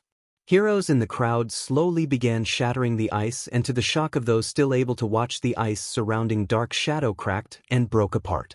The beast's eyes held a frenzy in them as it swiped towards Tokoyami to save him from the ice, then began to recede back into the bird-faced boy. "I concede." Tokoyami grunted out as he struggled to pull Dark Shadow back in. Tokoyami barely managed to hold his darker half back from rampaging as the clouds made it even darker, and his danger made Dark Shadow even angrier. It could have been dangerous for Todoroki as he was too close to Dark Shadow in a near-frenzied state. From a high window box seat, a large torrent of flames blasted outward, covering the arena. Endeavor was visible from the window as he quickly melted all of his son's ice and freed those in the audience who were caught up in the super move. "Do not use that again, Shoto," Endeavor shouted as the last of the ice melted. "Well, I will say that no one could have expected that," Present Mike said with a dazed light to his voice. "I swear my class is absurd." "Good call, Tokoyami." Todoroki didn't even acknowledge his father as he placed a hand on the still struggling Tokoyami, using his heat only in the slightest possible way to warm his classmate up. "I'm sorry," he said lowly. "That move was not meant for you," Todoroki said as he looked into the crowd at Midoriya, who was standing among his class, a noticeable absence of frost or steam in their area. Tokoyami sighed tiredly and stood up. "It was a good showing. I hope your use of that will look favorably on me drawing that out." Todoroki nodded and walked off, carefully using the heat to unfreeze his internal body and organs that were super-cooled. Outwardly, he didn't look too worse for wear as the heat from his father melted the ice off his body, but he had a large amount of it still inside he would need to rid himself of if he wanted to stay conscious. Izuku fell back into his seat with an overdramatic sigh. He went way too far there. I mean, thousands of civilians were caught in that. "I guess I'll have to talk to him," he said with a laugh, easing the tension of his classmates around him. "That was more ice than I would like to face. I'm sure I could keep myself in the fight and recover fast, but the amount of power behind a single side of him makes me apprehensive of Todoroki using both his ice and fire at the same time," Izuku thought while scratching his cheek. Then his hair shadowed his eyes for a moment. "But the far large part of me is so very excited to go against him. Perhaps he'll truly push me. Lord knows only the Nomo has, and that was a different type of difficult. Oh man, now I'm all fired up." Bakugo's hands were crackling as he made to leave for his match. Clearly Todoroki's showing was a bit much for him as well. Especially since his next opponent would be Todoroki if he managed to defeat Jiro. Who was he kidding? He was her worst matchup. Looking over, it would seem that Jiro had already left. Bakugo knew that he had a tough fight ahead of him to win the sports festival. The damn nerd and Icy Hot were tough competition. But then he saw how Sparky and class president showed speed that far surpassed his own. It would seem that he underestimated his fellow students. While most were barely worth his attention, there's some real competition here. That being said, he almost felt a bit bad about his strategy for dealing with earbuds. Jiro knew that this was going to be a bad matchup. She would give it a try cause she's not a quitter, but yeah, this wasn't going to be fun. "Fight." Bakugo pushed both palms forward. Flash bang max. Less of a powerful explosion of force and more of sight and sound. Jiro screamed in pain as she grabbed her earbuds and waved to Midnight as she fell to her knee, overcome with pain and slight dizziness. "This match is over," to concession from Kyoka Jiro. No one did anything but offer polite applause for both competitors. "I feel bad for the little listener. That was not a favorable matchup. She did the logical thing and conceded. I would not think less of her for doing so. She showed heart going out and trying despite knowing what was coming." Oh, you do care, Papa Bear. Stop talking to me. And he's back. Bakugo walked over to the still wincing girl with a small frown on his face. I don't hold back, he said, visibly struggling. It would be an insult. Jiro looked up at him and withheld a chuckle. Something about the usually screaming and boisterous boy being all shy amused her something fierce. I forgive you. Bakugo didn't even try to say he wasn't apologizing before stomping off. It just wasn't in his nature to say sorry. In fact, it felt like he was complimenting her a bit. Not that she would give him that much credit. Guy was still a bit of a D-dash, even if she was beginning to understand he was mostly harmless. Jiro made her way back to the stands as everyone got excited for the next match. She knew she wouldn't get to tell him this before the match, so she just closed her eyes and wished her dork good luck against Midoriya. Inko had only just calmed her heart down from the battle her baby had against the young woman that she felt could be a future daughter. When the whole place froze over from that Todoroki boy and now a boy that she considered a nephew managed to win, and she had to push down the embarrassment of Mitsuki's shouting for her son. Now her son was about to walk out to fight again. This may be a bit too much for her to have come watch in person. She should have watched from home, that way she could cry in peace. That's it, baby. You got this. Mitsuki shouted with a hand on her bicep as she flexed. Mitsuki turned to her with a huge proud mama smile. Semifinals next. What do you think is gonna happen? Inko put a finger to her cheek in thought. I know that Izuku and Kaminari are friends and have fought before, so I'm sure it will be a fun one. Todoroki and Bakugo, well, she didn't want to say. Hey! Mitsuki shouted with a glare. That boy may have the number 2 as a daddy, but Katsuki is MY's son and he's built from tougher stuff. Also, I don't think he would physically allow himself not to reach Izuku in the finals. Yep, another thing that Inko wasn't too excited to watch. I just hope these boys don't go too overboard, she said tiredly. I don't, laughed Mitsuki. Kaminari stood across from Izuku with his chin held high and his arms crossed. Izuku's body was facing away as he looked to the side and lazily pointed at Kaminari with a bored expression. Strangely, there was a slight wide in the arena, blowing their hair and clothes around just enough. So, you're my next opponent, BS sturdy, declared Izuku with a haughty sneer. Kaminari spread his arms as he smiled. It's a shame that a magnificent hero like me has to sully myself with a ruffian like you. Izuku, you punk! He shouted and began walking forward. Izuku raised an eyebrow. Oh, you're approaching me? He asked, barely withholding an evil laugh. You who knows the depths of my abilities so well, better than most? You're still capable of coming closer knowing just how powerful I am? Like an ant approaching a hurricane, you think you have a chance at overcoming me. Izuku's voice gradually became louder as he spoke and his expression darker. Golden sparks emitted from Kaminari in short intervals as he approached. I can't beat the shit out of you from here, he said with a fierce glare. Izuku laughed darkly. Is that right? He turned his body towards Kaminari fully. Then come as close as you like, he said with a smile and started stepping forward slowly. The tension in the crowd rose with every step Kaminari and Izuku took to close the gap. The people in the crowd shifting attention from one student to the other, they didn't know what small spark would set off this powder keg. Will you two idiots start already? Shut up, Aizawa, this is amazing.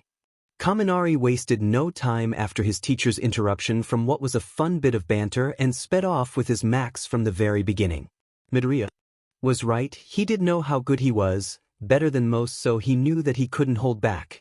Midoriya leveled himself and took a stance. His awareness of the world within his area of effect was absolute, so he was able to sense Kaminari's approach even at these speeds.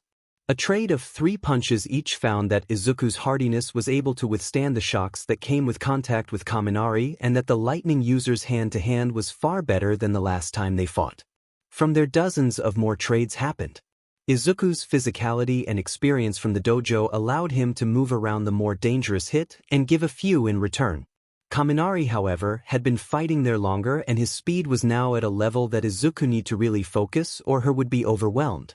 Well, if he kept this fight at purely hand-to-hand like he was currently doing, Izuku ducked under a punch, redirected a kick, and spun around an elbow before trying to attack with a kick of his own.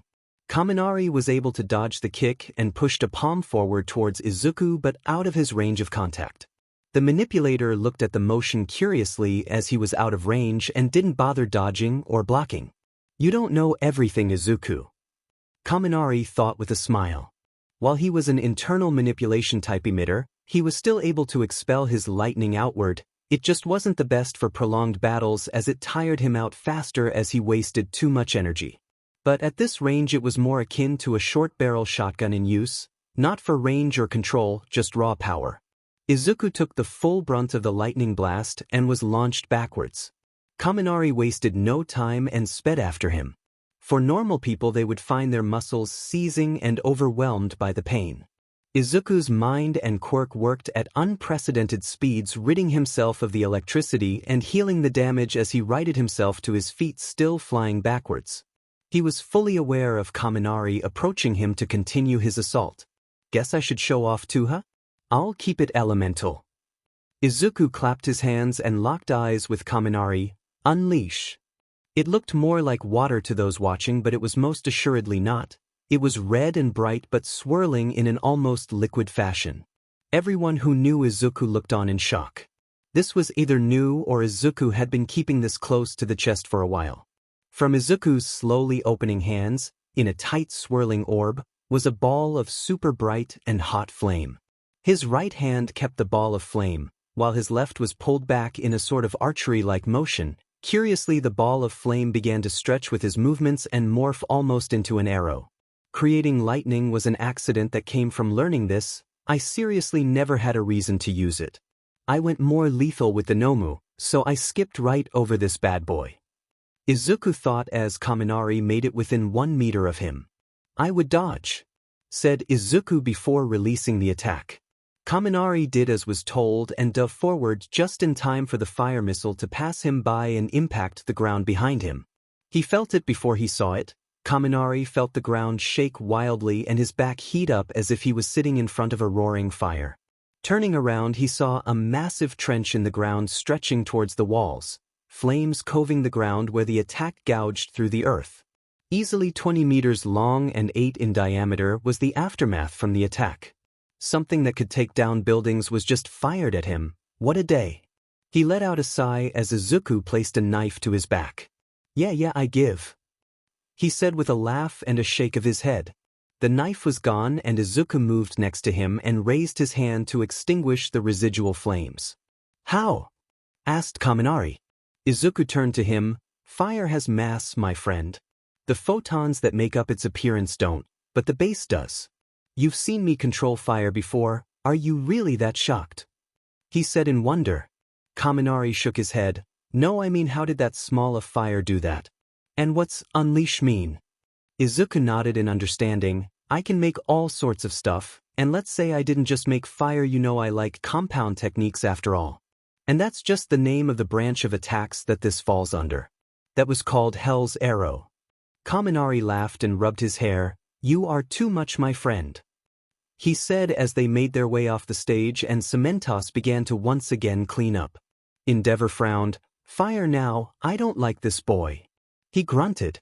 Hawks just laughed. "I don't think I'm all that surprised anymore by these kids. They're all crazy strong, especially these top 4.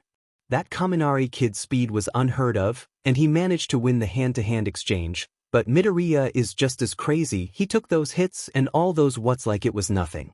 I believe Midoriya utilized control over fire during his fight against those villains a few weeks ago that was made into quite the spectacle by the news," commented Ryukyu.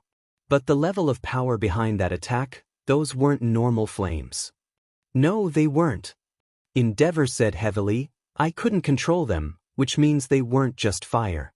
Mirko just laughed. "Way to sound ominous, Endeavor. I'll just assume it's more of his crazy quirks BS and move on. No use getting all bent out of shape by it. I'm more impressed by that invisible cutting technique he displayed against Yaoyorozu when he made that ice. Not sure how you dodge or block that," she said, lightly hiding the unease from such an ability. All Might interjected before thoughts could get too dark. Young Midoriya's cleave and sever abilities are ones that he reserves for inanimate objects and medical procedures. He wouldn't use them in a fight on a person, unless he was truly pushed against the wall. Make no mistake, he has the true qualities of a hero in training. Proclaimed All Might with his trademark grin. Oh well, said Hawks, on to the last semi-final. Todoroki glared towards the stands. So he has a fire attack now, he said lowly. Bakugo laughed. Of course he does. Pretty dumb to think he wouldn't, but I wouldn't worry too much. Icy hot, you won't have to face him today, he declared with sparks blasting off his palms. Right, I have to go through you, Bakugo? Todoroki said seriously. I originally thought you'd be my toughest competition, up until the battle trials, that is. Left unsaid was who he believed to be the real challenge. Bakugo growled angrily, clearly understanding what he was saying. Don't you dare look down on me. Fight. Ice exploded outward, and so too did Bakugo. The ice was practically slapped away as Bakugo approached, and after a second Todoroki switched tactics. With a stomp on the ground, ice spears shot towards Bakugo, who took to the air to maneuver around them. With his aerial mobility, it made it difficult for a static element that Todoroki had to produce from himself to land. With fire he could. Todoroki glared hatefully as he used his ice to move around the arena to reposition, and Bakugo stopped flying to point both his hands toward him. Similar to the race earlier, dozens of glowing balls shot out of his palms, carpet-bombing the arena. All the ice was shattered, and the arena was covered in craters. Todoroki was protected by creating ice in front of him, but none of it lasted that long under Bakugo's assault. As the game continued, Todoroki attacking with ice that Bakugo would blow up, the elemental noticed that Bakugo was getting stronger. It was if the more he exerted himself, the stronger he became. Todoroki mentally groaned. He just remembered that Bakugo's quirk was from his sweat. Now the whole thing became a bit easier. Frost fell from Todoroki's side as he sent out as much freezing air as possible. It was the first step in Ice Age, without going so far as to create ice, vastly cooling the environment around him. Bakugo blasted himself backwards and higher with TSK. Seems his opponent was trying to keep him from sweating, which was an annoyingly smart strategy that he didn't think the melodramatic boy would think of. Oh well, time to go for broke. Using his explosions to spin midair, he began to set up his strongest attack. He used a smaller version on it against Weird Hair earlier.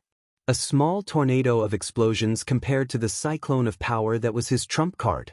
Todoroki created massive amounts of ice on the ground and in front of him, to the point that the entire arena ground from the stage to the walls was solid ice. From there he sent pillars into the air to disrupt Bakugo. The cyclone moved towards Todoroki's stationary position with furious speed.